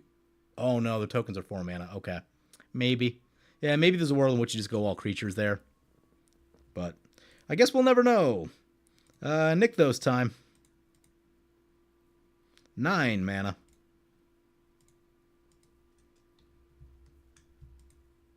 Star, Crack, and Clues.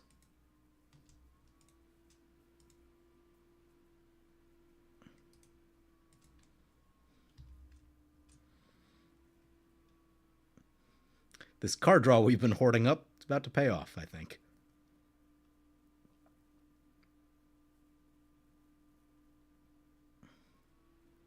Opponent's going to Astral Slide.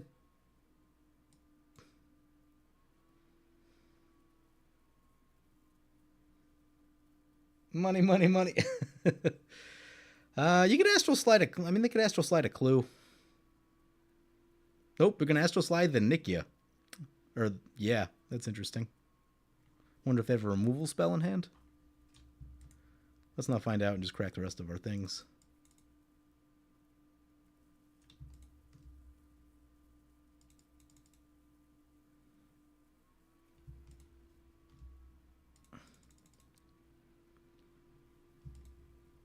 Almost makes me want to put a Thran Turbine in this deck to pay for these clues.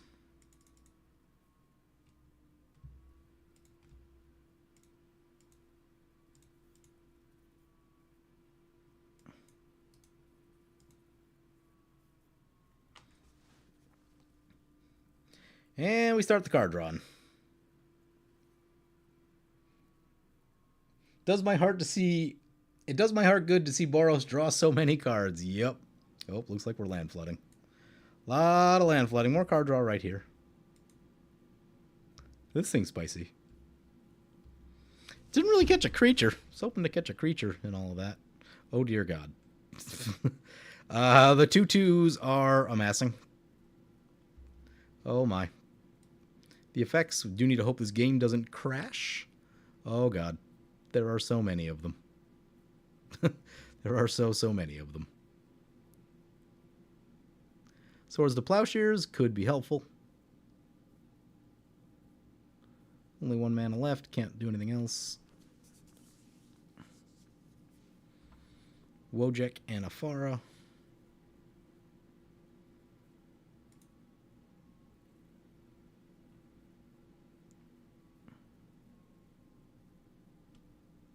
Well, there's that Ferocification we put in. Seems like it might be a good time for it. Didn't catch a creature. Ouch. Recast Aurelia. Oh, that's a bit of mana. Alright, we'll use the thing to do it.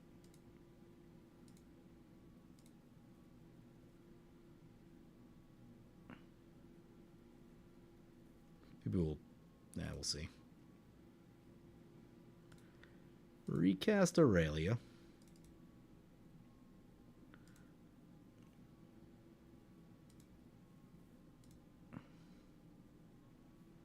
In she comes. Oh, this thing with like a creature, we could probably end the game. I haven't done the math, but let's crack a clue. Just see if we can rip a creature. Not a creature. Unfortunate. Do we try for one more creature? I think we try for one more creature.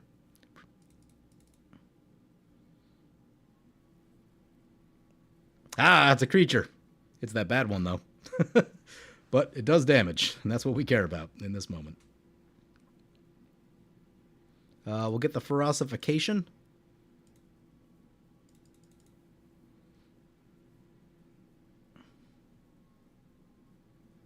We'll play a land. In case we need to sword something. Well, we need to make sure this player dies, so we should probably start over there. This player doesn't have that much left.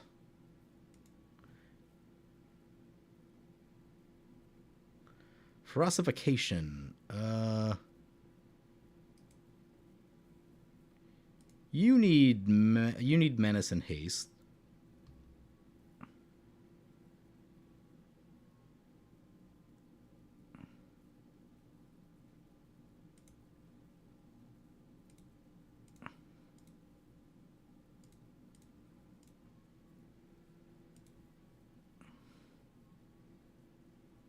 Probably oversending a little.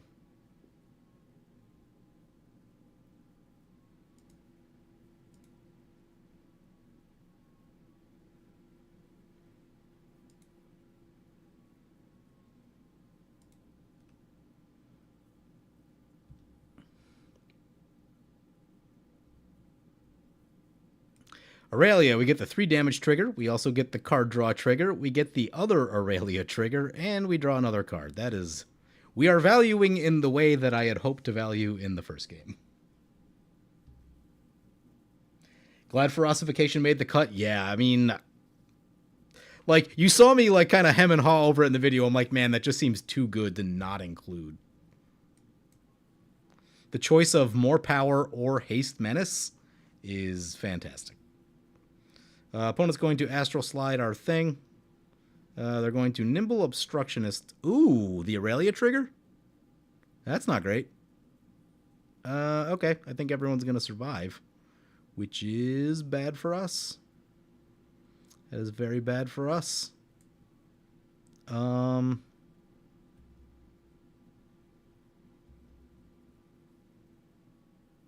Okay, so I was not counting on the Nimble Obstructionist trigger getting Aurelia. Had not factored that in. Oh my god, there's so many of them. Please don't crash the game.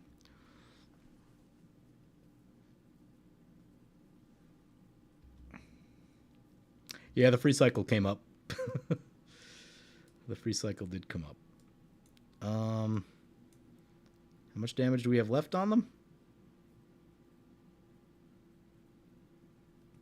Not enough, I don't think. Witch's Clinic. Wouldn't mind that. Lifelink. I think we might die.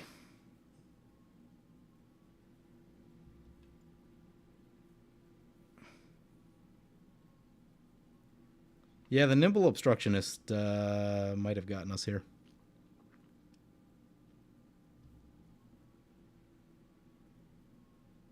I knew it. Oh, I think we're okay. Well, yeah, we might be okay, because if they send a bunch, then they die to the Aurelia trigger. Okay. Also, do we have any sort of direct damage?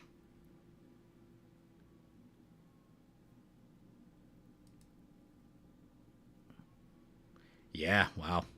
They're at 2, thankfully. Use the Nykthos. Let's get Archaeomancer's map.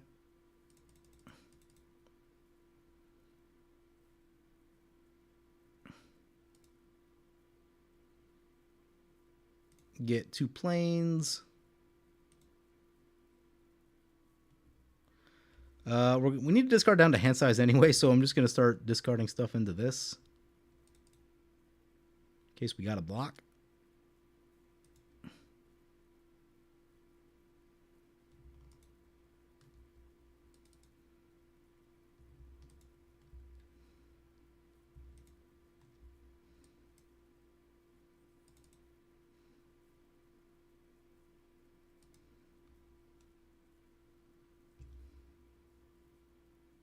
Let's make some 2/2s, which become 3/3s off the flowering. Crack a clue. Yeah, no, I'm not going to use the swords. That swords is going to keep us alive, hopefully. Crack the clue. Rising of the Day, huh? Get this thing. Hope for the best. We still need, I guess we discard 2 more, but...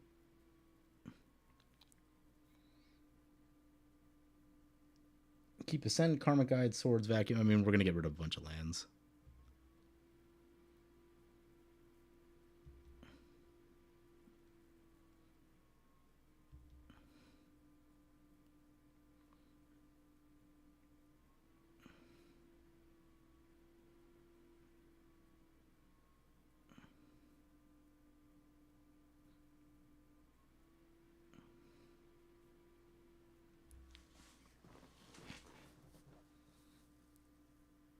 Uh-oh.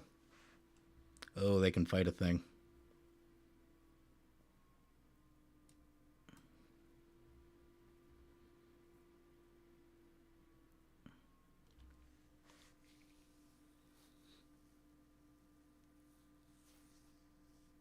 Really good content. It is a pretty good game, actually. You know, if I got to lose to a nimble obstructionist trigger on Aurelia, then that's fine.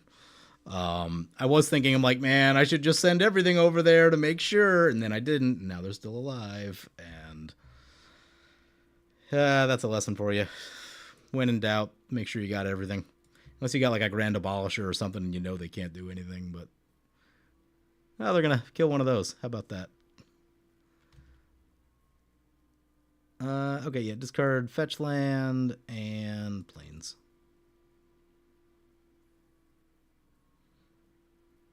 Afara trigger.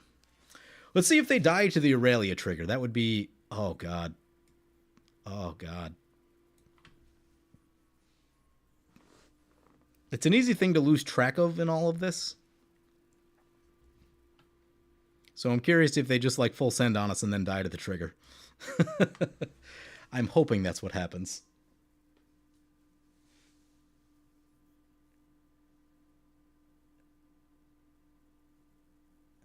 Their own swords wins them the game. Well, this has the boots on it still, so they'd have to deal with the boots.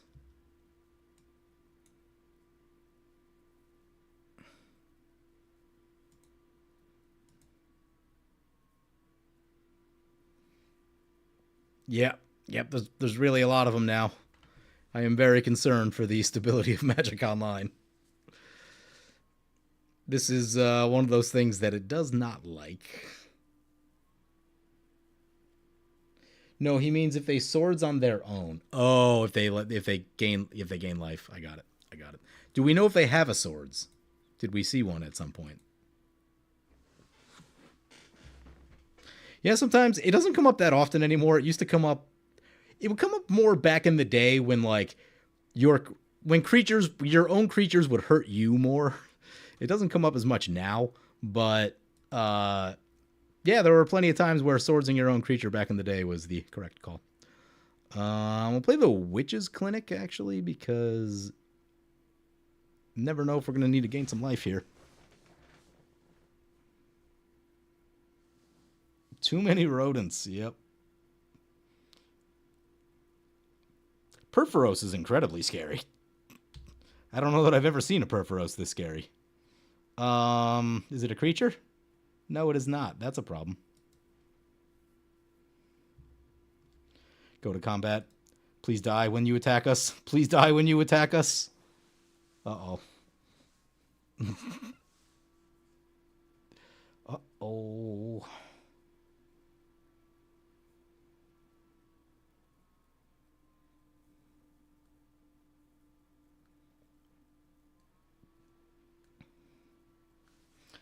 What does this thing say? You draw your second card each turn. Opponent's going to cycle a card. Okay. Yeah, but if it was a creature, we could at least shoot it. It is not. With all this stuff, they still don't have... What is it, 5 devotion? Yeah, 5. Don't like that one bit. They're sending them. They're sending them. Please die, please die, please die, please die, please die. 2 Aurelia triggers. Come on, law above. Do your thing. Do your magic.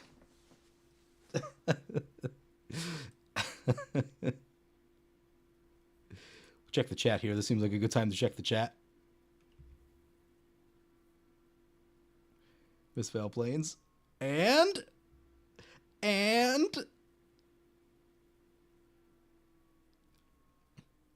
we can't because of the boots, but if we put life gain on this right now, that'd be some pretty good life.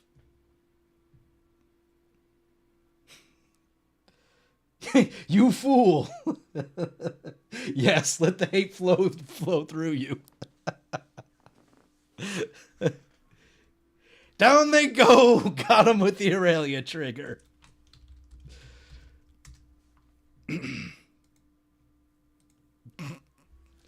All right, let's see what the red-green deck has for us here. Like, a board wipe is actually bad for us. We do have Ascend from Avernus, so I guess we're covered in that sense, but an Exile board wipe would be bad.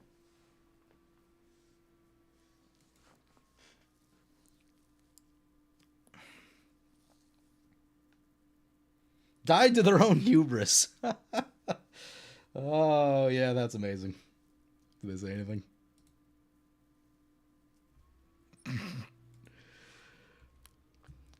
Good old Aurelia Law Above. I have not played her as much as I would have liked, because right when she came out is about when I really kind of stopped playing as much.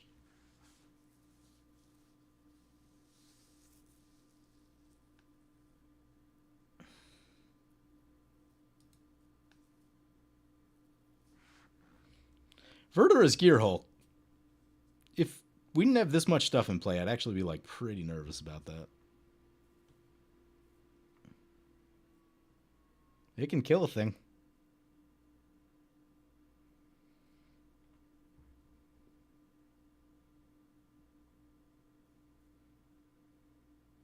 Probably your favorite version of Aurelia?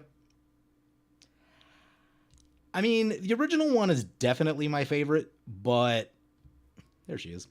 The other ones are really cool. Like, this one is the most powerful. Like, it's just like the most game ending, the original. But the 4-mana one and the 5-mana one have a lot of like little interesting things you can do. Like, they're more thought-provoking, I find. And because I've had probably like, I'd say like at least 5 or 6 different versions of the 4-mana Aurelia. I had a Planeswalker build, because there wasn't a great Planeswalker commander at the time. And then I did Voltron. I did the red creatures I want to play tribal. Eventually I switched that over to Neheb, but I did that for a while. I did the like big red dumb creatures. I guess that was that deck, but just big red creatures with trample, the deck.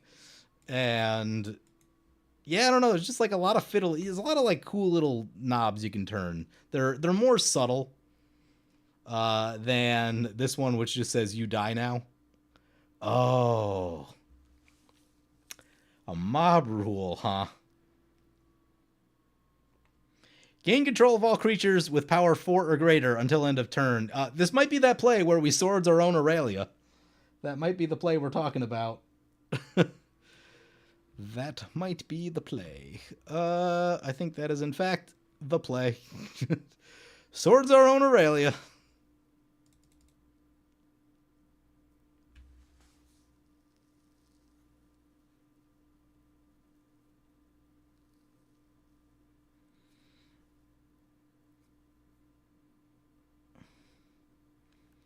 Back to the command zone. Remember what we just talked about a minute ago about the having to swords your own creatures? And who are we not going to lose control of?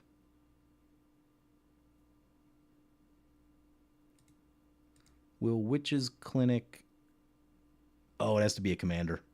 Bummer.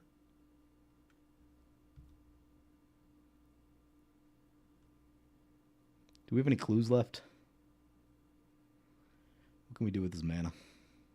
We can discard more things to make more 2/2s. Okay, so they only got Angelic Field Marshal and that Aurelia, although... interesting, we still control the Feast and Famine. So that'll get real weird in a second. We will make another 2/2, though. Discard the planes.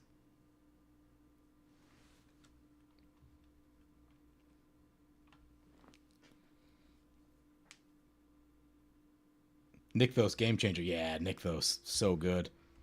So good. I did put this into my paper deck, like, well into the life of the deck, and I did notice a big change in the deck after this. So much so that, like, I've also run the Artifact Nykthos. What is it? Nyx Lotus? I think it's Nyx Lotus.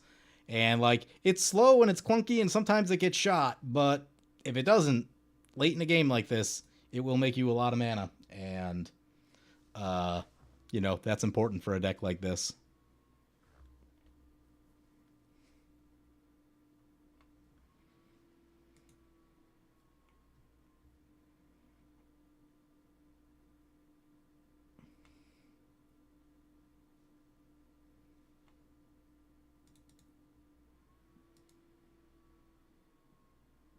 Opponent pass combat.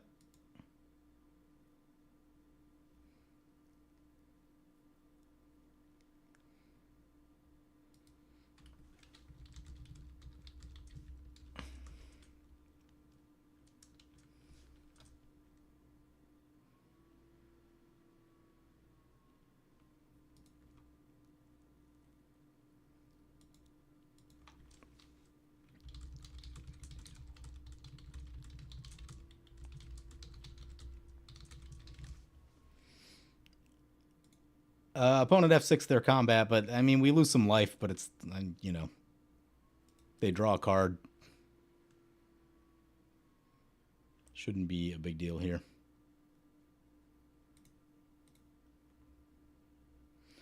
Oh yeah, this is getting expensive. What are we on? That's 8 plus a cost reduction of 2, so it would be on 10. Yeah, we'll just use this one to do it.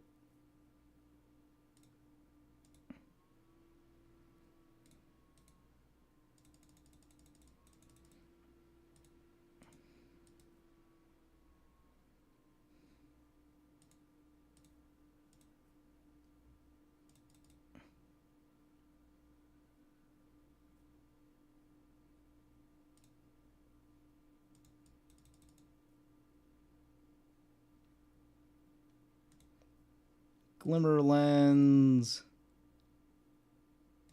Boots on the thing. Yeah, send it. Oh yeah, we could have used that one.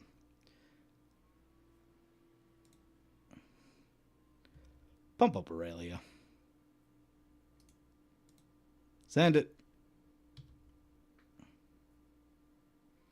Bunch of triggers. Bunch of triggers. Man, that nimble obstructionist almost got us though. That was a key play by opponent. Nearly gave. I mean, if they paid attention, yeah, if they paid attention, they could have won because all they had to do was figure out a way to draw 2 cards during either our turn or opponent's turn, and all those things would have copied into the Perforos, killing everyone instantly.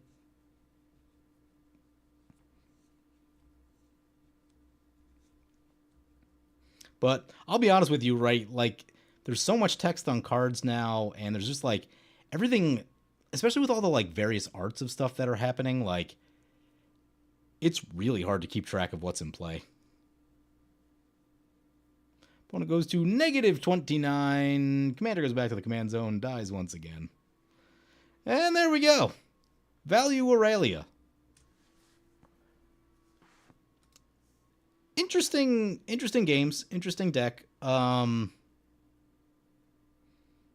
we're gonna bring that Angel of whatchamacallit? The Ruins. More removal, always good.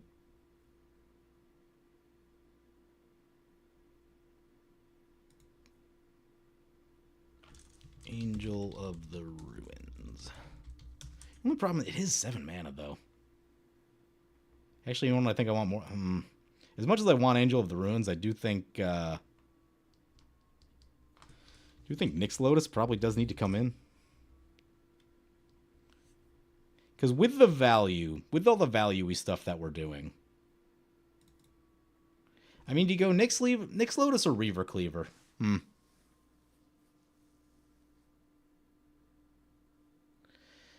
I don't know. Without Aurelia, like, a lot of our creatures don't punch that hard.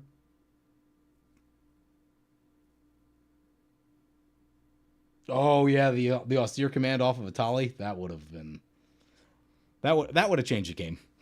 We still have the Ascend from Avernus, so we should have been able to like rebuild from it pretty quickly. But yeah, no, that would have that would have done some things. Oh, hey, we have the Elena player in the game, or in the chat rather. Uh,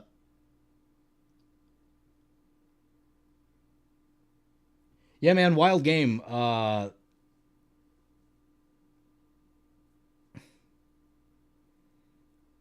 Yeah, Nikia is an interesting card. I played it a long time ago, like when it first came out. I mean, obviously, if you're, I don't know, there's sort of the luck of the draw right there of just like you had Nikia, you had a Tali, and that's the play that I probably make, right? Like that seems like what you want to be doing, and just kind of bad luck that you can't cast the Austere Command into the Atali. Um, so yeah, I mean, like, yeah, I think that's a luck thing. I don't know what the rest of your deck looks like, so maybe that's worth looking over to consider if Nikia is the correct call. So maybe that's a thing to consider. I don't know. Sort of depends on the list. But if it's like a heavy creature deck, then yeah, sure, why not? But yeah, just kind of a weird game. And I mean, really, realistically, opponent could have killed us with the Perforos thing. With the Perforos and the thing, they just had to figure out a way to draw two cards. And after they nimble obstructed the Aurelia trigger.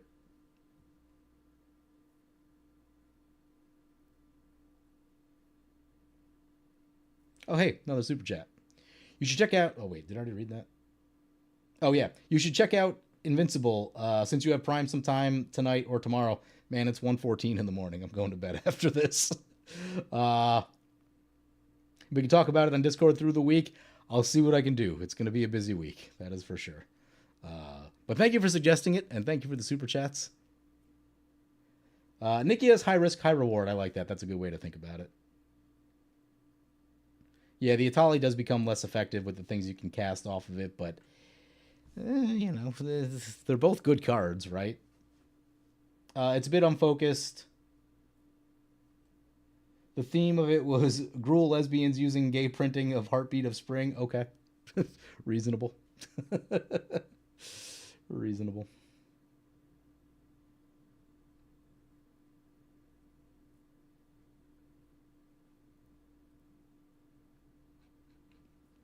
Yeah. Some I don't know, there's definitely some things to like tinker with in the deck. What I noticed straight away, like in the second game the value was good, in the first game our value was terrible. So that's the thing to think about. So maybe we do need more maybe like maybe not a ton, but like probably Ignite the Future and Showdown of the Scalds just to like not get stuck. Is the thing that I was thinking about. Um if doing this low curve angel thing, it does make me think about like, do we need more anthem type cards? Some of the stuff I was thinking about, like you have Cathar's Crusade, that's probably not quite the correct call for this deck most of the time, but I really wanted Virtue of Loyalty. I was thinking about that as a way to pseudo vigilance and pump the team up a little bit. Beginning your end step plus counter retreat. Yeah, like that. That's a reasonable way to do it. The Ferocification is actually pretty solid, and running that makes me want to run Citadel Siege, which is a card I haven't run in a long time. But with the creatures being smaller, Citadel Siege plus Aurelia can get them up to speed pretty quickly, and I think that's cool. So, like, also, and occasionally you need to go in that Dragon's mode. That Dragon's mode is also really good. So, that's a thing to think about. Because, yeah, that's the one thing I noticed is that, like, we had a couple of angels in play, but it does take more of them to be lethal against a player. And that's where this sort of stuff might come in. It's expensive. What's that card called? War and Peace? Angel of War and Peace, I think. Sword of War. No, there's an angel that adds like 3/0 to your creatures, but it also does it for your opponents. And I think it's another 7-drop, so trying to stay away from those. But Archangel of Strife. I've been burned by this. If opponents have flying blockers, things get weird. If they don't have flying blockers, you're probably in the clear. But this card can get real. This card can get real strange. But it is an angel that is an anthem, so there is that to think about. Uh, maybe. I mean, probably short of that, we probably bring Angel of Invention back in. Maybe. Again, trying to keep the 5 drops down a little bit. Yeah, there's still some stuff to think about. There's still some things. I think there's some directional things I think I want to figure out, like, because obviously I'm trying to take it in a little bit of a new direction from the old one, which is just like all 7 and 8 drops. To be more value-y.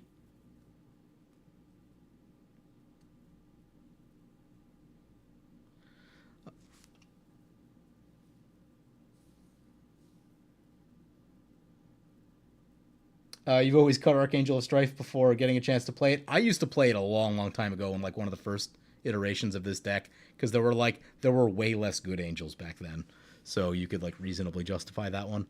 And God, this is like 10 years ago or more. What year is it? 26, 25? Yeah. This is like 10 years ago.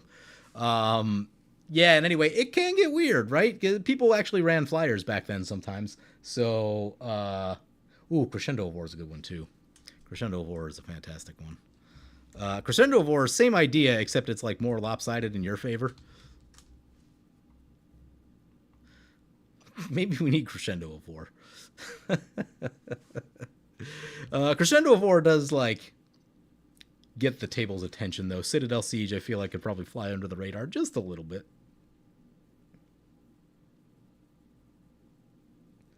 As a CEDH player, you cringe every time you see my mana curve. That is totally fair. This is pretty good for me. This is pretty good for me. Probably not going wide enough. Yeah, but we have flying, right? So almost everything flies. So, most of that's getting through.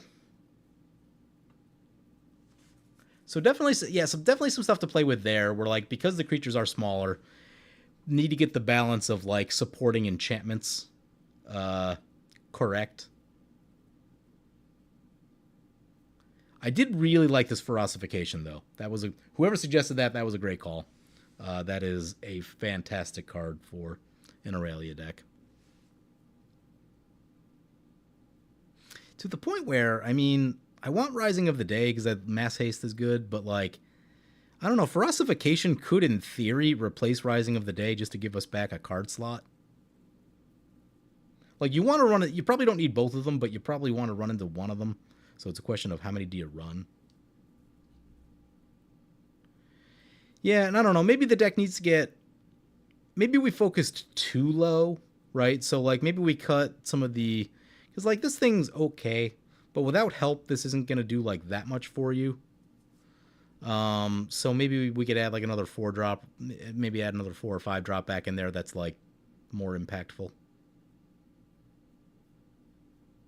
Does give me some ideas, particularly for like a Giada deck, though, because I've actually, yeah, maybe that's the correct call. So if you want to go like really low curve with the Angels, you do the Giada deck, because Giada pumps them all up, so they can be big.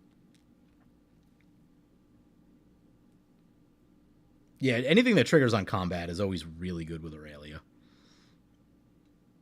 And I'm glad that they've been like more mindful about doing that the past, I don't know, we'll call it 5-6 years.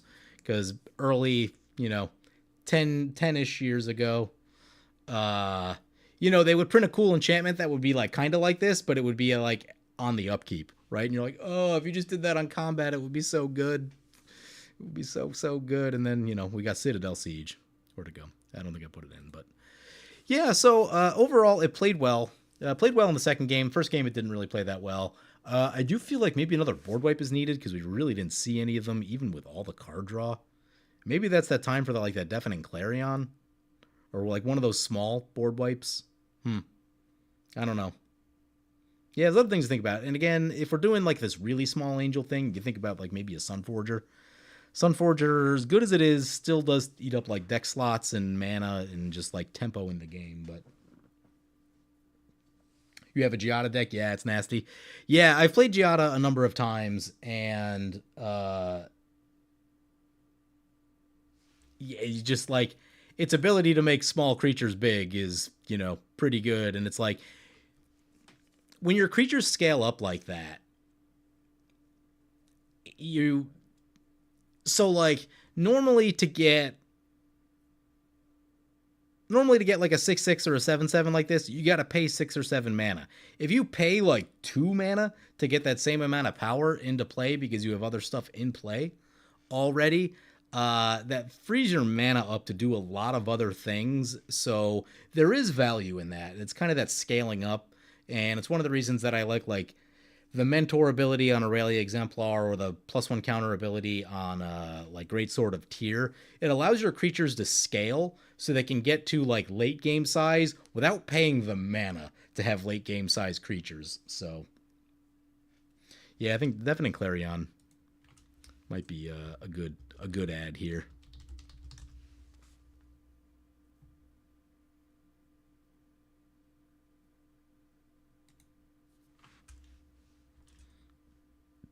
What's coming out? I have no idea. I guess we have a fair number of board waves. I'm really surprised we didn't run into any. Oh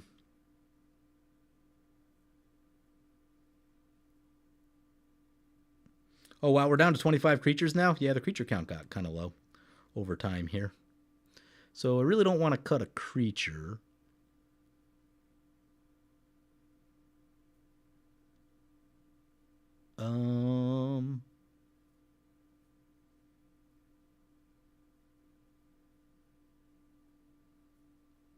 What are we cutting?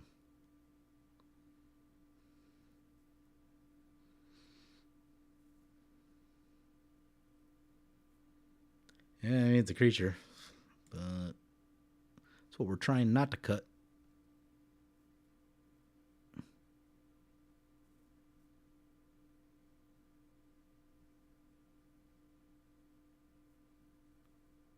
Yeah, maybe I'll try no Rising of the Day for now.